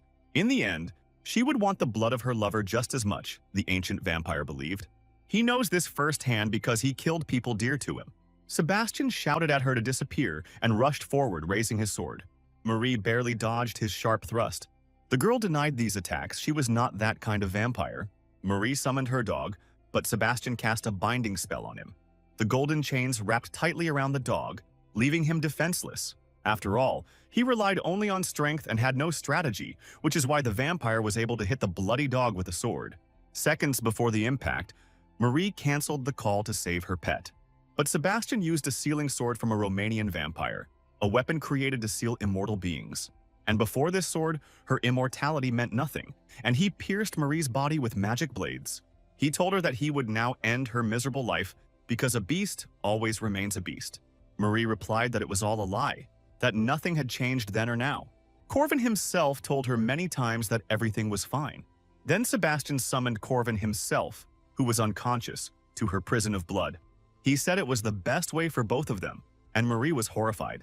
She fell on top of Corvin and covered him, her hands shaking with despair. The girl was deeply shocked by the way her friend looked. But from the excess of emotions, her control weakened for a second, and she felt thirst. In addition, the girl was weakened from the fight, which further clouded her mind. She slowly approached his neck. Sebastian gripped his sword tighter. As he expected, vampires weren't supposed to live. Even in front of a dying lover, Marie couldn't show her nature. But then he saw that she pressed her lips tightly to the guy, as if for the last time. And then Sebastian saw that she did not drink his blood, but gave her own, which was an elixir. She clearly went beyond her capabilities. Tears streamed down Marie's cheeks. She did everything she could and asked the guy to wake up. Sebastian remembered himself and his sin. Then he failed and did not save anyone, killing many people. But these two were beyond his understanding. Even the fragment of soul inside the dead body that filled him with life was touched. Sebastian stopped and sighed heavily. He realized that he had no right to judge everyone. Then he pulled out a magic sword and struck it straight into Corvin's heart. An involuntary scream escaped Marie's lips, and the magic blade melted into thin air. Marie asked him in vain to stop, but the vampire did not listen. She screamed at him again, telling him not to take Corvin away from her. A red mist filled the room and a circle of power appeared around them. Corvin stood up and calmed the girl down. He said that everything was fine. She couldn't believe it at first, because she had just seen him pierced with a sword. Then Corvin asked the vampire why he saved him. Sebastian swung his blade over their heads in response. The vampire said that he transferred his aura core into his body because he now understood why his soul sent Corvin here. He saw in Corvin the qualities of a hero who has no greed, who does not seek power, but has convictions and pride. He managed to do what the ancient vampire could not do. He asked to correct his mistakes. And having said all these words, the ancient vampire disappeared into the air with the morning dawn. Corvin clearly felt a new strength raging in his heart. Marie fell on him from an excess of feelings and pressed herself tightly so that even Corvin felt a little pain. But at the same time, it was warm. The girl was very scared. She thought that he really died. She demanded that he promise her that he would never die again without her permission. Corvin smiled. Fortunately, this time everything ended well. And for the guy, this was enough. He immediately gave his promise. For this fight, he received the demonic nature of the Duke. He only hoped that the Duke's body and soul, which had suffered for 8 centuries, would find peace with his family. Now the Duke could smile at the sight of his family. Corvin received a second core and increased the rank of his aura, as well as received some unique abilities. But there were some oddities. Neither in the game nor in the previous download, there was nothing like this. The vampire hadn't given such power before. It would have been great if he had done it right away. So many people wouldn't have suffered. Corvin had taken off his clothes, for his were dirty, and were now drying after being washed, when a maid appeared at the door. She didn't think there would be anyone in the room and apologized. The picture before her eyes was extremely provocative. Moreover, she recognized the Pearl of the South, Marie, and Corvin began to justify himself that this was not what she thought. Everything was completely wrong. The guy hurried to explain, but only made things worse. But the maid's eyes caught only 2 young men, sweaty and naked, ignoring all other circumstances and the traces of a heavy fight. The maid rushed out of the room, slamming the door loudly, and wished them a good time, leaving Corvin puzzled. Something didn't go according to plan, the boy thought, looking at the sleeping cat on his lap. It took him many days to explain everything to Marie's family, or rather her father, and during this time Corvin hid in the forest. There he honed his aura skills. Fortunately, the misunderstanding was somehow resolved, because he almost became the enemy of the entire South. When he arrives at the academy, the 3rd semester will begin, and preparations for the festival will begin. Marie asked how things were going with the hotel they had invested in. Corvin assured her that the entire investment would pay for itself several times over. The festival will attract a lot of people, and the abundance of demand will cause housing prices to skyrocket. And then, he will sell this land to get back his invested money, and so his capital will grow. Corvin felt invincible and gave thanks to the divine festivals, but reality crashed into him with the inevitability of a train when they arrived at their destination. The weather was disgusting. A huge hurricane was raging over the city, which seemed to hint that when it comes to investments, you shouldn't put your eggs in one basket. There was no such thing in the last upload. Such a strong typhoon should have affected the preparations for the festival, Marie consoled Corvin. This happens when a man takes on a big task. Everyone makes mistakes. And she asked if he was ready to write an IOU. And if he can't pay, he just needs to put his seal where she says she made him a strange offer. Corvin dropped by the special dormitory where he met with Director Cassad. Professor Josephine was away with Helen. Cassad suggested that they stay the night because of the weather. And besides, Corvin was no longer a stranger. It was obvious that Aaron just wanted to keep an eye on him, the boy realized. She and Josephine still didn't trust him completely and wanted to keep him close to themselves. Corvin wanted to know where this typhoon came from. It was so strong that the city could have suffered. The city suffered surprisingly less damage, but the suburban areas suffered more, Cassad told them. He said that the city was not in any danger. The typhoon would not move from its place, because it was not a natural phenomenon, but the work of a monster. In an ancient legend that came to life, a great serpent appeared in the sea. It drove everyone crazy and sank merchant ships. One young man who wanted to become a hero decided to defeat the monster. The son went into battle to raise his rank. He really wanted to do this, because the memories of the last ball were still alive in his soul. Then he asked her to dance with him. But instead, Marie left with another. Therefore, he hoped with all his heart to bring back Marie from the clutches of that swindler. He must slay the great serpent and bring peace back to the sea. And so it happened. He went into battle with the sea monster. Stupidity and courage intertwined in a close alliance. The battle lasted 6 days and 5 nights, and the snake was driven out. The goldfinch immediately dedicated this victory to Lady Marie. Typhoon bats become the center of a hurricane to breed in order to protect themselves from enemies. But at this time, they were interrupted by a snake, which the young and brave man drove away. They were called golden mice because their blood and bones are an elixir that even monsters want to get their hands on, and a wounded snake could not pass by. So, for the sake of her children, the female bat made a decision. She flew far to the north, and so a safe place to raise her offspring turned out to be near the academy. A huge typhoon danced a mad dance right on Corvin's land. Who could have foreseen this? Bats were a rather rare species, usually breeding on the islands of the archipelago. Corvin realized that all this was his doing. The butterfly effect. A cruel joke and irony, because it turned into a real typhoon. The builders left his territory because they could no longer stay there due to the hurricane, although Corvin tried to stop them. Despite his requests and persuasions, they left, even when he was on his knees. It is obvious that if the typhoon continues, the festival will not take place. And if another week passes, his investment will become garbage. The cost of this land was 280 gold pieces, and he invested another 300 in workers and materials. To finish the construction, he needed another 200 coins, and of these, he gave only 100. He borrowed the rest because if this business went away, he would have to pay back the 700 debt. It was a fiasco. A little later, an emergency meeting took place at the academy. The chairman gathered several professors who were at the academy and talented students. Of course, it was obvious to everyone why they were called. The problem was visible to the naked eye. The young witch suggested catching the mice, as it could be a valuable source of money for them after the destruction of the laboratory.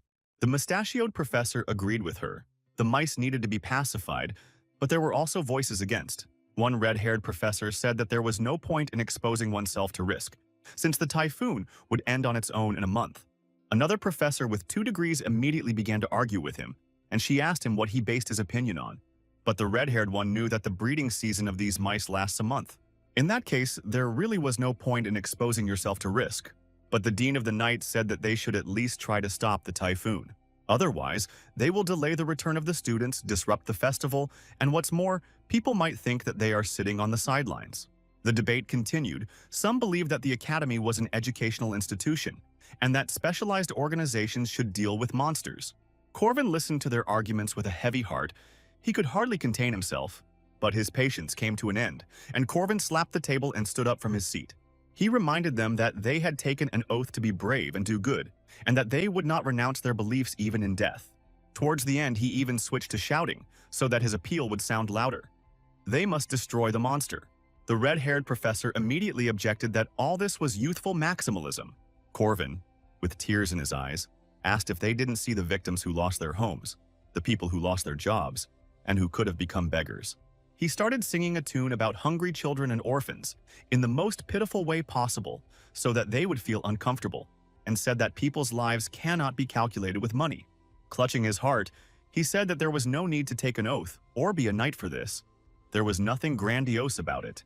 He just wanted to save people's lives, and one hotel on which people's lives depended, Corvin corrected himself. Of course, such an appeal found a response among the romantically inclined professors, although they did not understand what the hotel had to do with it. The dean of the knightly faculty immediately suggested assembling a squad. Cassid told them that they had come to a decision, and it all worked out thanks to Corvin's acting. They immediately assembled a detachment to conquer the typhoon and set out for the location without much preparation. They just had to wait for the right moment. Corvin was barely breathing, and the Dean of Knights noticed this and thought that the guy wanted to save people so much. Of course, Corvin sincerely wanted to protect and save everyone. He is also a man with the risk of a debt of 700 gold and a slave contract. The plan was simple. To catch the golden bat that was in the center of the typhoon, it was necessary to create a window through which the others would pass. In this case, the invasion group will go inside and subdue the bat. It would be nice if everything really ended like this, but at the same time, the typhoon was already full of monsters.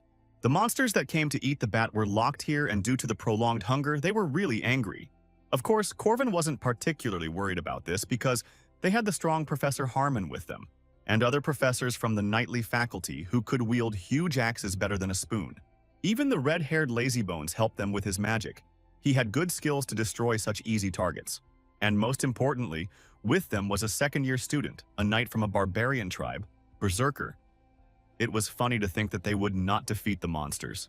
The barbarian was taller than Corvin, and he asked him if he was half giant, but the berserker only grumbled in response.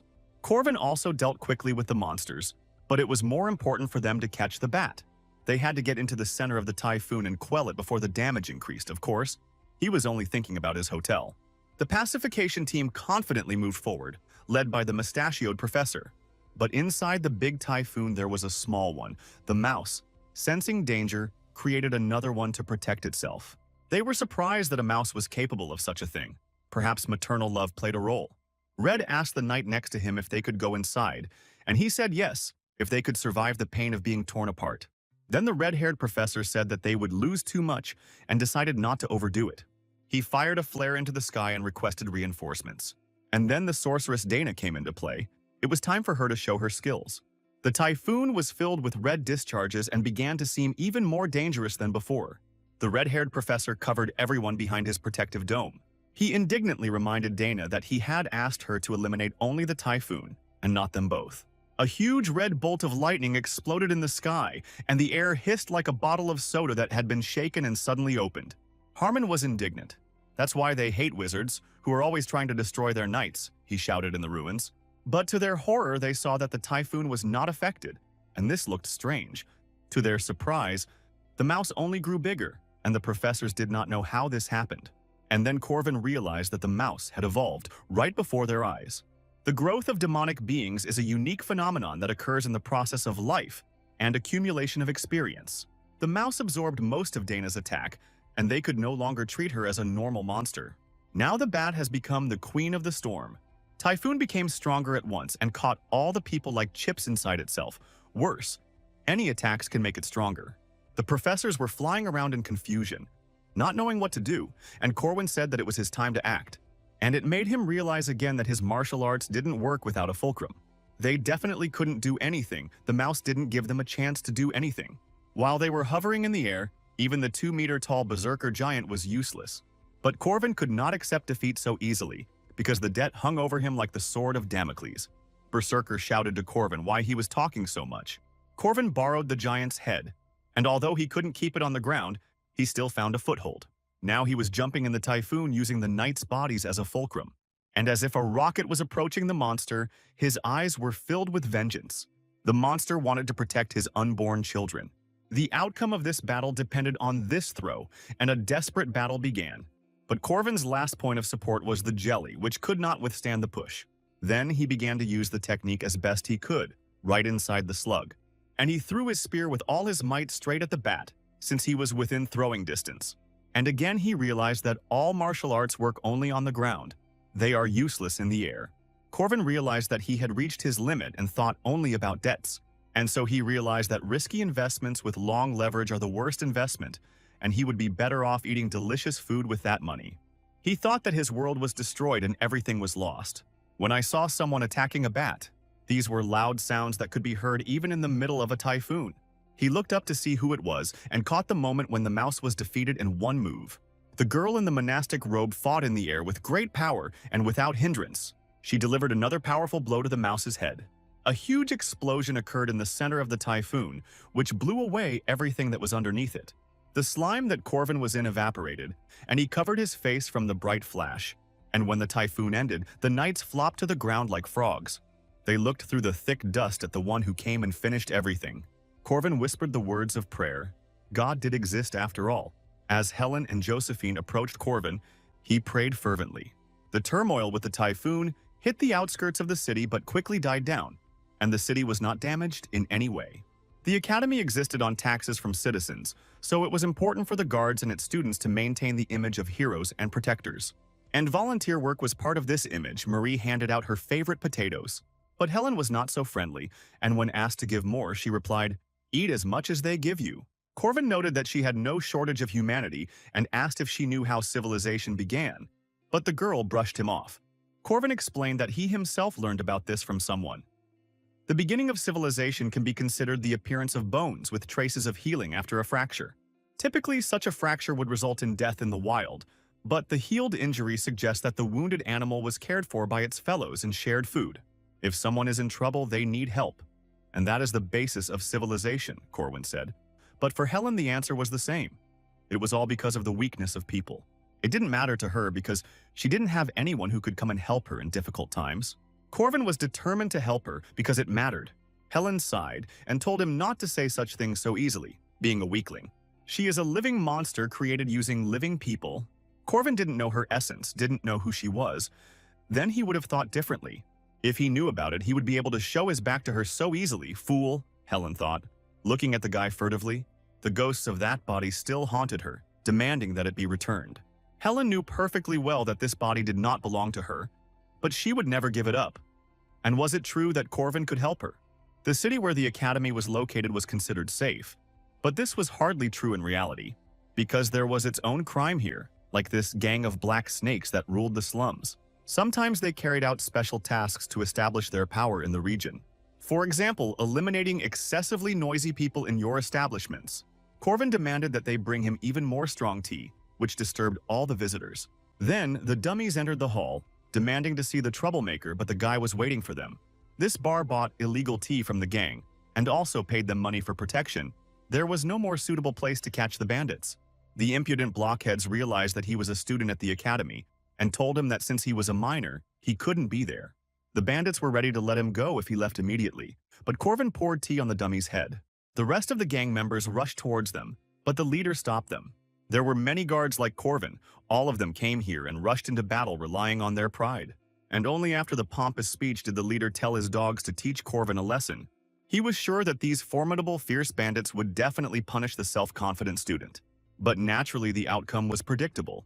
They all lay down on the floor. Corvin dealt with the dummies in the blink of an eye and put them to bed.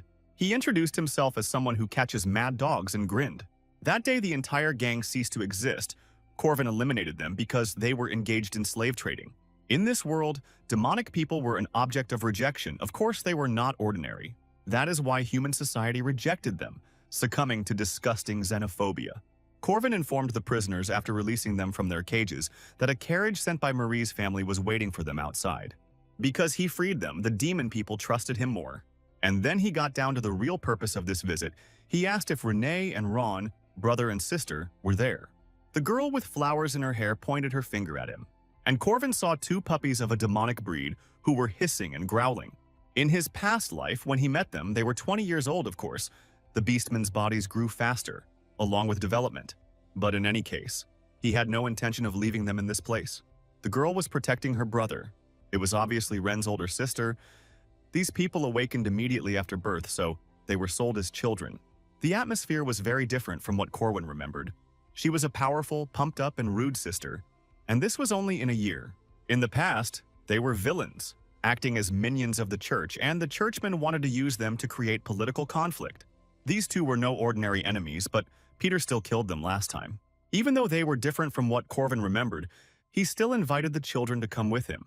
But Ren refused his help and threw his hand away. Corvin hugged them anyway and said that no one would hurt them or beat them again. Children who had never known love and affection and had been forced to build thorns around themselves for protection were now crying. Corvin asked their names, although he knew them well enough to be able to distinguish them without difficulty. He told them that he was a guardian and noticed that Ren had stopped being nervous. At first he had calmed them down, but now he really needed to make guards out of them. The bar employee only pretended to be a waitress, but in reality she was a valuable information gatherer and the leader of the guild. Corvin thought that these were not the beasts he knew. He was going to use them to keep his enemies in check. But now there was no question of that. He told the spy to take the children to his hotel and feed them. In the end, to save Helen, he would have to act on his own, Corwin realized. In the southeast of the city, there was a tall tower that served as a landing platform. And then a one-legged plane, white in color, landed. The dispatcher greeted the important guest and asked for her documents. A white-haired man in oriental clothes jumped from the bird. It was Professor Khan and his students from the Barama Academy. The eldest of them introduced himself. The guy's name was Jin, and the girl's name was Yuri. The dispatcher welcomed them to the kingdom and pointed to the exit where a carriage was waiting for them. They were greeted quite hospitably and boarded the magic tram.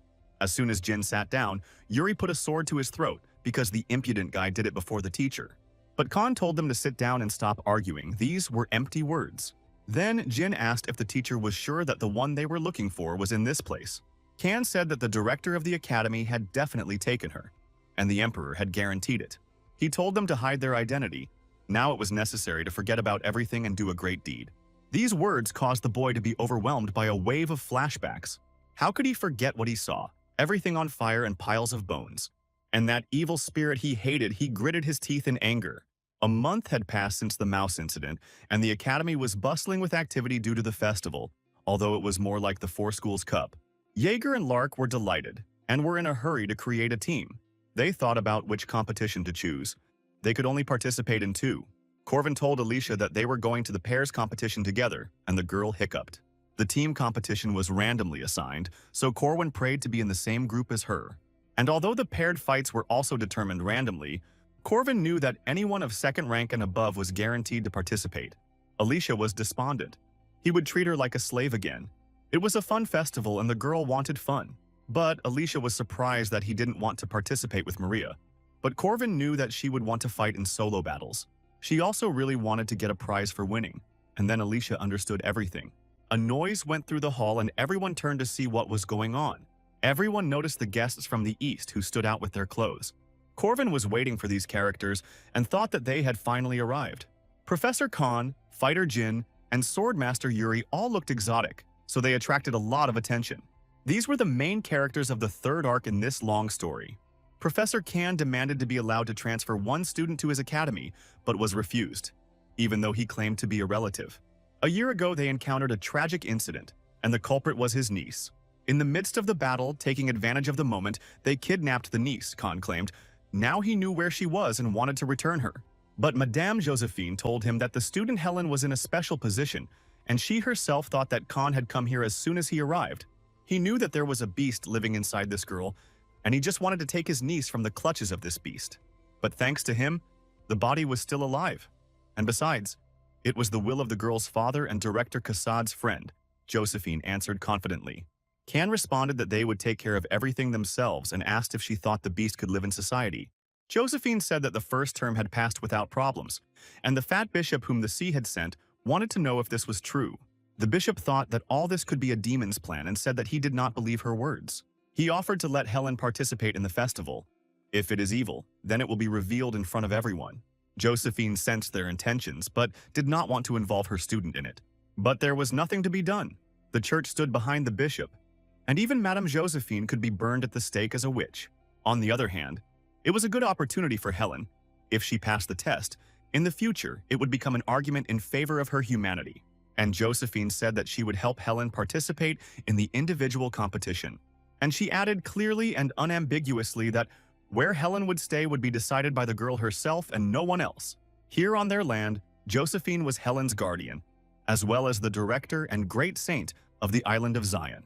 After they left, the professor made herself some coffee, and everything happened as she had been warned. Then he told her that Balthazar's dogs were hiding at the festival, and she even screamed. Corvin knew what was going to happen, but he couldn't describe it specifically. There were only guesses. The Catholic Church and the Eastern Academy. Which of them, or rather both of them, were up to something? Of course, Corvin knew the correct answer, but he couldn't say it. The church was losing influence and fought against it, but still fell into decline. The Eastern Academy, represented by Khan, joined them, and the main target was Helen. Further, the fate of one character and his choice can determine the entire future fate of the continent. Corvin advised Josephine to keep an eye on the church, and Madame asked what he would do. He asked to place the Eastern residents on the outskirts of the city, where it would be convenient for him to keep an eye on them. Josephine couldn't help but ask him why she should believe, even after she couldn't just believe him. Corvin said that they may not believe and suspect, but his goal will not change. The guy undressed. Josephine saw his oath carved into his body, which should have dispelled her doubts. The professor recalled that the hotel on the outskirts was built with students' money, and Corvin replied that he certainly had nothing to do with it. Josephine said she had received information that a certain student had received investments from others, and the guy again assured her that it was not him. And recently, student Marie transported food products there and set up a trading shop there, providing for 100 guests, their needs taking into account their origin, food, and so on. Everything was planned carefully. People need to be more flexible and not be too strict, Corvin thought under the professor's inquisitive gaze. And so the time flew by until the festival, but now the nerd and the hooligan couple were noticeably nervous. Among the crowd that filled the square, only 16 people will qualify for the team competition. There were so many people here, even seniors. It was no wonder the boys were so downcast. But Helen's name wasn't there, Corwin learned. and he couldn't find Alicia anywhere, who had been carried away by the current of students. Professor Khan came to the podium and said that he would be responsible for judging the competition. He told them the conditions of victory and warned them not to lose their armbands. The essence of the test was the most important duty of the guard. "And this is the salvation of citizens," said Khan, and stamped his foot, after which the earth shook. He used the technique, and in an instant the students found themselves separated in a huge labyrinth. Jaeger didn't believe it was possible, but Lark knew that Khan was the best wizard in the East. But all this was too large scale, Jaeger objected, and asked what about saving the citizens.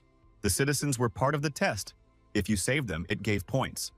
If you lost them, twice as many were lost. If you find stone golems in the labyrinth and touch them, they could move. Corvin chuckled at the excitement of his friends. They were so young. The first monster they encountered in the labyrinth was a hellhound. But Alicia handled it with a flawless cut. It was as easy as pie for her. She immediately received a standing ovation from her comrades who were nearby. She liked these types of quests the most. To demonstrate the skills of a guard, it was necessary to lead the citizens and collect as many stone dolls as possible. They were gathering golems quite quickly, and already leading 10 of them, the squad was inspired. But then they felt the ground shake and rise beneath their feet. The sound of drums was heard. A voice that towered above them shouted that he would give them life if they submitted to him. Alicia looked and couldn't understand what she was seeing. Rows of stone golems tied with rope. Jaeger played the balalaika and called on everyone to kneel before their Mandrake clan. And when Alicia looked up, she recognized the main instigator of this anomaly. Thousands of students are busy trying to save a limited number of citizens, and it's all useless, the leader shouted.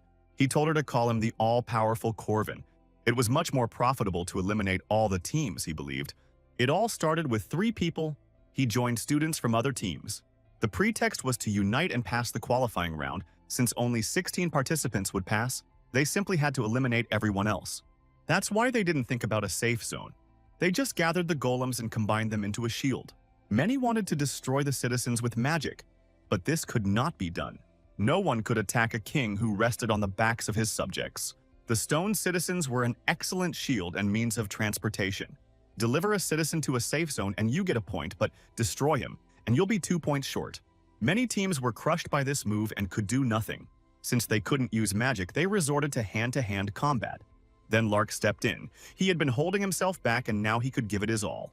Those sitting on the golem pyramid had no restrictions on using magic, and Lark fired a fireball at them. After all, even if citizens of other teams were hit, Corvin could take them after the battle and replenish points. This is the main difference between his plan and that of his rivals. They got a large number of citizens very quickly. The rest were in no hurry to unite and looked for a safe zone every time they found citizens. It wasn't even that their strategy was foolproof, it was a lot of fun, and Corvin was having a blast. And when they had already eliminated 30 people, Corvin met Alicia and invited her to join. To do this, she needed to bring the armbands of her comrades, and he promised her the position of his deputy. Corvin told her that he needed her, and they were actively increasing their numbers. While she was pondering his offer, he shouted to the others that he would take anyone who brought her headband onto the team, and the boys couldn't resist. She was betrayed faster than she realized it, but weaklings could be understood. They thought that it would be difficult to fight against a first rank and therefore easier to defeat her, causing the girl to burst into tears. Corvin grinned at the cruelty of society, which manifests itself in war as well as in competition. As soon as you feel vulnerable, you are like rats in a cage, devouring each other without hesitation. Alicia cast aside her hesitation. Since they had done this, she didn't want to hold back either. The other participants also belatedly assembled their teams. Marie had a lot of influence and charisma for this. Her squad was a model of friendship and love, so working together they succeeded in saving the stone citizens. Marie was sure that they would overcome everything. That was the case before meeting the Almighty. Isabella quickly reassured her friend. Although there were few of them, their average rank as high school students was higher. But Corvin put on a sweet face and the girl was immediately knocked out. Isabel noticed her strange hesitation and did not understand what was happening because they had been friends for more than 2 years. But all this was nothing compared to the power of love, so Marie immediately switched over. And she attacked her own former comrades and friends. Isabella looked in despair at the demons dancing with joy. The girl laid down her entire team for Corvin the Almighty. He towered over everyone and his team shouted his name. Auto-hunting was an amazing feeling. A madman's smile blossomed on Corvin's face. Professor Khan and Madame Josephine watched his antics with alarm. Khan wanted to know who the all-powerful Corvin was. He was both disgusting and a brilliant strategist. Josephine replied evasively that she did not think there was such a student at their academy. This is how his team gained a nasty reputation but passed the test with an incredible result. At this time, twins were participating in the qualifying competition in pairs battles. They attacked Corvin with magical seals, which he easily dodged. He pointed his finger at Alicia and told her to jerk her body, but the girl did not understand what he wanted from her. But then it dawned on her why he brought her here. To exploit her as usual. In one fell swoop, the girl defeated two twins from the east single-handedly.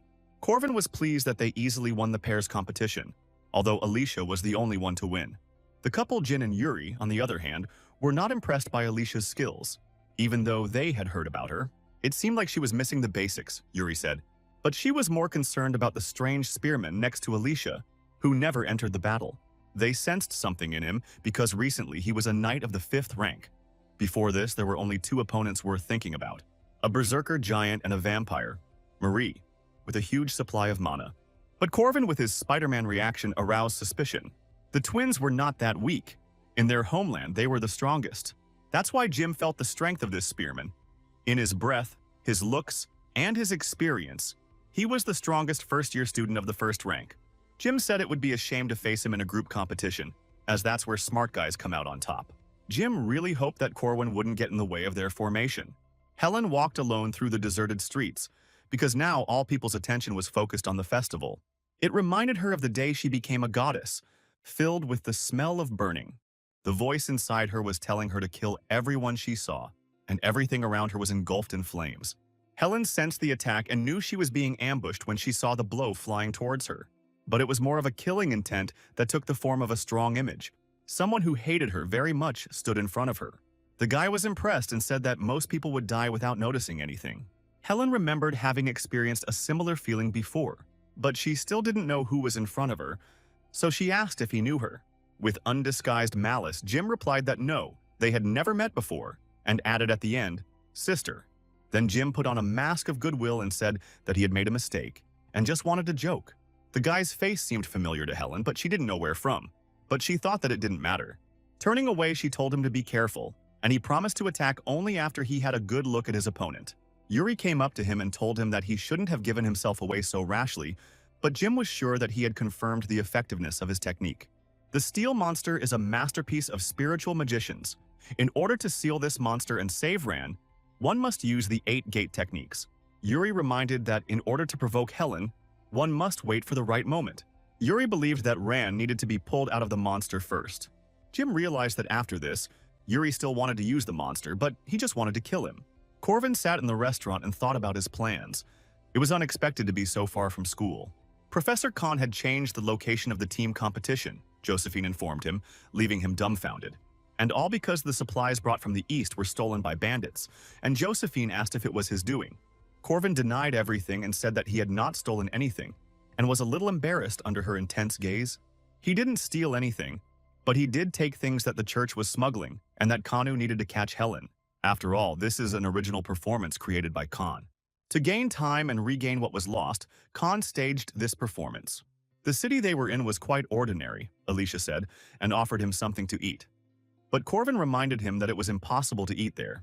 Khan entered the room and looked at everyone present. Realizing that everyone was assembled and they could begin, Khan began to count the time, and the people in the hall took out their prepared weapons. Alicia became nervous. She didn't understand what was happening. Khan held up a litmus paper and said to start everything. At the same moment, Corvin pierced the head of the man sitting next to him with a spear. Marie cut off another head of the one in front of her with a spear of ice. Everywhere heads rolled and a real chaos began. When everything became quiet, only the warriors remained standing with weapons in their hands. Alicia was horrified by what was happening and asked what they were doing. Corvin told her to look at the faces of the dead. They were already decomposed. Corvin tried to understand why Khan had chosen this particular place. The same thing had been happening in this city for 300 years. During the day, people lead ordinary lives, but at night the entire huge city becomes ghostly, and its population becomes dead. The city was filled with 1 million dead people who wandered around at night like zombies, all because it is a city of the dead. Then, the competition began. Khan said that the teams must return the Moonstone within a certain time. The teams were assembled on site, given only the bare necessities in their backpacks, and released into the streets, where there were plenty of undead. Only 4 teams will make it through this competition, and to save Helen, they must reach the 3rd stage. Until that moment, you need to participate in this festival of absurdity. The truly dangerous monsters live in the city center, and they need to attack the outskirts. All it took was one of his spears to clear the way, and Corvin threw it. They climbed to the top of the tower. They had to target the sparkling undead that had a moonstone in its belly and quietly score points. Corvin told the team that they must catch the site boss. Because quality is better than quantity, Lark should use a flight spell on them. He agreed and first used the vision spell to find this boss. But before he could do this, he already noticed the boss, and quite close. Corvin immediately reacted and said that we needed to run immediately because it was the boss of the central platform. He asked Lark to cast a flight spell, but suddenly saw that he was possessed by a spirit. And the next second, Lark was already flying from the roof of the tower, screaming loudly. Lark dropped out because he was scared and in a lot of shock and was eliminated. Looking down, he saw the Titan swinging a huge sword, and in one fell swoop he cut down the tower, like a rotten tree. The tower split in half and Corvin told them to run as high as they could while they were falling. They still fell, but miraculously they weren't buried too hard, so they were able to get out. In any case, the first day ended in failure for them because Lark dropped out too quickly. As someone suddenly grabbed Jaeger and dragged him into the sky, Corvin recognized the abyssal screech. It is obvious that with such a commotion, such a monster should have appeared. The guy became despondent. And in addition, a horseman, the king of the dead, appeared before him. Corvin tensed. A titan, a ghostly screech, and now a white king. It was all suspicious. 3 bosses of this city gathered here at once and surrounded them. Alicia also thought that they were finished, and Corvin was wondering what to do. He told her to move when he saw the bosses starting to attack. Corvin would like to avoid expulsion if possible, since Helen's life is at stake. When a bright flash like the sun appeared in the sky, it hit the square and there was a huge explosion. But it was not an explosion, but simply a very strong flash of light that came from the spear. It was all a distraction. Corvin saw someone rush past him out of the corner of his eye. Alicia asked if he was okay, because Jaeger had also disappeared somewhere. Corvin told her that first they needed to get away from here. They ran until they were exhausted, and a cloaked figure appeared in front of them and saved them. Corvin thanked her for her help and wanted to know about her spear. But she wanted to ask how he mastered her technitions, she said, removing her hood. Now Corvin understood why the voice had seemed familiar to him, and her quiet footwork. Blue eyes, clear as springs, she immediately understood that he was her student from the distant future, and smiled. The last time this episode happened was in his 2nd year. Peter was waiting for him at the door and was indignant that he was taking so long. Corvin scolded him for his disrespectful attitude towards his elders.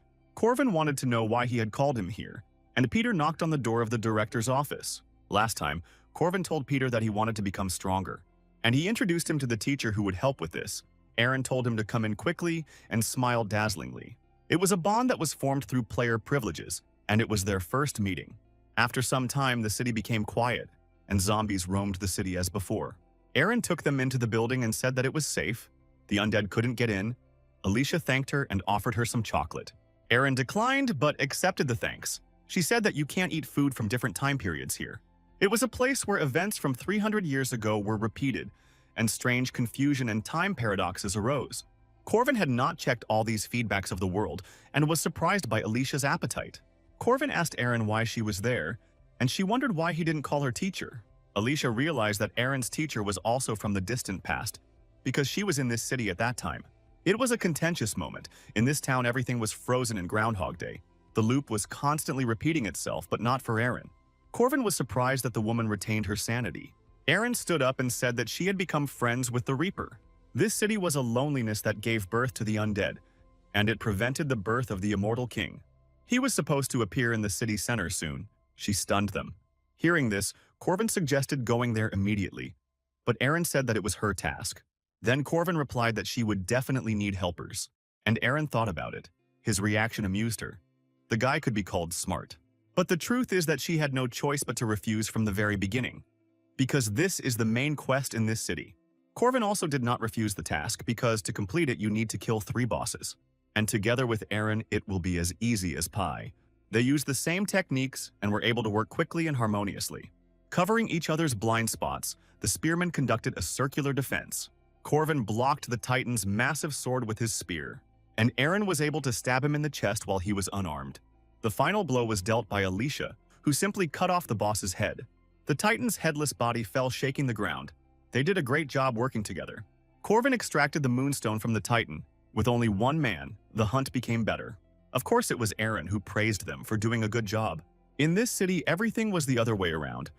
You had to work at night and sleep during the day because it was much safer then. Alicia immediately fell asleep. After all the experiences, the sensitive girl was exhausted. Aaron told him that he could go to bed too, like children should. She saw him as a child. Aaron noted that she taught him everything about the future. The art of the spear, battle runes, fist fighting, she taught him all of this. Aaron was surprised that she chose someone as a successor, and a child like him. Of course, the first was Balthazar, but she later regretted it. Corvin kept silent about this. There was no point in adding hardship to someone whose life was already lost in time. Aaron touched his cheek and asked what he was worried about and said that she was truly blessed to receive so much love from a student. She could tell from his face that her future wasn't so bright. He knew who she was, Aaron asked. Of course Corvin knew. She was a grown woman who stood up to evil. Then she told him to leave and promised to buy time. As an adult, she had to protect him. She was his mentor, the person who taught him everything and changed him. She gave her life for him, like a real mother. If he had known about Peter's essence earlier, he might have been able to save her. Even knowing the future, Corvin had failed hundreds of times. He saw the damage that could result from one accidental change. He took part in the festival, but somehow ended up here. And he met his teacher, who lived here 300 years ago. This was not at all part of his plans. Any variable could plunge everything into chaos. Corvin couldn't sleep while he was thinking about it, and Aaron decided to play a joke on him and told him that he would fail. She told him that those who dwell on the failures of others are stupid, but the one who thinks about his own failures is wise, and he was one of the latter. Corvin asked her if she could say the same if she failed. Aaron hugged him and told him that she was a loser who had experienced many failures, and in the future they would be waiting for her too. However, her choice of him as her successor was not unfortunate, and as Queen of Paradise she happily blessed his path, and now he must rest. Corvin still doubted, thinking about it and feeling the warmth of his mentor. But now his main goal was to save Helen from trouble. Meanwhile, individual fights were taking place in the arena. Many of the students desperately tried to simply move Helen, who stood like a stone statue under their blows. They went mad from the realization of their own helplessness. Josephine told her not to take the fight seriously so that no one would get hurt, because there were many who were not happy with her existence. After futile efforts, the students admitted defeat, and Helen was frankly bored. She remembered her martial arts classes with Corvin. They were more fun. Then she asked Josephine how much weaker her rivals would be than Corvin, and Madame replied that there were simply no students who could compare to him. She listened to this lesson twice a day and practiced until her body got used to it. Helen used an omnidirectional dragon strike. It passed by her opponent and exploded into the sky. The girl herself was impressed by the power that was released. The student in front of her fell to his knees in horror and shame for his tarnished reputation and called her a monster. She had heard this so often that it didn't even make her angry. It was just strange that the area in her chest itched more than usual. Time flew by so quickly until the final. Her next opponent was from the east, but she still didn't expect anything from him. It was the same strange guy with a murderous aura. He used a technique with a long name on Helen, which had no effect. Jim was definitely a strong man. Every blow he landed was hard, but Helen continued to just stand there as if rooted to the floor. But of course, Jim was an ordinary man, and he was humiliated like everyone else, and Helen's absolute defense was impenetrable. She told him to give up since his blows couldn't hurt her, and Jim called her a damn monster. He told her that it was too late to show mercy and tolerance, it was all a pretense. That's the kind of mercy she should have shown when she killed his family, Jim told her. He was again plunged into severe flashbacks caused by post-traumatic disorder. His entire consciousness was filled with severe trauma and pain from the loss of his relatives. Helen thought it seemed vaguely familiar, but she didn't understand what it was. In the workshop of the ghost town, one necromancer was indignant. His plans had been disrupted. The herald felt something was wrong. He did not know whether the ritual had succeeded, whether it would arrive in time. He didn't know if he had activated the magic circle or if he had done it yesterday, but either way, the city was surprisingly calm. He thought for a long time about who intervened and what happened, and when he understood, he loudly shouted one word. Witch. Damned spearwoman, silver hair, blue eyes, rune mage, he screamed. He did not understand how 3 days could repeat themselves over the course of 300 years. And when he looked at the sky, there hung a huge magic circle. It was a circle drawn with the power of the moon rune, stronger than anything in the world. so it was not difficult to detect the extraneous drawing. A special sign that began to be forgotten 300 years ago. The language of the beginning, the original rune. Someone greeted him and he was taken aback when he heard his name. Seeing the figure in the cloak, the magician shouted, "Witch!" He knew her secret. It was she. It was she who repeated the time, he said with a mad smile. The grim face of the cloaked figure, she only spoke his name, the immortal King Gerald. He must remain true to his role, she said, and a terrible change came over the magician. At night they went hunting again and knocked out the second boss. As usual, Alicia delivered the finishing blow. And then they beat the king of the undead to death. It wasn't difficult. They were fighting at a level far from first rank, but their opponent was a higher undead. And the reason they had it so easy was because Aaron told them that there was only the immortal king left. She had hunted here thousands of times. The leadership was skillful and the operations flawless, Corvin thought. And so the night of the third day came. So they appeared before the herald. It was necessary to prevent the birth of the immortal, Aaron said. 300 years ago, he was a dark magician who created all this mess in the city and became a monster king of the undead. Alicia asked doubtfully if this was really the immortal king. He was unsightly in appearance, covered in mutation, and barely moved. Corwin suggested that he had not yet fully transformed into a lich, and Aaron said that the wizard's wisdom was still with him. Corvin told them to stand aside because he wanted to handle everything himself. The lich was the king of the undead, born from the great consciousness, and as Alicia said, he was equal in strength to Marie. As soon as Corvin approached the mage, he was thrown back with a purple flash of power. There was a huge explosion of magic and Corvin was nearly hit. He grinned as he did a somersault in the air. His opponent wasn't joking. The lich threw another magical charge at him, which exploded like a cannon shot. It was so absurd that he could use such strong magic in a row. While Alicia was worried about Corvin, he had already dealt many blows to the mage. Corvin's whirlwind attack completed the rout, despite all the mage's might. But the main vulnerability of powerful mana attacks is that they hit in a radius and blocked vision. Corvin had also caught this mage thousands of times, so he dealt with him easily. Alicia was worried that Corvin was becoming more and more distant from her, but he said she could handle it better. And then he asked her why she was alone, and Alicia turned around in surprise. Corwin said he would go to Aaron and asked Alicia to stop any undead that came near. The city was thoroughly destroyed by their battle. Everything was in ruins. It wasn't the best view to look at, Corwin noted when he met Aaron, and she said there was nothing special about it. This was not the first time the immortal king had appeared, he said, and Aaron replied that it already was, and named a 5-digit number. 300 years ago this loop began, and every 3 days it was renewed.